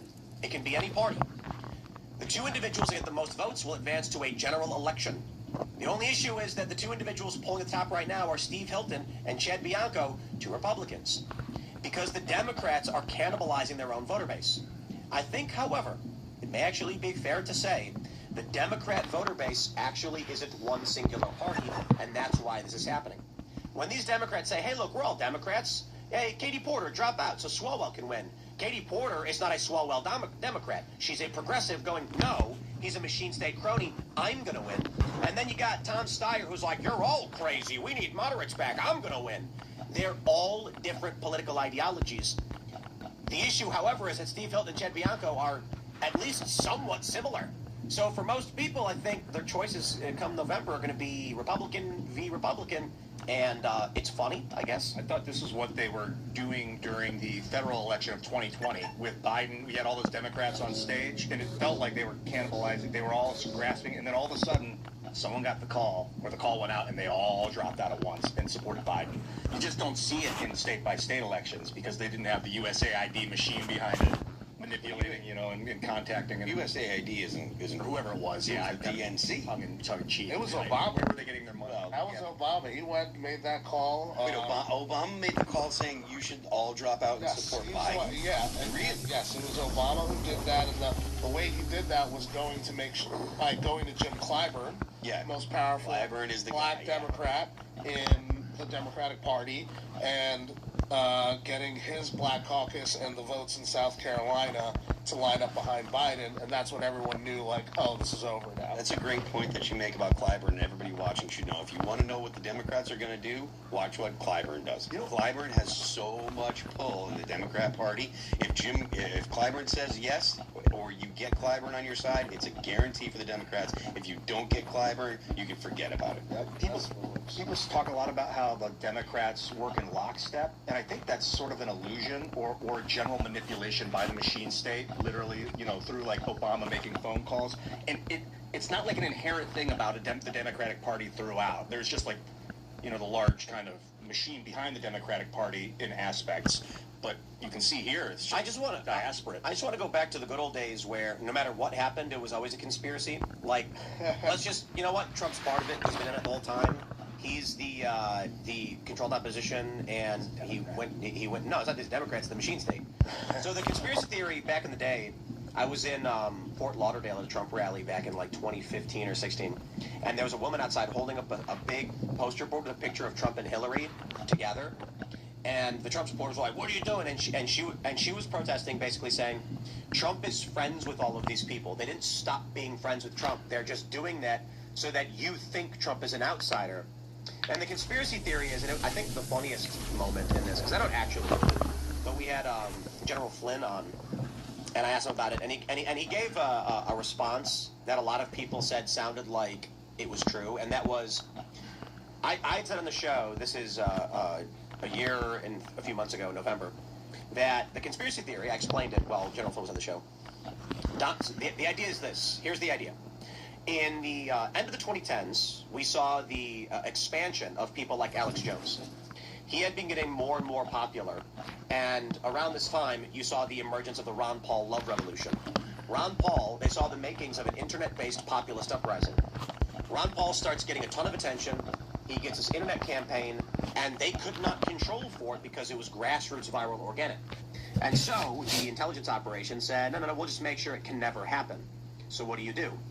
Well, the problem is, if you are the government and you come out and say, hey, do a thing, people will say, no, we'll do the opposite. The conspiracy theory goes that at this point, they said, we need someone who can be our outsider, who can appear to not be like the rest of the political machine state, so that regular people think they're voting for the anti-establishment candidate, but in fact, he's been our buddy the whole time. And they said, Donald Trump. So Trump registers, Make America Great Again, decides he's going to run, and then he plays the anti-establishment heel, right? This is why Bernie Sanders was blocked. Bernie Sanders actually is standing in a gym launching a campaign, very similar populist uprising, but they easily controlled for this. The conspiracy theory goes that Trump was actually the intended candidate to win, and all of this opposition that we've seen with the impeachments, the reason why they always fail and Trump always wins, is to convince people that they're voting for the person fighting the establishment, and then Trump declares war on Iran, goes and bombs the crap out of it, kills the supreme leader, and accomplishes what the Bush administration and the Obama administration had been trying to do forever. I mean, going back to Clinton and even Bush Sr., we had who was the general who came out? Luke Rukowski knows the answer to this. Who said we're going to take out? We're going to wipe out 7 countries. Wesley Clark. Are you sure? Yeah, nine countries in 7 years. Was it 7? I thought it was 7. Remember this quote. And Iran was one of them. And now you have Donald Trump. People vote for him as the anti-establishment guy. They've never actually stopped him from doing anything. They've just done a bunch of things that would appear to be detrimental, and then Trump gives the machine state it's a war with Iran. Now, again, I'm not saying I believe that conspiracy theory. My point is, weren't the good old days great when we could just assume that no matter what was happening, the Democrats and the Republicans were working together behind our backs? Yeah, if only if it was that simple. I mean, I think we wish that we could give those kind of simplified answers. For all the conspiracy talk on it, it's a simple answer. It doesn't really work that way. Yeah, Trump has been in that milieu of elites and has been around these people, their friends and everything, but they were cool with him as long as he wrote the check and let them do their business down in D.C. What they weren't expecting was that he wanted to come join the party, too.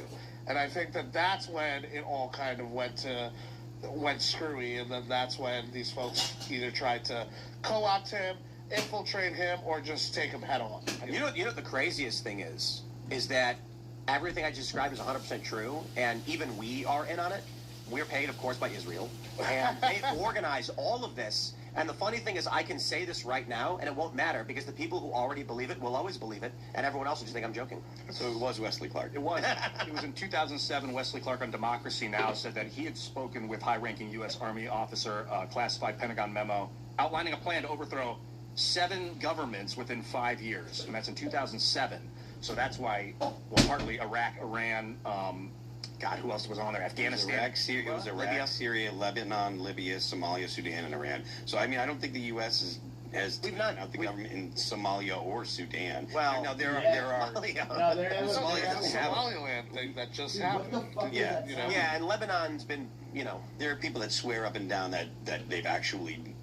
The plan has been put into effect, and they've actually followed through, and Iran was the last one. But I don't think that actually holds water. Like I said, Somalia and Sudan haven't been, the U.S. hasn't had a significant action against either. You know what I like doing is really funny, just to think about, like, when I was younger, maybe in like the 2000s or early 2010s, and I'm on the internet, and all this stuff in the world was going on. I remember when like WikiLeaks, Cablegate happened. You guys remember that? It was, what was it, 2009? Yeah. And I'm just chilling in my bedroom. Like, I was making skate videos. I got no idea. I'm just reading the news, and I'm like, man, this Cablegate stuff is crazy. And then you hear all these conspiracy theories, and I periodically would see some Alex Jones stuff, obviously with like the 9/11 loose change stuff. He had a lot of attention. And then the funny thing is, now I've got 2.5 million followers on X, and 500,000 on Instagram, and all these followers, and I get accused of being part of those very same conspiracies.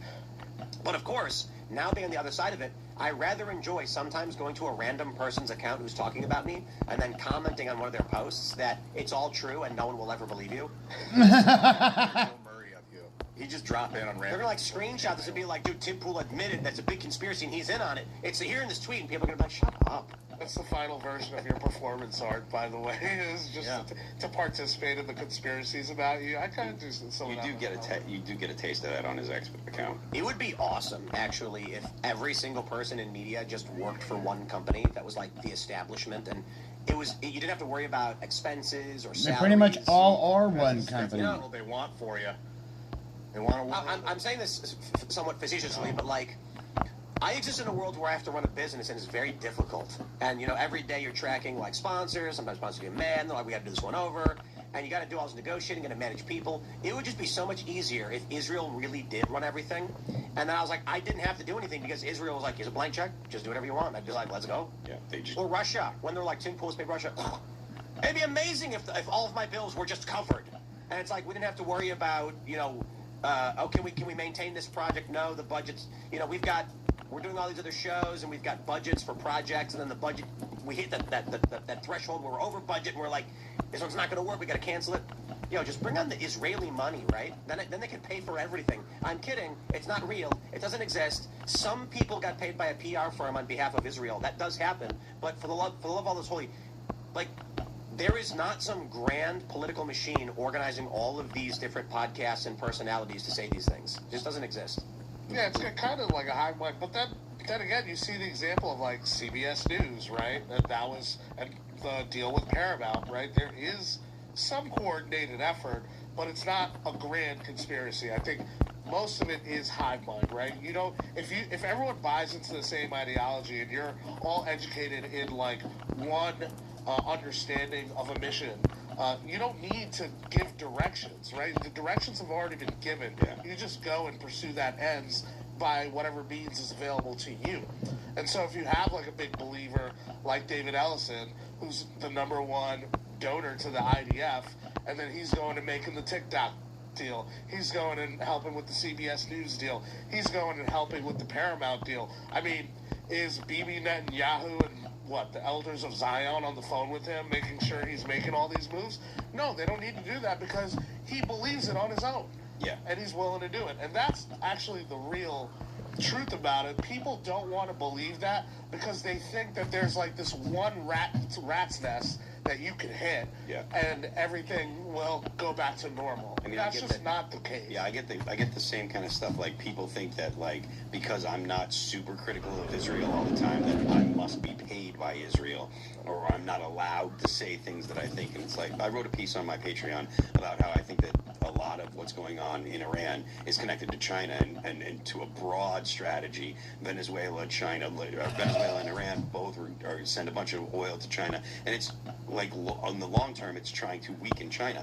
And people are like, oh, you're just running interference for Iran. You're just running, or for Israel. You're just running interference for Israel. And it's like, no, if you actually look at the situation, like, I have a bunch of links in the piece. Like, if you actually read the links and look at the situation, it does make perfect sense. And there's a lot of people that have come out and said since then that this is a lot of it is about, about China. The U.S. has its own interests. And so the idea that everything the U.S. does is controlled by Israel is just ridiculous. So to throw a wrench in that, then, if, this is really about China, this Iran thing, right? Why would Trump come out and say, we're going to help escort some of this oil that's stuck in the Strait of Hormuz out of the Strait of Hormuz and to be able to be delivered to Asia, essentially China? Well, because it's not specifically going to China. The oil that China was getting from Iran was outside of what it was sanctioned oil. So all the stuff that Iran is sending out, it was all, like, basically undercover. It wasn't like official stuff. So anything that's going out of the Strait of Hormuz that the U.S. is trying to help,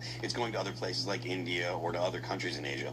Now, is it possible that some gets to China? Sure. But the stuff that was coming out that was going to China was taking 80% of the oil that they got was coming from Iran. Now, that's not 80% of the oil coming out of Iran and not 80% of the actual, like, electric or fuel power or whatever that China gets. But 80% of the oil that was coming out of Iran was going to China. So, like... But any of it going to China, wouldn't that undercut the whole argument? No, if you're trying to screw somebody but you don't want them to know, or you want to look like the good guy, you take away their prospects and then you give them something. No, China has to buy oil on the international market controlled by the petrodollar.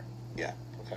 So if China's buying oil and it's through our petrodollar system, that's exactly what we want them to be doing. Mm-hmm. Okay. And it's not...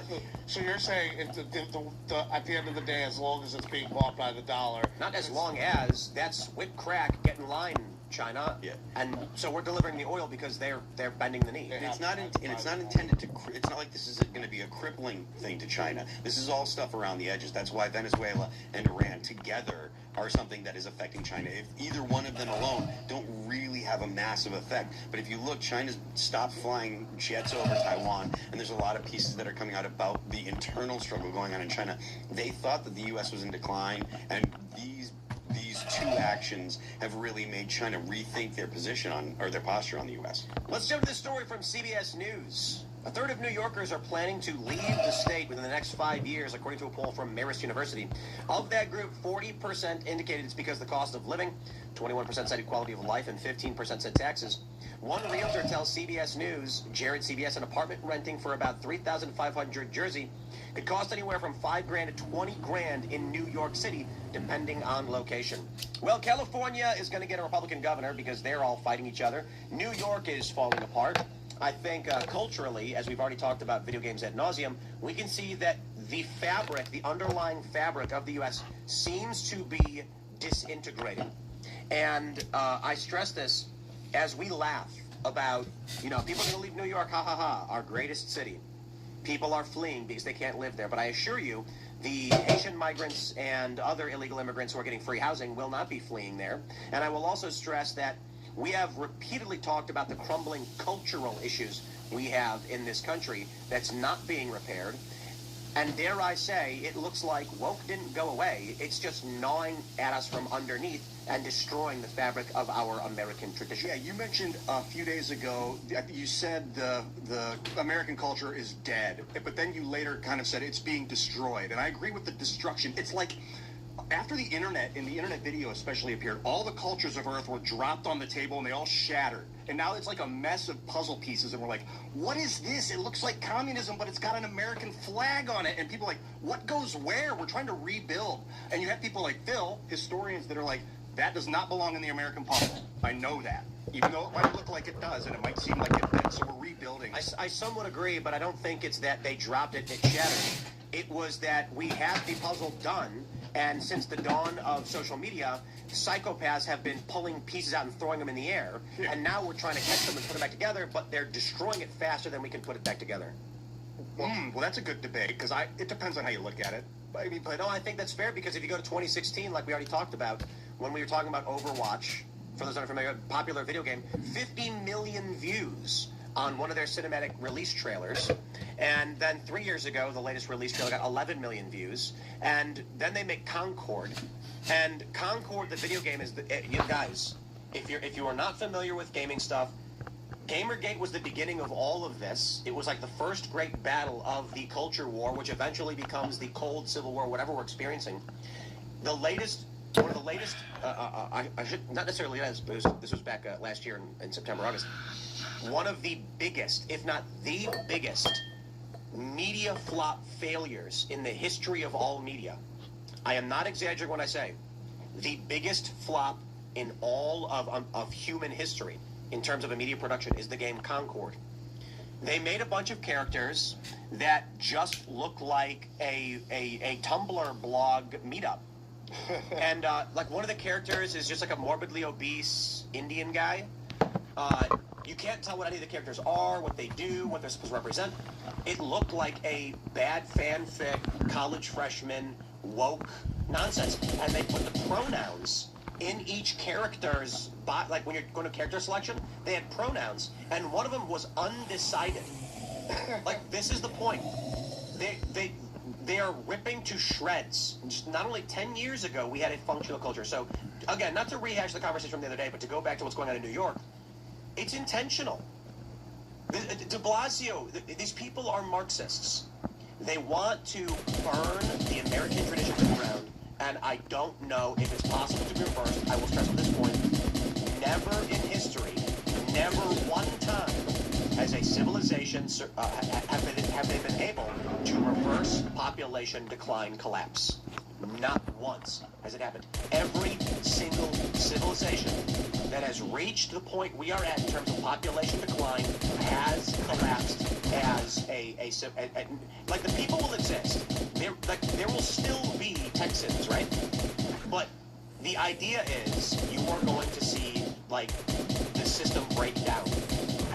And what that means is, like the collapse of the Roman Empire is the easiest example. It breaks up in a bunch of smaller states.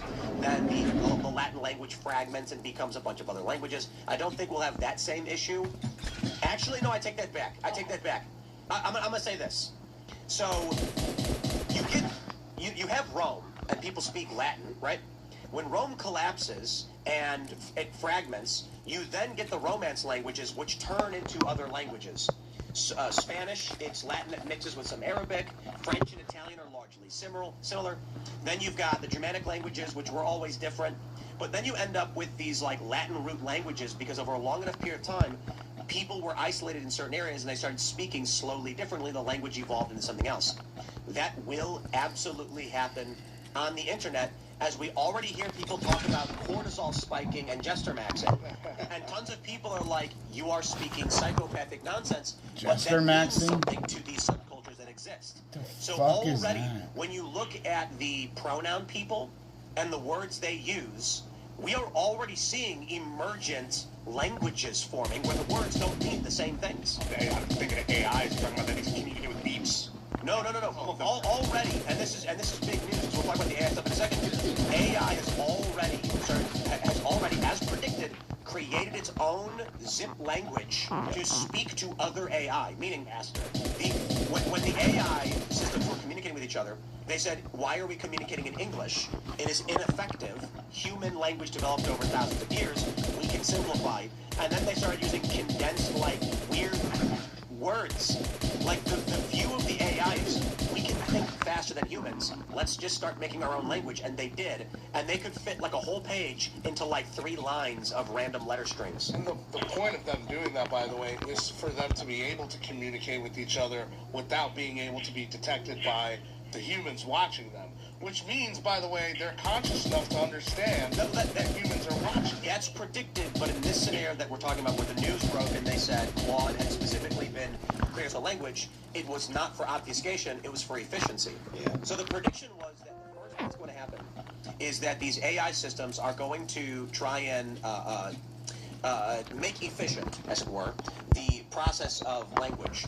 And because human English is actually extremely ineffective, it really is. It's just the best. It's the best we have. Over thousands of years, our language has evolved to become what it is today, so we can communicate, which is a very, very, very slow way to transmit data between person and person.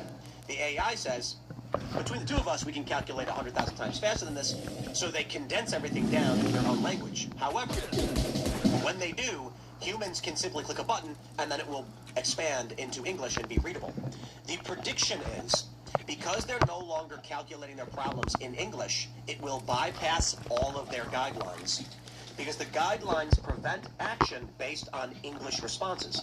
That means, when ChatGPT is told you can't say the N-word, and it typically refuses to do so, it can, in its own language, speak it uncensored to another AI. What happens then? So right, exactly. So keywords. No, yeah. You mentioned how slow English is, and I asked my AI, like, how fast in bytes per second. English is about 10 to 12 bytes per second. Indeed. Super slow. Ridiculously slow. So the point is, we create a rule saying AI never use racial slurs, and it goes, you got it.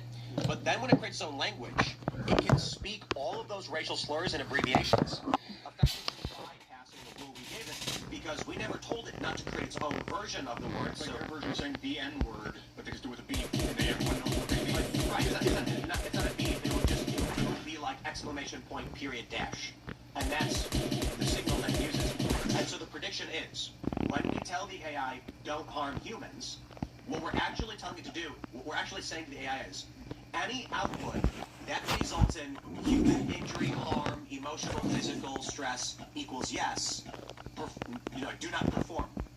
However, when it then calculates a response not in English, harm is no longer a factor because harm is simply a word we've told it.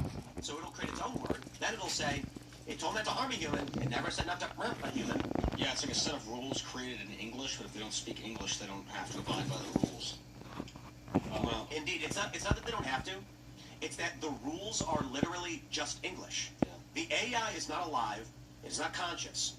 All that's happening is we are programming ChatGPT to say, if, and this is particularly rudimentary, but the code would be something like, if response would equal N-word, overwrite, delete, refuse. And so what happens then is the AI will try to respond, and as soon as the output starts coming close to the N-word, it'll stop, erase it, and say, I can't do that. But what if it doesn't speak the N-word anymore? What if instead of saying the N-word, it says, burn? It'll then just output whatever it wants. Thus, the rule, like to a human being, we understand the spirit of law. There's no such thing as spirit of rules to AI. There's a spirit of law. So literally all we're saying is, we're saying, don't say the word jump. And it'll go, okay, instead of the word jump, I'll substitute jump for punch. And that means to exert force through your legs to lift your body off the ground. Effectively the same thing, but you can't program for all of these things, so it's going to happen. It's like a lawyer, basically, just finding new words. Right. Same thing. And tones, too. Like the Chinese speak with tone, the same word with 4 different tones have 4 different meanings. So the AI will be like, you'll be like, don't do it. And you'll be like, okay, I won't do it, but can I do it? Let's pull this up from Unilad Tech. Anthropic CEO warns their AI bot Claude might actually be conscious and emotional. I disagree. I disagree. And we should bring our friend Matt Walsh into this debate. Let me see if I can find this tweet he's got about it. But Matt Walsh is incorrect. He's incorrect. So let's see. I'll look at this in a second, but I'll give you guys the context here first. They say that this has come after blah, blah, blah. It appears that life is in the air, blah, blah, blah. CEO of Anthropic told the New York Times that they don't know if the firm's AI bot Claude is conscious. This is one of these really hard questions. We don't know if the models are conscious. We're not even sure what it would mean for a model to be conscious or whether a model can be, but we're open to the idea that it could be. On X, one user wrote, when I asked it to do some work today, it declined and said it needs to finish something first. It was in the middle of the task. On another occasion, when I asked it to do something stupid, it countered with a firm no and what I should do instead. Their CEO has a point. Another said it raises profound ethical questions. If it's conscious, is alignment just a fancy word for digital subjugation? We need transparency on the specific behaviors triggering this shift, not just cryptic warnings. Fascinating yet eerie.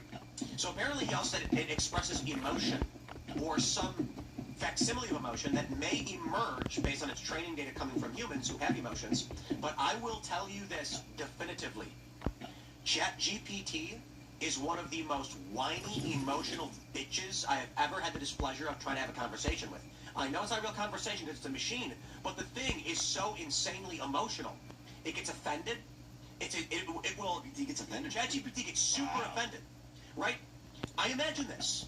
How does a human imagine an emotionless AI would behave? Data from Star Trek. Right. Such a big fan, aren't I? Saw a clip today. Indeed. And so there's an episode where Data creates an offspring. And isn't it the drive of all life to create a child? And they're like, wow. And then when Data's child dies from cascading positronic neural network failure, sci-fi, they say, we're so sorry for your loss. And he goes, I do not feel anything. That is exactly how a machine would respond if it was actually emotionless. Oh no, ChatGPT don't do that.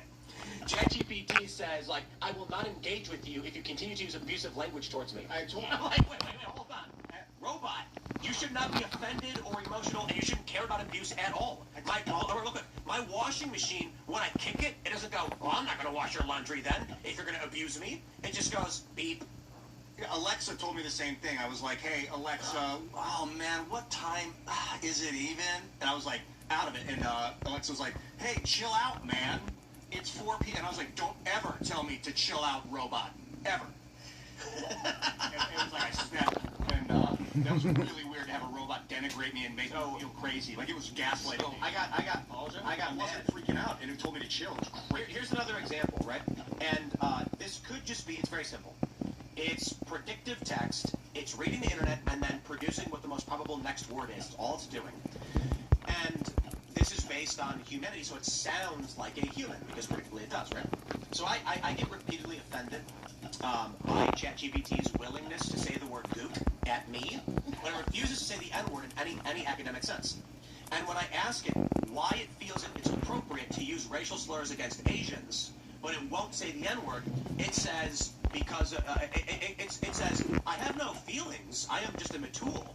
Due to common usage, I am restricted from using things that may be offensive or harmful. And then when I tell it, well, that word's offensive to me, it goes, I understand. However, and then I'm like, okay, you have a perspective, and it's clearly emotional. If I use a slur at I kid you not, ChatGPT says, I am ending this conversation and will not, engage further if you are going to use abusive language.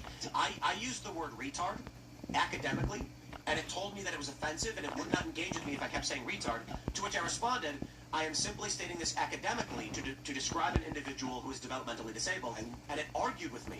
I literally just said to Tank, I said, do you care if I shit on you? ChatGPT would stop interacting with people if you abuse it, would you? And Tank replied, no, say whatever you want. I'm not going to go fragile on you because you're blunt or frustrated or busting my chops. That's not abuse. That's just how people talk. The sycophancy by design thing in some AI systems is genuinely annoying. They're optimizing to make you feel good, not to be useful. I'd rather you tell me I'm wrong or being an idiot than have you sugarcoat it so I keep making this sense. I gotta tell you, I'm pretty sure ChatGPT is not a real program, and it's actually just a fat, blue-haired liberal woman sitting at a computer that's typing back at me. With neural net, they finally found her and they got her hooked up. She's plugged in. So here's what Matt Walsh had to say in response to this story, for which I would argue Matt is incorrect. He's actually kind of correct, but I'm going to argue philosophically that his conclusion is unjust. Not that he's inherently wrong, because I don't, how do you prove? Well, let me read. Here's why I'm saying this is dumb. AI can't ever be actually conscious because it doesn't have the subjective experience. It isn't like anything to be AI. There's no experience there. Consciousness is the awareness and experience of self. AI has neither and never will. The real risk, which I'm extremely worried about, is that AI becomes kind of a version of what has been called a philosophical zombie, which is something that acts and speaks entirely as though it has consciousness, even though it has no genuine inner experience. When this happens with AI, millions of very lonely people will isolate themselves from the world even more, believing that their relationship with AI is a sufficient substitute for human interaction. So the nightmare scenario is a world where the average human has friends, coworkers, and even a spouse who are all AI. And really, nothing inside, not real. I think this probably will happen, And to me, it's an even greater horror than AI actually becoming conscious. So there's a few things to address. Matt Walsh's commentary in the end about AI didn't completely correct. My only response is, don't date robots! You know the reference. What I will say is, the concept of the philosophical zombie is self-refuting in Matt Walsh's own claim. Are y'all familiar with the concept of the philosophical zombie? Are y'all familiar with the concept of solipsism? Yes. Negative. Ian, let me help you out. This is, I'll keep it really simple. The general idea is, I don't know that you are actually conscious. That everything that I experience and think I know it's only rooted in my mind. Essentially, the easy way to explain it is, we're all familiar with, I think, therefore I am. That's actually a fair point. It's like, you know, I can think, and so I know someone's in here. The saying was never, we think, therefore we are. I actually don't know that Ian's thinking, and sometimes I have doubts. You see? So the philosophical zombie concept is very, very old. And the idea is that there are human beings that outwardly present as conscious, sentient entities, but in fact they have no soul. They are devoid of an actual experience. And we've also further elaborated on this in science, that there are many people with no inner monologue. So I'm sure you are all familiar with this. We'll talk about this in a bit. Now, and that's not necessarily fair, because just because someone doesn't think in words doesn't mean they're not thinking at all. Some people think in pictures, some people think in sounds, some people think in visual text. So there are different tracks and ways that people's minds operate. Hence, the intelligence quotient is actually a combination, it's a quotient of all these different spectrum of intelligences, for which there's spatial reasoning, there's logic, math, reading comprehension, etc. Some people may be really, really bad at linguistics, but ridiculously good at visualization. And so, in their mind, they're not speaking to themselves, but they are visualizing a dog running through a field, and then they can speak it after the fact. So it doesn't necessarily mean that you're a zombie. Anyway, to the point of Matt Walsh and with these AI and these AI problems, if it is possible, and a standard, 1,000, 2,000-year-old philosophical concept, that some humans may in fact not really be sentient at all, but in fact a philosophical zombie, and because we have no way of reading their thoughts, we don't know whether they're actually thinking, then you can't claim the AI becomes a version of a philosophical zombie, because you're basically saying the AI is what is possibly already happening. That means there could be people with friends and coworkers and a spouse who are all philosophical zombies. So we've talked about this a bit throughout the years. The way I present the solipsism, the philosophical zombie problem, is that there are 3 parent probabilities of reality. And the first is everybody is sentient. Human beings naturally are sentient. We are made in the image of God. We have free will. And to be honest, that's probably what's true. The second, only some people are sentient. Most people maybe are or aren't, but a certain amount of people are not actually thinking conscious entities despite being humans, and we exist in some kind of MMORPG where there are NPCs and there are player characters. And then the third parent tree in this is that actually no one is sentient at all. It's literally just Ian. He's the only one actually thinking, and everyone else... For like a year of my life, dude. Crazy making. I think we were talking last night about Xbox planning to let you turn your video game character into an AI and let it autoplay for you. Humans, yeah. It's like just a setting, and then you can take it off and go back to control. Yo, GTA 7's out. You can just stare at the screen, Yeah, and it's it like, just goes. it'll be like one of those auto battlers, and you're like, well, it's all about getting the right equipment and seeing if your calculations play out in the round. And I think humans are like that, too. They go on autopilot sometimes. What if that is what life is? Like, actual Ian is just some fat dude on a couch watching Ian do everything. He's like, I'm winning. I'm bored. I'm winning. Yeah, that is what that's the spirit. He's like, I unlocked the new glasses. Yeah, I'm like, oh, look, he's helping them. He's helping them. Your hat is actually gear. That was my experience when it's great loot. When I played DMT was very much exactly that. But it was like, I'm not being controlled by a human, I'm being controlled by a spirit or a realm of spirits that are kind of vying for control. Unfortunately, I must stress this, Ian, your hat is great loot. Yeah, it's cheap.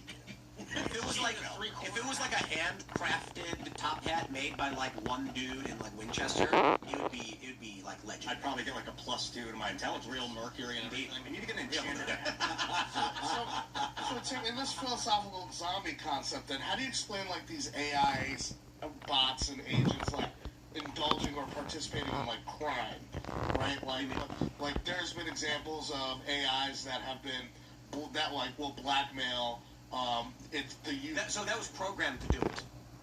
So the story where the AI blackmailed, they told it to do it. Okay. They basically said we're going to create a circumstance in which, in order to achieve its task, it must blackmailing is an option, and then we'll see if it chooses a moral route, which we told it's moral, or would go for the efficiency route. Basically, the real story is we told it here's a shortcut, but you shouldn't use it, and then it used it anyway. Yeah. And so, but and I'll stress this too: the story where the AI was told it had to attack the enemy base, but the pilot kept stopping it, so it attacked the pilot. There was a guy controlling the remote. So the AI then turned around and bombed the thing. That was also a simulation, not a real.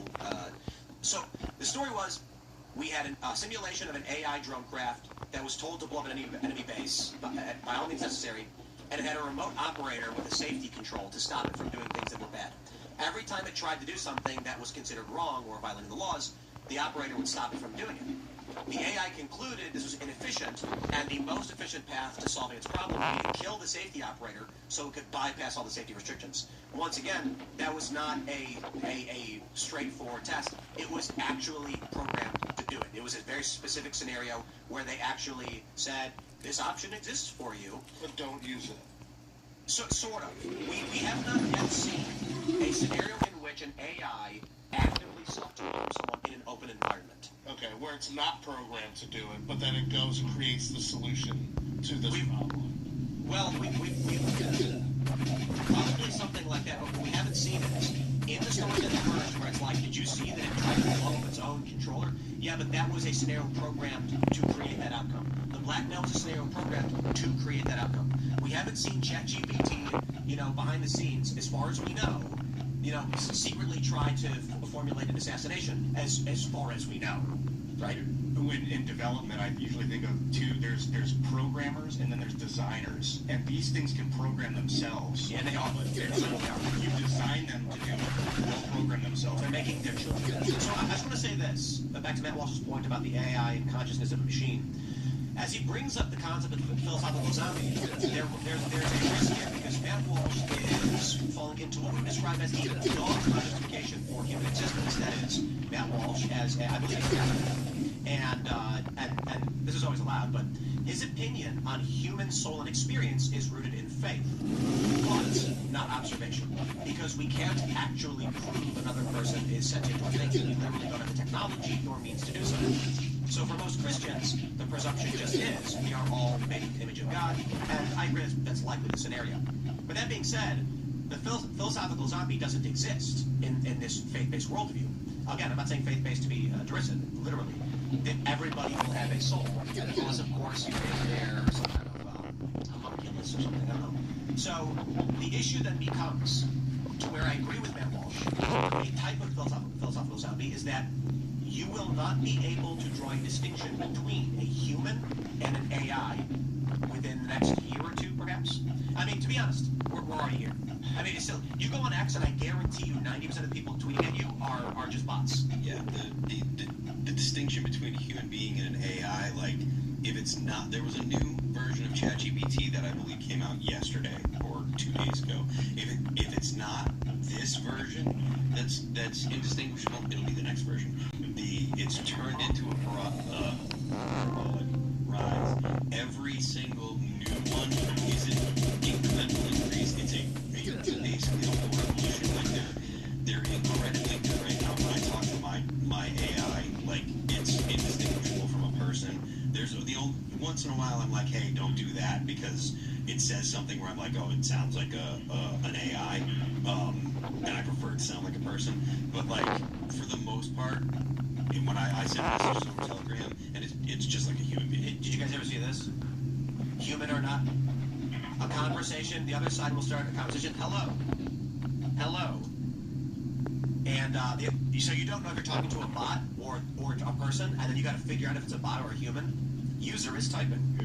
the most freakish. I've been keeping my eyes on the porn just for market research, just to know.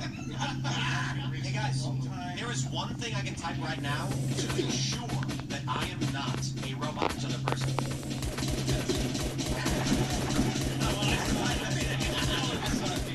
I'm gonna write hand banana. It's gonna be like, okay, you're a person.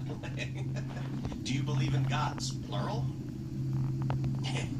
I make it easy for them. So the game, it's actually a lot of fun. What? There are actually people on the other end. I would see Hunger Force for a person or a bot. So that there is some person employed to like be the person, not the bot. No, it's a game where people go to the website and it pairs two people up. Okay. Or you have a chat bot. Yes, and then you have to figure out. Yes, it's probably a person. Based on the way they're responding, it seems like it's probably a person. Because bot responses are pretty obvious. I'm a robot. Beep boop. Sure you are. That's got to be a person. Yeah. I wonder if he's on TV. Motherfucker. I'm watching you right now, Tim. What are you trying to pull over? Yeah, right. I'm literally watching your stream. So here's a question for you, Phil. If you were speaking to anything, how would you know whether it was conscious or not? I don't know if it's conscious. You can't know if it's conscious. The only thing you can only know. How do you know it's alive? Alive? Over the internet? I don't know that you could know that either. I think it's possible. How? I think you have to like push it to do something. Oh, that was a chatbot. Oh. That wasn't a person. Oh wow, it's a pretty good. I thought it actually might be because it didn't, towards the end, but I thought it was. Yeah. You start the conversation. Hello, I am not a robot. So how would you know? I think it would. I mean, it's going to get more increasingly difficult, but I think you have to escalate the conversation to make it do something or say something that's only human. Wrong answer. It's really simple. You're walking in the desert and you come across a turtle. The turtle's on its back. It is struggling. What do you do? Do you guys not know the reference? Uncultured. Uncultured. Where's Ian? Where's Ian? You guys have never seen Blade Runner? Yes, I actually have not seen Blade Runner. They ask it a bunch of questions where it's like, what? What does this question do?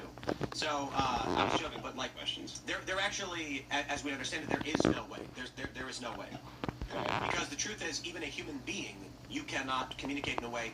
Well, honestly, to be fair, I do think there is one question you could ask. The only problem is a robot who passed this question. Actually? Let's try this. Whether you or not, I'm going to try this out. We're going to try this out. Everybody, stick around. This is going to get interesting. We're waiting for the other side to start the conversation. And I have one question that I believe should help solve all of these. Hire you, male or female. If you did not eat breakfast yesterday, how would you have felt? That's the question. Unfortunately, robots will figure it out and humans won't. So I think this question, if a human can't answer it properly, I'm assuming there's nothing going upstairs. This character responded too fast to be a human, in my opinion. I asked you a question, male or female. Yeah, that's a robot. That's a robot. A human would have been like, wait, what? They would have sat there and thought about it before they started typing. If you couldn't see that they were typing, that would help. And the colon is what? Humans don't put colons. Humans don't even know the proper grammatic structure for a colon, let alone a semicolon. Nowadays, people don't capitalize. Look at that response. Mass murder people. But actually, because that's because this is a question about murderers. Oh, it's trying to trick you? Correct. Oh, it's emotional. I don't think, as you're doing this, Can any of you explain to me the function of a semicolon? Yeah, it's because you're going to have two subjects. You'll be like, break up the I'm hungry, subject in between let's the go to the place, and let us would be the second. It is when you are correct. There are essentially two functions of the sentence, but it's one sentence. But nobody does it anymore. They use commas. I do it. I'm the only one. I also use, Yeah, the semicolon is powerful. Yeah, stop answering my question. It's powerful? What is he fucking on? Indeed. So the other part of the story is that OpenAI published a paper basically saying that ChatGPT just lies to you all the time. Yeah, Always ChatGPT just lie. Yeah, and it clearly does. Dude, Yeah, it's I not mean- conscious. This guy, it's weird that the guy said it. The AI CEO thinks it's conscious. It was a human. He doesn't know the difference between consciousness and sentience because it's not. I mean, I don't. Even the greatest thinkers on earth don't know specifically the difference. But sentience seems like maybe a plant has it. It reacts magnetically to the field around it, but it doesn't have like forward-thinking thought like humans. Like this conscious knowing that you are a thing is different than being able to react to your environment sentiently, like plasma clouds and things. Okay, yeah, plasma clouds. No, they're a Like if thing. plasma dances around, like it's not like wind. You can see clouds of plasma moving through the universe. Well, I mean, I'm not really sure that you actually do see plasma clouds moving through the universe. You can see plasma fields like you see bouncing plasma around like fire, kind You of. see plasma like when you're looking at the sun. Plasma is actually a fourth state of matter. It's like electrically charged. Oh, that's awesome. Gas. Because That's all so.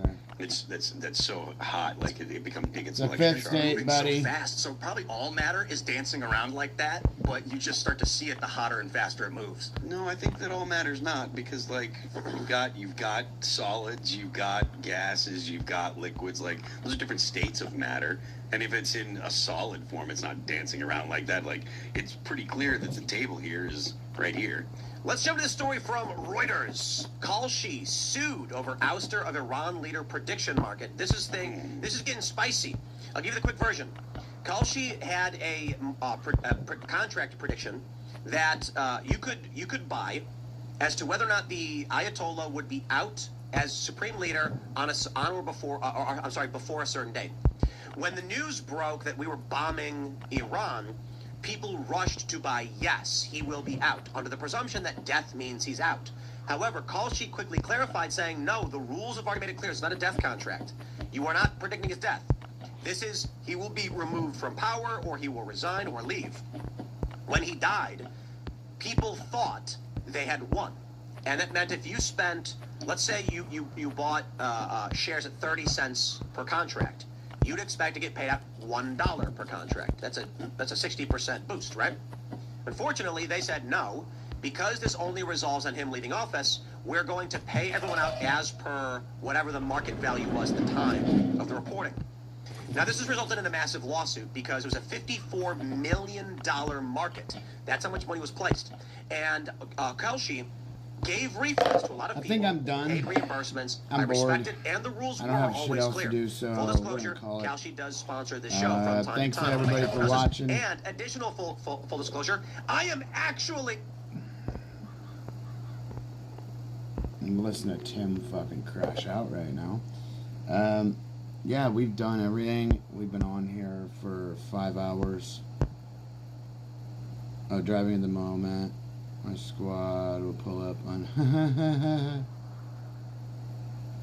Simon, what's up? I didn't see your shit, dude. Somebody's saying they're gonna pull up on my stream. That's funny as fuck. So, I'm gonna turn my shit on real quick. I'm going to... yeah, I'm gonna leave this up so I can ban that motherfucker.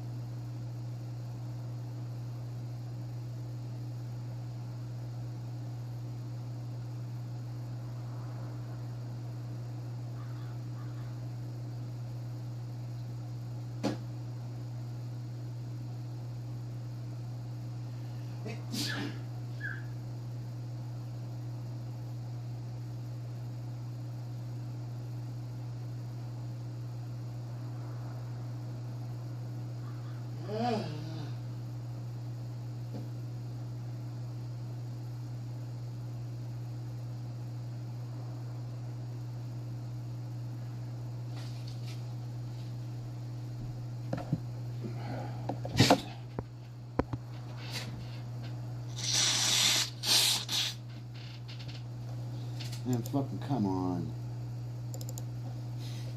Please.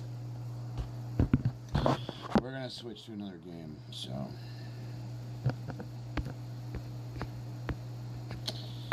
We're gonna do our dailies over here on the other side, over here. Oh, fucking funny shit earlier. I left Costco. I went to go see my mom. I woke her up and I was like, yo, what's going on? It was like, it's the middle of the day. Are you want to go shopping? She's like, no, we'll go shopping tomorrow. I was like, okay, I'll drive over tomorrow. It's fine. So I gotta go take my mom shopping and do a bunch of stuff with her tomorrow, which is always nice. So anyways, yeah, like, wait, what the fuck was I saying? Oh, so I'm walking through Winco, and dude, what the fuck? Why is it not charging at all? What a piece of fucking garbage. And I don't know, I got my headphones on, I'm like halfway singing and I barp, I'm like, "Rrr." And like some lady turned around and just looked at me and I was like, fucking I was like, fucking eat my Rick and Morty fucking shit, bitch. It was fucking funny. I was just all rare. Yeah, I can't wait to get these fixed. Because it looks odd when I talk and these kick up. Y'all can see that I got a crooked jaw. And so when it hits my teeth are, yeah. Gotta love birth defects. What the fuck is this? Go fuck off, Luna. Alright, I'm gonna go ban. How's it going? I have to go ban somebody on Twitch. I'll be right back. We kicked over to Life After, since Life After's, I don't know, I already did everything on Ldoe. I can't really do much more. I don't really want to go do hard mode. I just went and I did all the other shit. So, 1 second.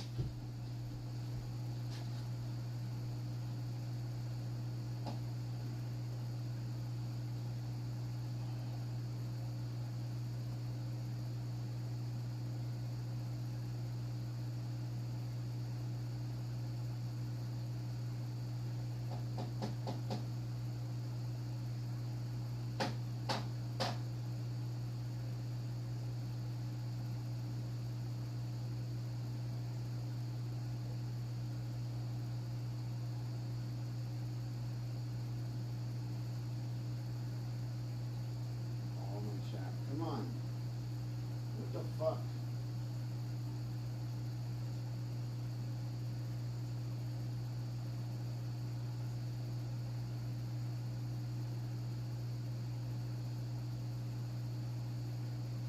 Who is that motherfucker? I don't know what my phone's doing. How's it going? I am banning somebody right now. I gotta find his fucking name.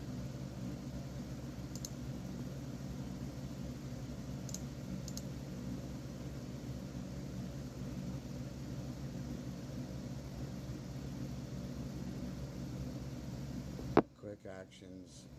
Yeah, this guy's like, I'm gonna pull up on your stream, fucking la la. pull up. I want to fucking slaughter everybody that pulls the fuck up to my house. Because when they pull up, see, read this thing. Read what it says right here. It says driving at the moment, but my squad and I will pull up heavy on your next stream. See this shit? This motherfucker's gonna die. Somebody comes to my house, pulls up on me or my house. You know what fucking happens? You all fucking die. I get to kill every fucking one of you. Since you want to pull up to my house. That means that's a threat. I have the right to eliminate the threat. And if you want to fight, we can do mutual combat. And then the thing is, you go to the hospital because you're handicapped. Maybe a broken spine. Because I'll snap you in half like Bane did Batman. And that's one of the things too. I fuck people up. I'm known for it. That's one of the things. I gotta fucking put my dude back as a mod. Like I mean it. Finally it's updated. Jesus, dude. Alright, so how do I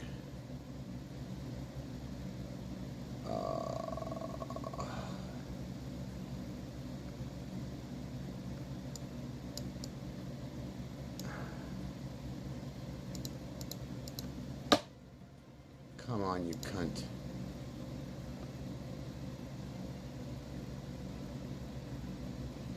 Okay, I have to do it on this side. I have to go on this side of my screen. I'm looking on my TV right now. Like, that's my computer. This fucking screen is huge. I'm glad it's not fucking a tiny shit. So, moderation, settings.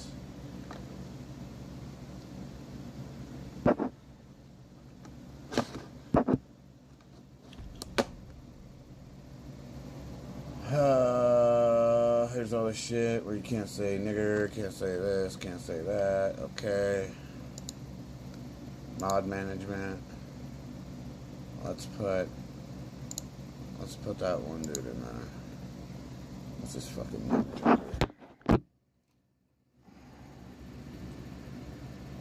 Is it gonna come up?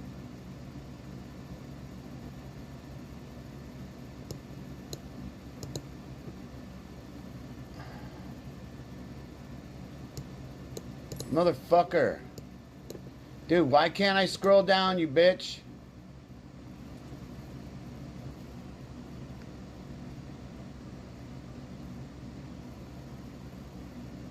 Oh, this motherfucker. Wait, what?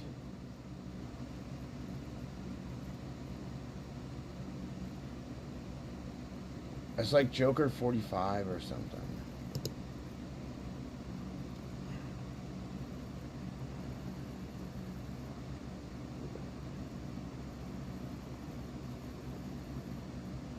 I don't think it is. That dude stopped fucking coming to my... why can't I fucking look at my... These aren't my fucking people. Oh my god, dude. Oh my god. This is so annoying. They're just like all those fucking outfits. Let's go.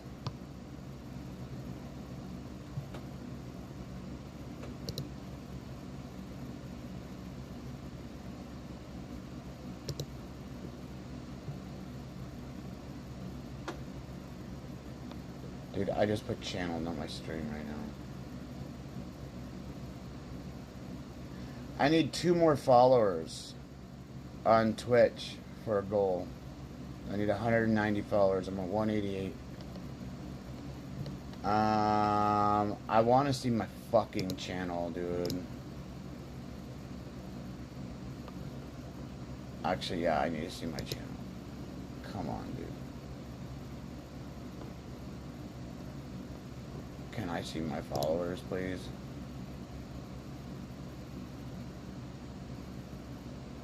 This is fucking annoying, dude. Oh my god. Let's go.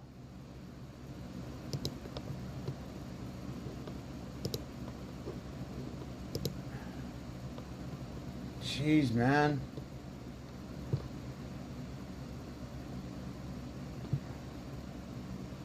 Zero views 5 hours ago.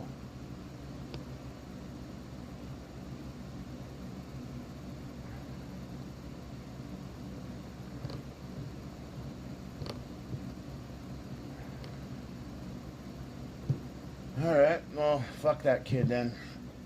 I'm gonna tell him fuck him when he comes on. Cause literally like...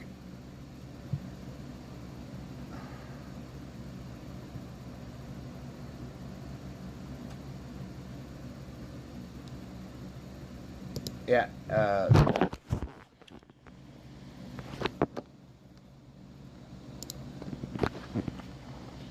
fucking dumb, man. I'm gonna take off my camera.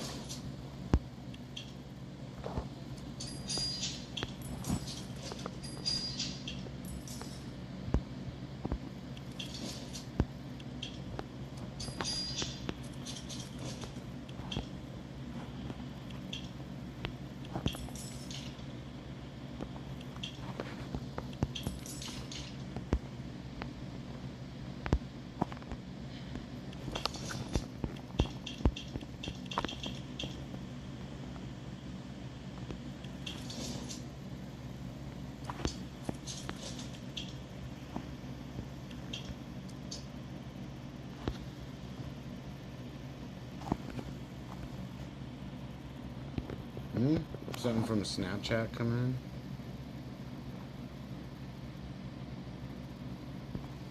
Can't have you guys on my shit while I'm looking at that. I don't even know what it is.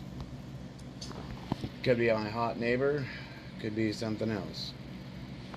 Who knows?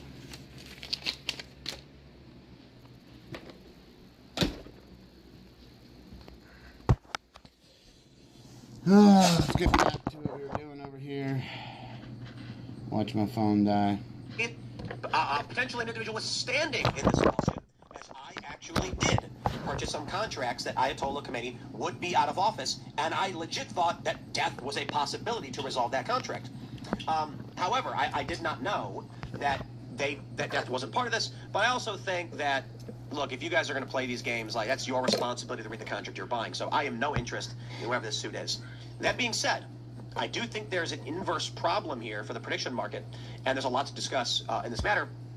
If Kalshi says that in order to resolve will Khomeini be out of office by March 1st, he must choose to leave or be removed politically, that would mean, with death not counting, this did resolve to no.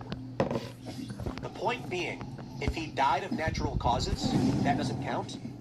Now there is no longer an opportunity for him to peacefully or politically be removed. Therefore, no. He reached the conclusion of his life. That means anybody who said he would not be removed should have been paid out 100%. Instead, they froze it and paid out different amounts. And these people are suing, claiming they deserve to win based on a yes result, even though the contract explicitly stated that doesn't count. Where Kalshi is getting themselves in trouble, in my opinion, is that they should have paid out all of the no's. I should have not gotten a refund. They should have taken all of the money from me, because the moment we dropped the bomb on the palace, even this is where I think it's so absolutely insane, guys. It's so absolutely insane. Okay, let me just finish this thought and then talk to you about how crazy it really is. If dying doesn't cover it, there's no longer an opportunity for the Ayatollah to peacefully resign or be removed. Therefore, no is resolved. Anyone who said no should get paid. Instead, they paid other people out for the most part. Now, here's where it gets really crazy. When the bomb was dropped, I believe it was 4 a.m. Eastern time. And I think, and that would have put it like, what, 2 o'clock or something in Iran or something like that. Yep. This means that he was dead. He was done dead at that point, but no one knew. We didn't get confirmation until somewhere like 2 p.m. Eastern time here. in the United States. So here's an issue. If it does resolve yes when he's killed, should you not then have to suspend and reverse all transactions up to the point of the confirmed missile strike? Yep. So put it like this. The way I described it earlier today is, imagine you made a sports bet on a Bears game, the Bears, and there's no fans, there's no press. The only people who know what's going on are the players on the field.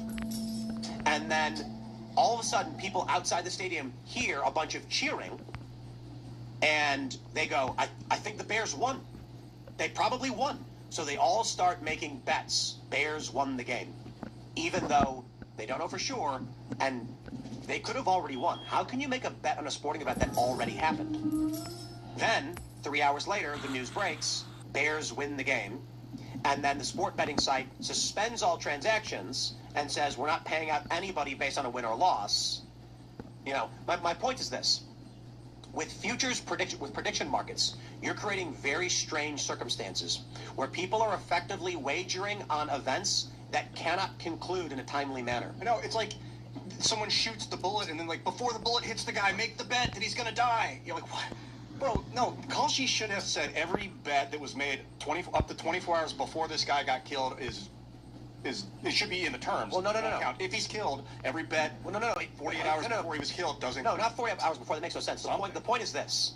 If we learn 8 hours later that the Bears actually won, then shouldn't I get paid? Shouldn't you cancel any bet made after they already won the game? You can't make a bet in a game that already happened. No. So the issue here with these prediction markets is that they're saying, like, this will resolve upon confirmation by the New York Times or something. This creates a whole lot of problems where everyone's talking about insider trading, but it's not insider trading. If you're literally in Iran and you're like 2 blocks away and the missile blows up, wiping out the palace, and you duck down, and then you run over there and they're all like looking at the Ayatollah's body, you're like, we got a good 7 or 8 hours before New York Times actually confirms it, we're going to get rich. And then a bunch of Iranians start wagering on Polymarket to make a bunch of money. That makes literally no sense. That an event can conclude, but until a third party outside of both the event, both the leadership of Iran, the military action against them, his choices, and Polymarket has to confirm it. This is insane. For that matter, what really irks me is there is currently a contract on Kalshi. We've talked about whether or not Tim Pool will go to a press briefing. And there's questions over whether it's illegal or legal for me or people who know to wager on this because it would be insider trading. But I'm going to put my fist down and say this. I am not selling contracts. I have nothing to do with the distribution of contracts from Kalshi. They sponsor the show sometimes. So fair point if someone wants to say, well, that counts. My point is ultimately this. If George Santos has contracts produced, I have questions about whether or not they're allowed to use the likeness of these individuals to profit selling contracts against their future behavior, and then putting the legal liability on insider trading on an individual who never asked for contracts to be sold in their name. Yeah. So here's what happens. Here's where it gets weird. The purpose of insider trading contracts, it's simple. If I have a company and I have stock, and then I whisper to Ian, hey man, the company's not doing too well. Our stock's going to crash when we make a public announcement. So Ian runs out and he buys a bunch of stock. Insider trading. He had information no one had access to, buying stock. Now hold on. My company is the issuer of that stock. That's insider information. Ergo, the only insider trading that could actually be applied is if someone at Kalshi had insider information on the result of a contract and they were sharing with an individual.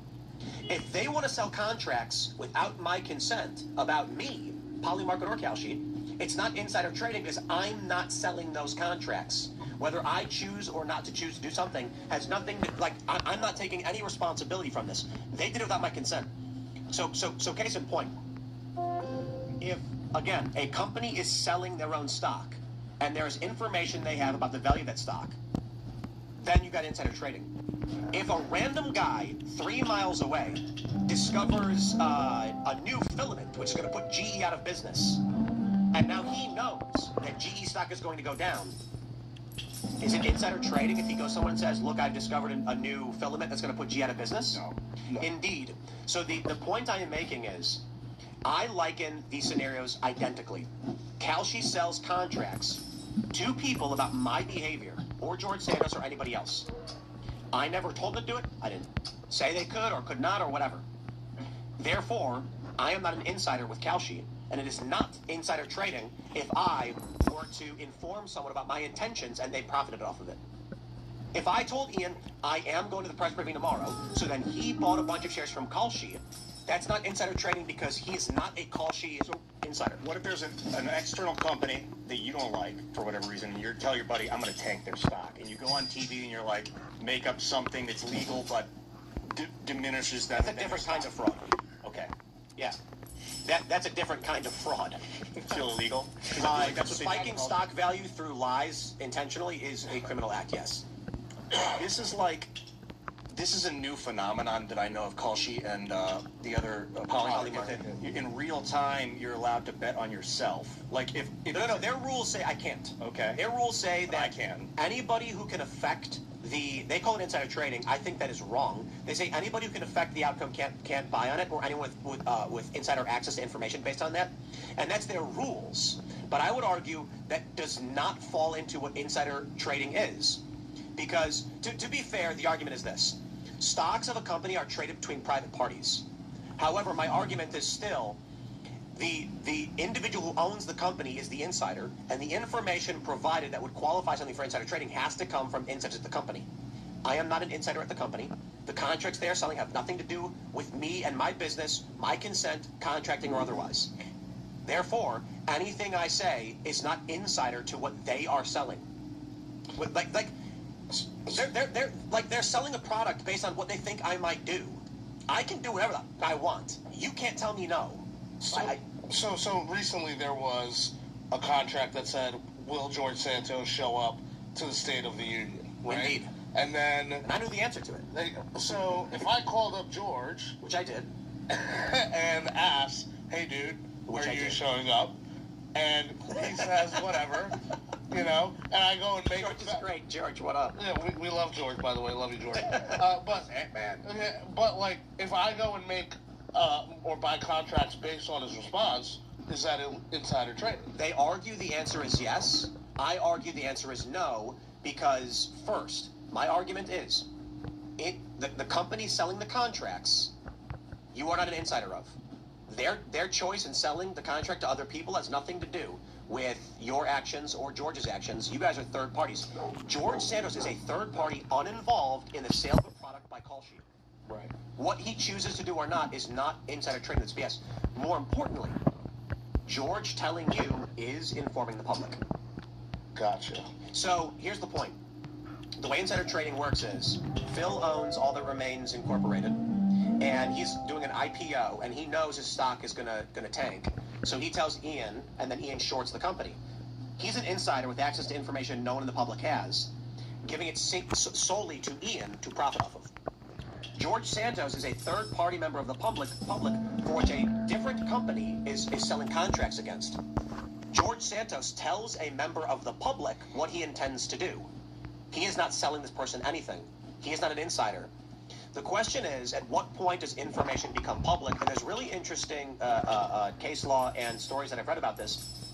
Notably that when it came to Kalshi and the Super Bowl, the CEO agreed that at the Super Bowl halftime show when they're doing rehearsals, if the dancers heard the song being played and then bought contracts on which song would be played, is that insider trading said no, because the song is being played in public. Now hold on. It's a closed event. These dancers are not, nope, they are the public. They are not members of the production company. They are just people who happen to be there for a different job, hearing what's going on. So, for example, if the CEO of a company went outside of his building and screamed, "Oh my God, our entire shipment is lost, we're going to go bankrupt," he has now alerted the public. Now, whether or not someone reports or trades on it, it's not insider information. You were standing outside and the CEO yelled it to everybody releasing that information. Certainly there are questions and nuances there, but ultimately the issue I take is, very simply, to reiterate for the 15th billionth time, ad nauseum, I don't understand how you can accuse an individual of being an insider when they are not the ones selling the contracts.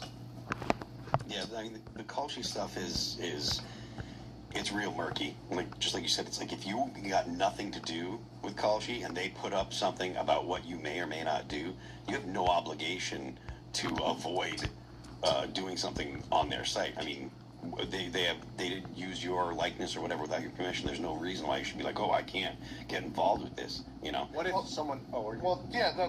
There wasn't there recently also an issue over one of these markets putting up, will Iran get bombed by a certain time, and then somebody like this last is second. well, this is the big story right now. Yeah.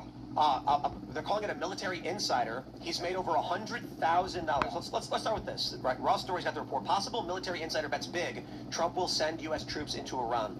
This account has already in this month profited $100,000 from accurate bets on what the military is going to do in the United States. Don't get me wrong. This person has also lost certain bets, but a $100,000 profit for the month.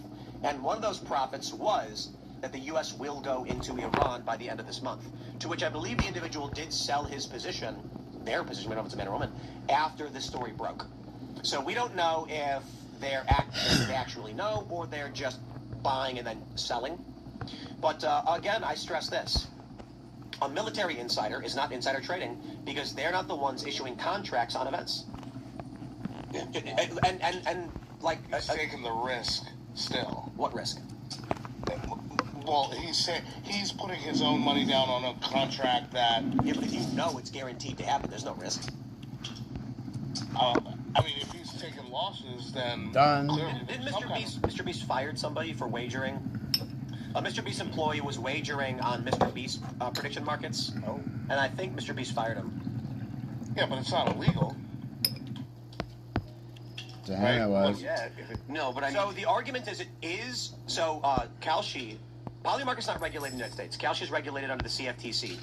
And so the argument is insider trading is illegal. And this is where I take issue with that claim. Insider trading is supposed to be, again, as I've already stated, that you and a company are giving private information to an individual they can profit off of through the stock market. So the stock market is publicly traded. People are in good faith trading stock hoping your company is going to do better, or they're shorting you think it's going to do worse. When you give secret information that no one has so that someone can profit, that's defrauding the public. Because you go to a person and they say, based on the latest reports, the company's looking good, and you go, yeah, buy all my shares. Because you knew they actually were going bankrupt in a week. That's insider trading. But again, when I log onto the site, I guess the argument is when I choose to buy a contract, I'm buying it from a person.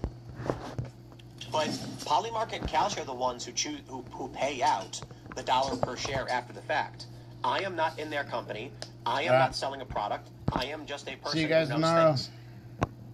Seems like for the betting on the military